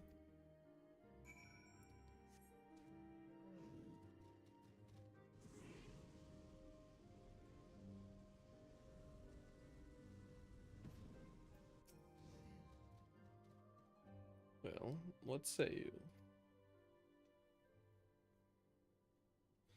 So the violence has passed, but the people are far from recovered. That is to be expected. For the moment it appears that no innocents were harmed by the guards. The blame for all casualties can be placed squarely upon the protesters. Nevertheless, the people will not soon forget the image of a young lordling ordering the public execution of an unarmed protester, one whose words resonated with the hearts of many. After all, who among us has not lost loved ones?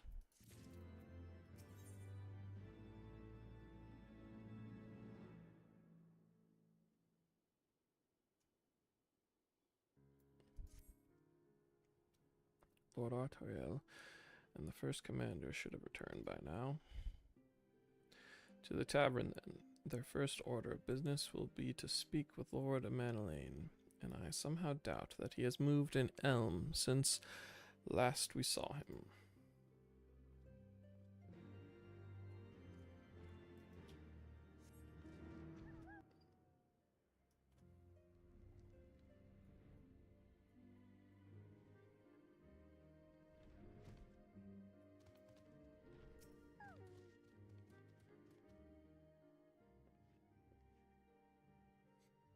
My apologies, Fluffy. I bear full responsibility for this debacle.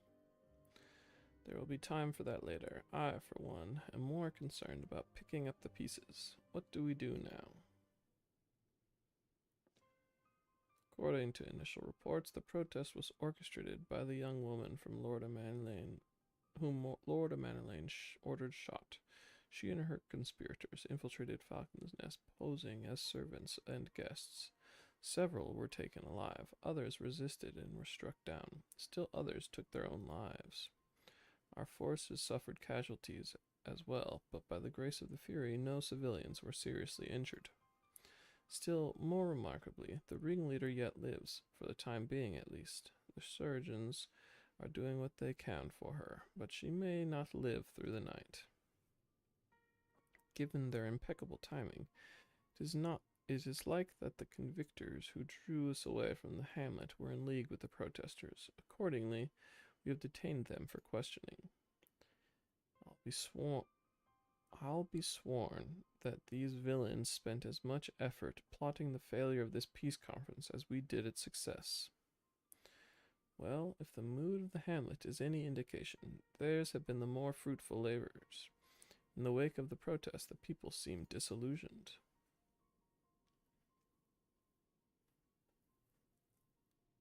You spoke with them, then? I see. Sir Aymeric placed his trust in me. It will be difficult to explain what has happened here. Remember how far we have come, First Commander. The people's faith may be shaken, but we convinced them before and will do so again. If we can but find a means to remind them, to show them once more the promise that change holds for all, then this tragedy too shall pass into the past. We must pray that you are right. Nevertheless, for the time being, I have no choice but to suspend the peace conference, pending Sir Aymeric's final decision. Under the circumstances, I cannot leave Falcon's Nest. Fluffy, will you deliver my report to the Lord Commander in my stead? Get up, Elaine. You're going with him.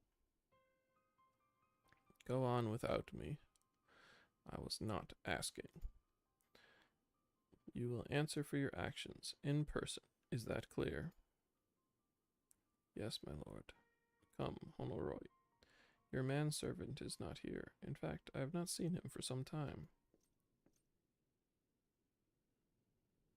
Honoroy? Honoroy! I could have sworn he was.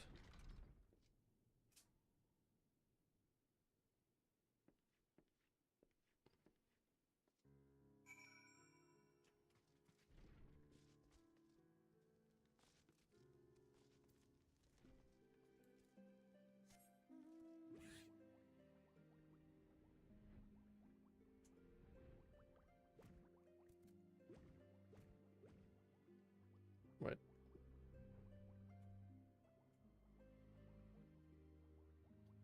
Search for Hon. There's a kitten up here.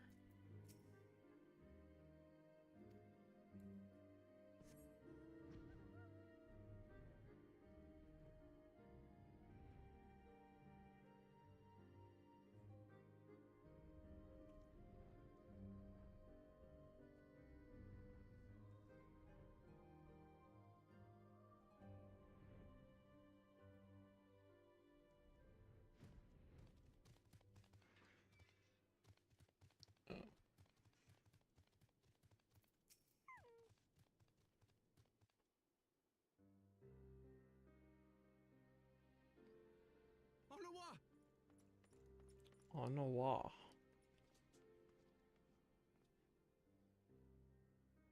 No, no. What have they done to you? Onawa! Onawa!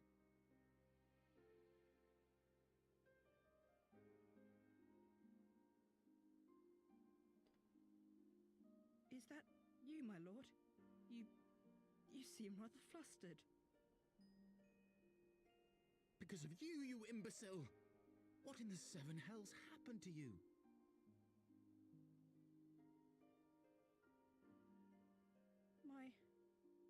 My apologies. Some few of the guests expressed a wish to leave, and I implored them to stay. It would seem they took issue with my request.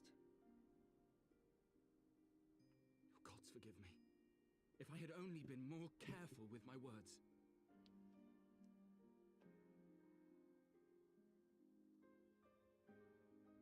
Do not blame yourself, my lord. I know that you and your brother have Ishgard's best interests at heart. That poor woman. She lives in the past, clinging to the memories of the lost.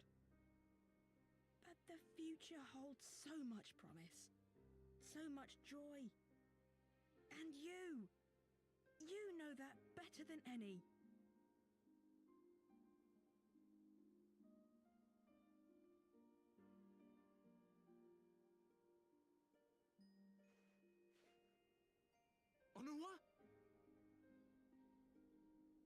harm yourself. The boy will live. But it's imperative we get him inside and into the care of a Kairujin without delay. Kairujin.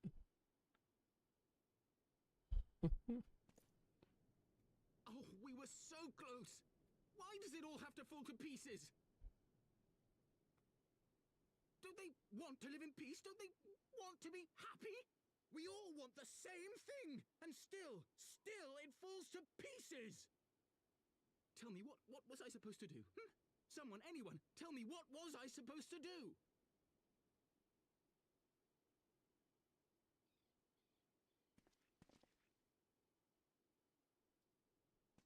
Boxer. Stop looking to others. You make your choice and you live with the consequences.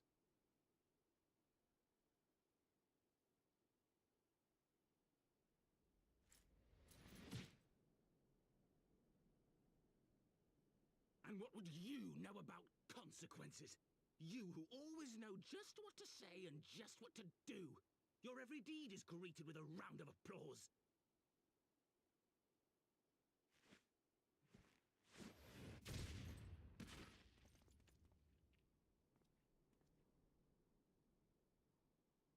You know nothing about me.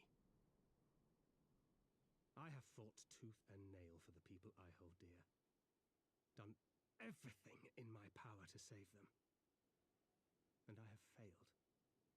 Learn to live with it. I have.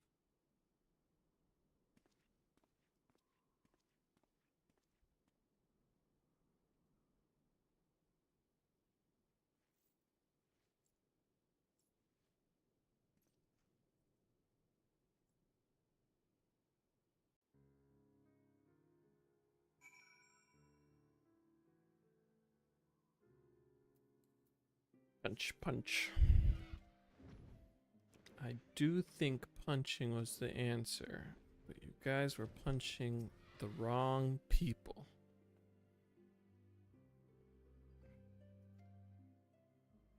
You understand the desire to look for reasons, for excuses, to convince yourself you had no choice. But the past is in the past, and there is naught to be gained from reliving your mistakes. I know this, but he...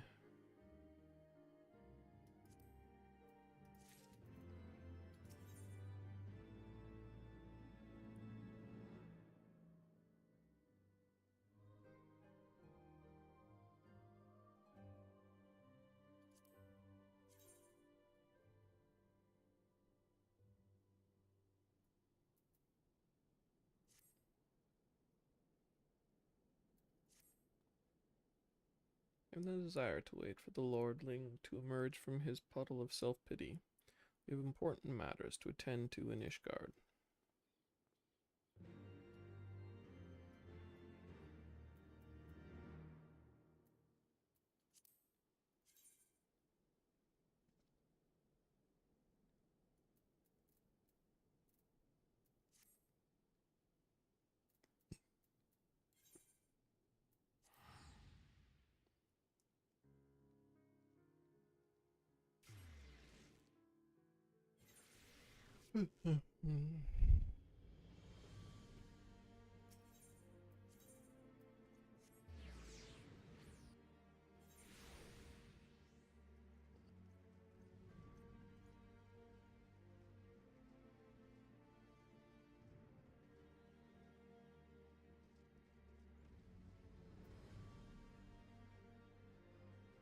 Our knights most heavenly.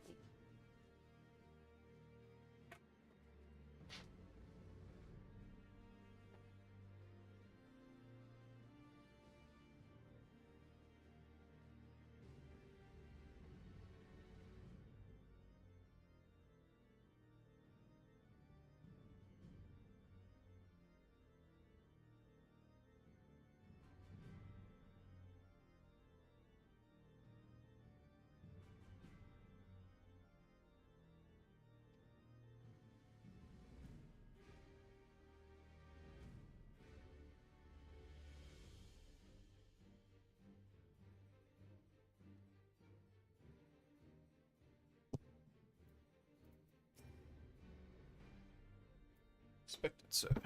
Pray, proceed.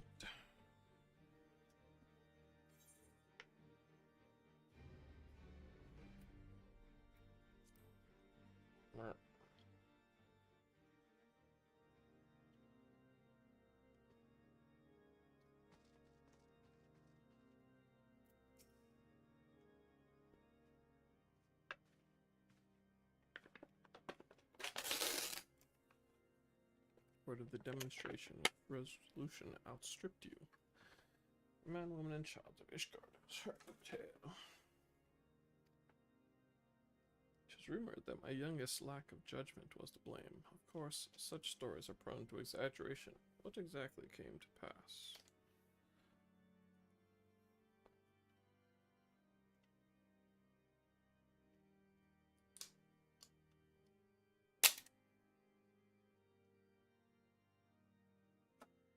It's kinda that. I see, so that is the truth of it. Regardless of his intent, the result is undeniable. Further, the cause of these misguided few who cannot let go of the past. In an instant, the delicate peace we were poised to forge is once more beyond us. To dwell so deeply on the war and the vengeance it begets, only for that too to be taken away. Is it any wonder that they were left bereft?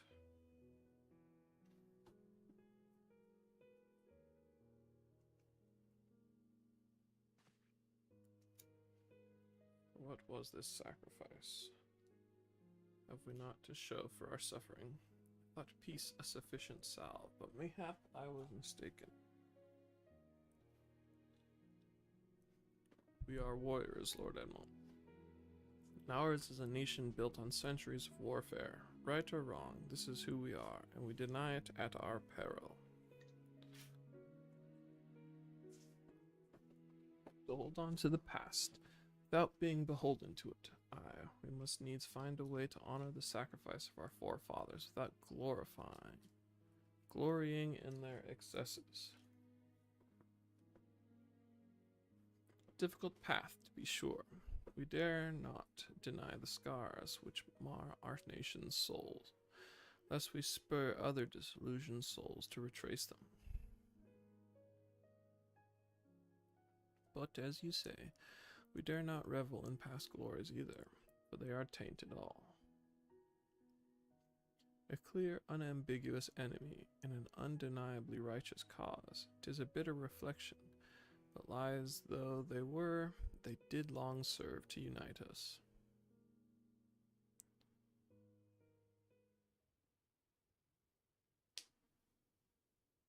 No truth will ever serve as well, I fear, yet we are not without options.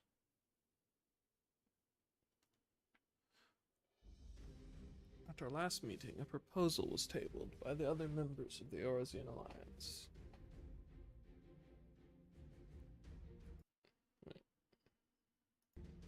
There we go.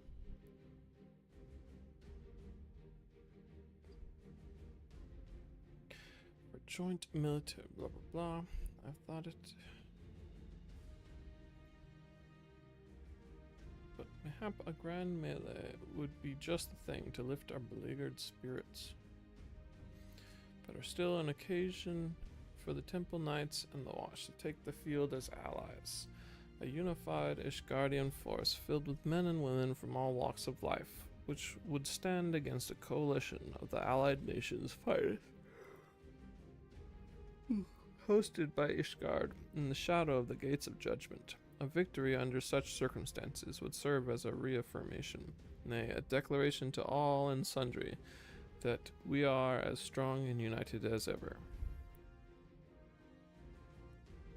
Such a victory would do much to fan the flames of patriotism, it is true, but if we should be defeated, though even to hold our own against the cream of three nations might be presented as a triumph. Very well, you may count on my support. For what little it is worth, however, I have a request. I would have my son Emmanuel take part in the grand melee. By his deeds has he brought shame upon Ishgard, and so by his deeds I would have him bring our nation honor. As you wish, my lord. If that is his desire, then it shall be so. Now then, we have no time to lose. Fluffy, would you be so kind as to deliver my instructions to Lucia? I shall write to the alliance leaders at once and begin making arrangements for the grand melee. Should you chance to see my son, pray inform him of his duty. If he has not already returned, he will soon enough, making every effort to avoid me.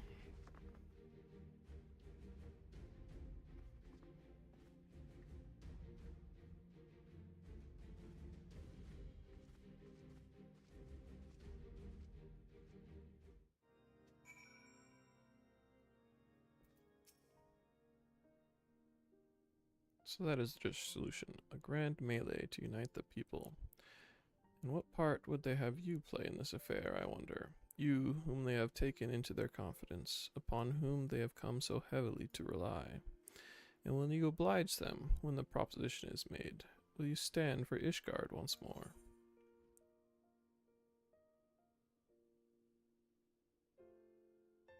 It is getting to be a bit much, isn't it? Say that, and yet here you are. Here we are. This is, after all, the life we chose. In any event, let us not forget that the Ascians sought to profit from this war. To put an end to it is to put an end to their plot, and that, my friend, is ever a worthy cause. So, for this grand melee of his, Sir Aymeric wishes to field a force comprising both his temple knights and Hilda's watch, yes? I can only imagine what she will have to say about that. In fact, curiosity compels me to go and see for myself.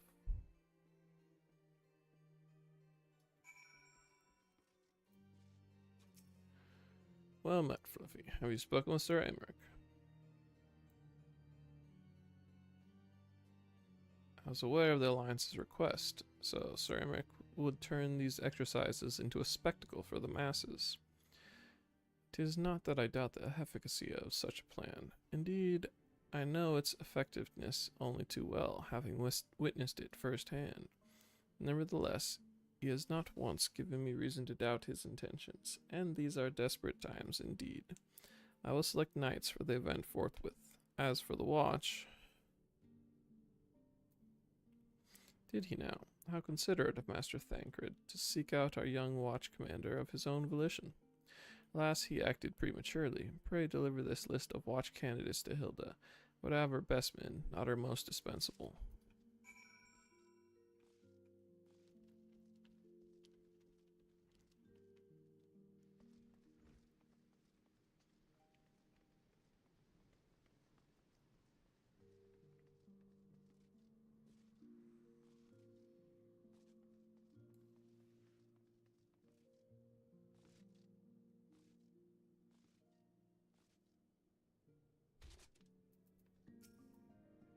Thancred's been telling me all about Sir Aymeric's grand soiree. Seems we're expected to join in. It's nice of him to invite us and all, but I hope he knows what he's doing, 'cause we ain't dressed to dance with professional bleeding soldiers. Well, well, seems the first commander's gone and handpicked her guests. Can't say I disagree with her choices, though. She's got a good eye. Will you be fighting too? Reckon it'd inspire the lads if you were. Might take their minds off getting their hides tanned and all. Think about it, eh? Hate to ask, but you haven't seen our favorite lordling, have you? I thought not. On the assumption that he is not to be found in his father's loving embrace, I suggest we split up and look for him. I will search foundation, and you the pillars.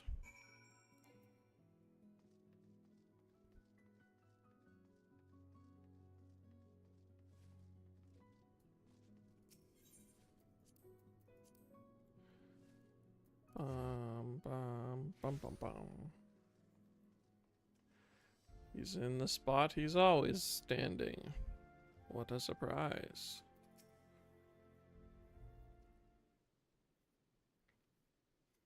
Carried Honoroi to the manor. Our best surgeons are tending to him as we speak. He has yet to wake, but surely he will. So father has volunteered me for this grand melee of theirs. My beloved family, always making my decisions for me.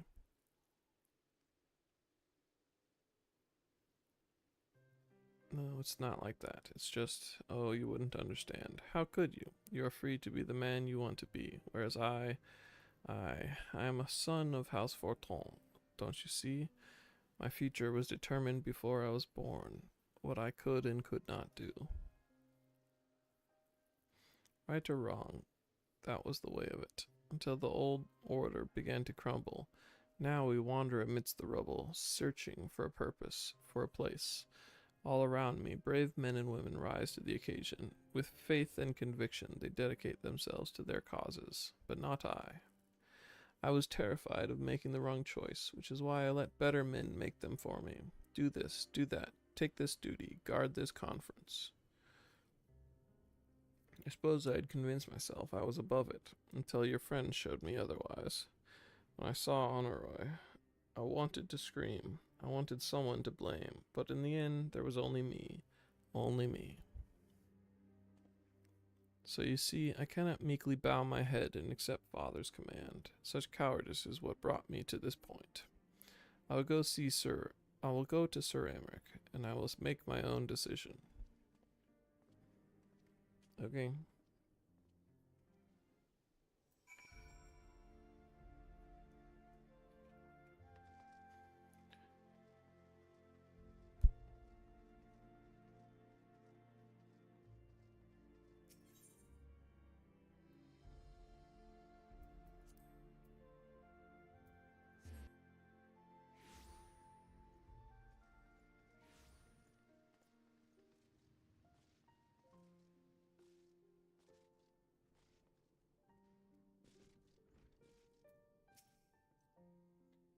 Lord Commander.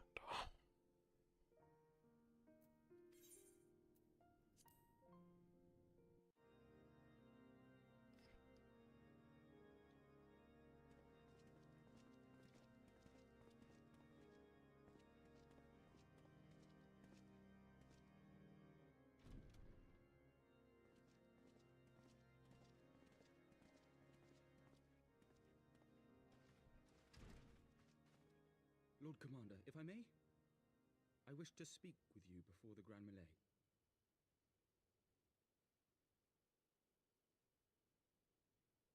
Proceed. How do you do it, my lord? How do you lead with such certainty, when so many of our countrymen will not hear of peace with the Dravanians? Some of them hate you almost as much as the dragons themselves. They decry you as a patricide in the streets. They even tried to kill you, for God's sakes. Yet still you march on, undaunted, where no archbishop dared to tread. What is your secret? Where do you find the strength? This is what you wanted to talk about? For centuries, our nation has been punished for the sins of our forefathers. If our punishment is to end, I believe we must right the wrongs of antiquity and move forward as a nation united. Needless to say, my father did not share this opinion. He did not believe the people strong enough to bring about their own deliverance, trusting only in himself. Tyranny seemed to him the only solution. But I have faith in the people, Lord Amanalaine. I have faith that they will weather this storm and overcome every trial we set before them. Many have fought and died to see this blight upon our nation's history cleansed, and I would not let their sacrifices be in vain. Though we invite reprisals, the risk is worth the reward.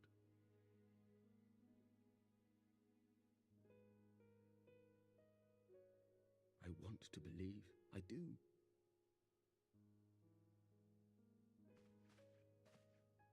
Lord Commander, through my careless orders, a pall has been cast over these proceedings, and I beg the opportunity to make amends. I Manolaine de Forton do hereby request leave to take part in the Grand Melee.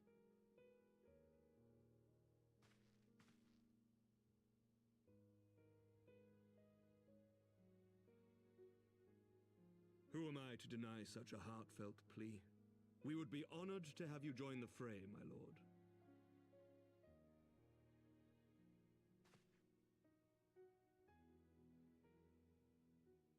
You'll take charge of the Ishgardian forces. For all my other responsibilities, I am still Lord Commander of the Temple Knights, and I would not soon yield this duty to another.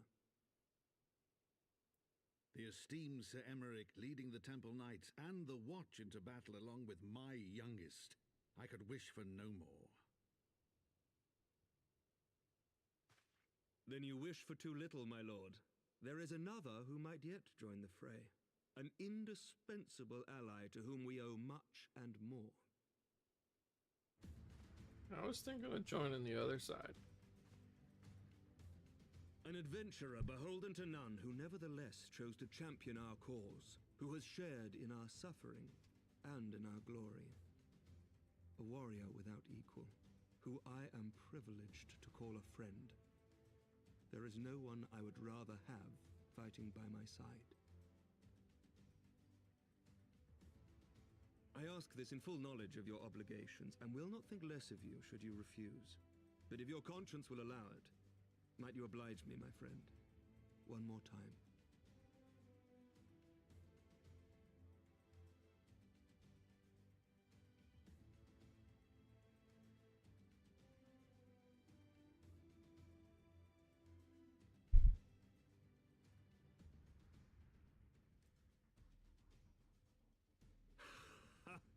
Together we shall give the people a spectacle for the ages, a celebration to mark the dawning of a new era.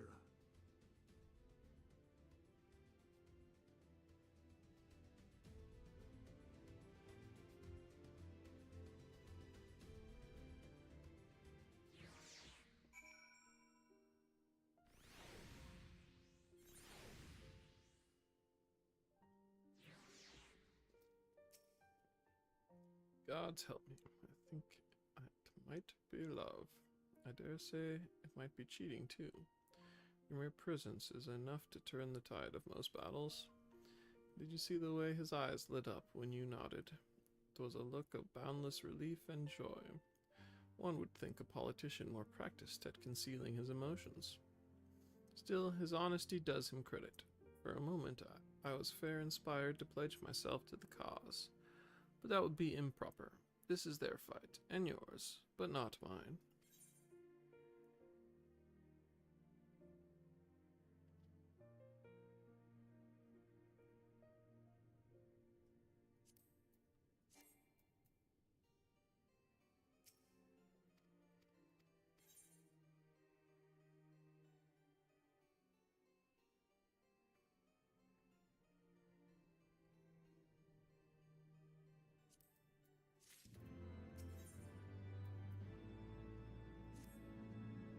Sir Emeric informs me that the Alliance leaders have agreed to his proposal. The Grand Melee will be held here, in the shadow of the Gates of Judgment, and in sight of the capital.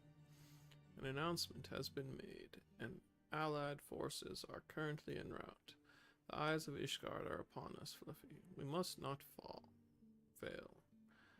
A rare opportunity to see you pit yourself against allied forces, outside of Cartano, perhaps. I would not miss this for the world.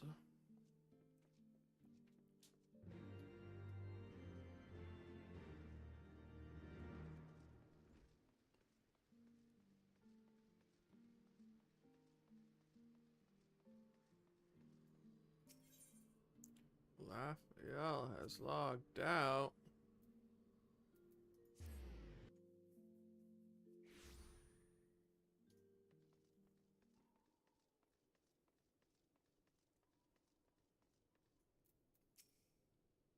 There he is. I say, when you didn't appear, I began to question. Nothing. Never mind. Oh, it's shutting down right now. Oh, yeah. To think that we were mere moments away from facing the cream of Eris's sorcery in battle. That I am mere What if... Oh, what am I saying? I have to stop imagining the worst. I must think of the victory, of the glory, of the stories I will tell on Roy when he awakens. Alright. Yeah. Maintenance time. Goodbye, Eorzea.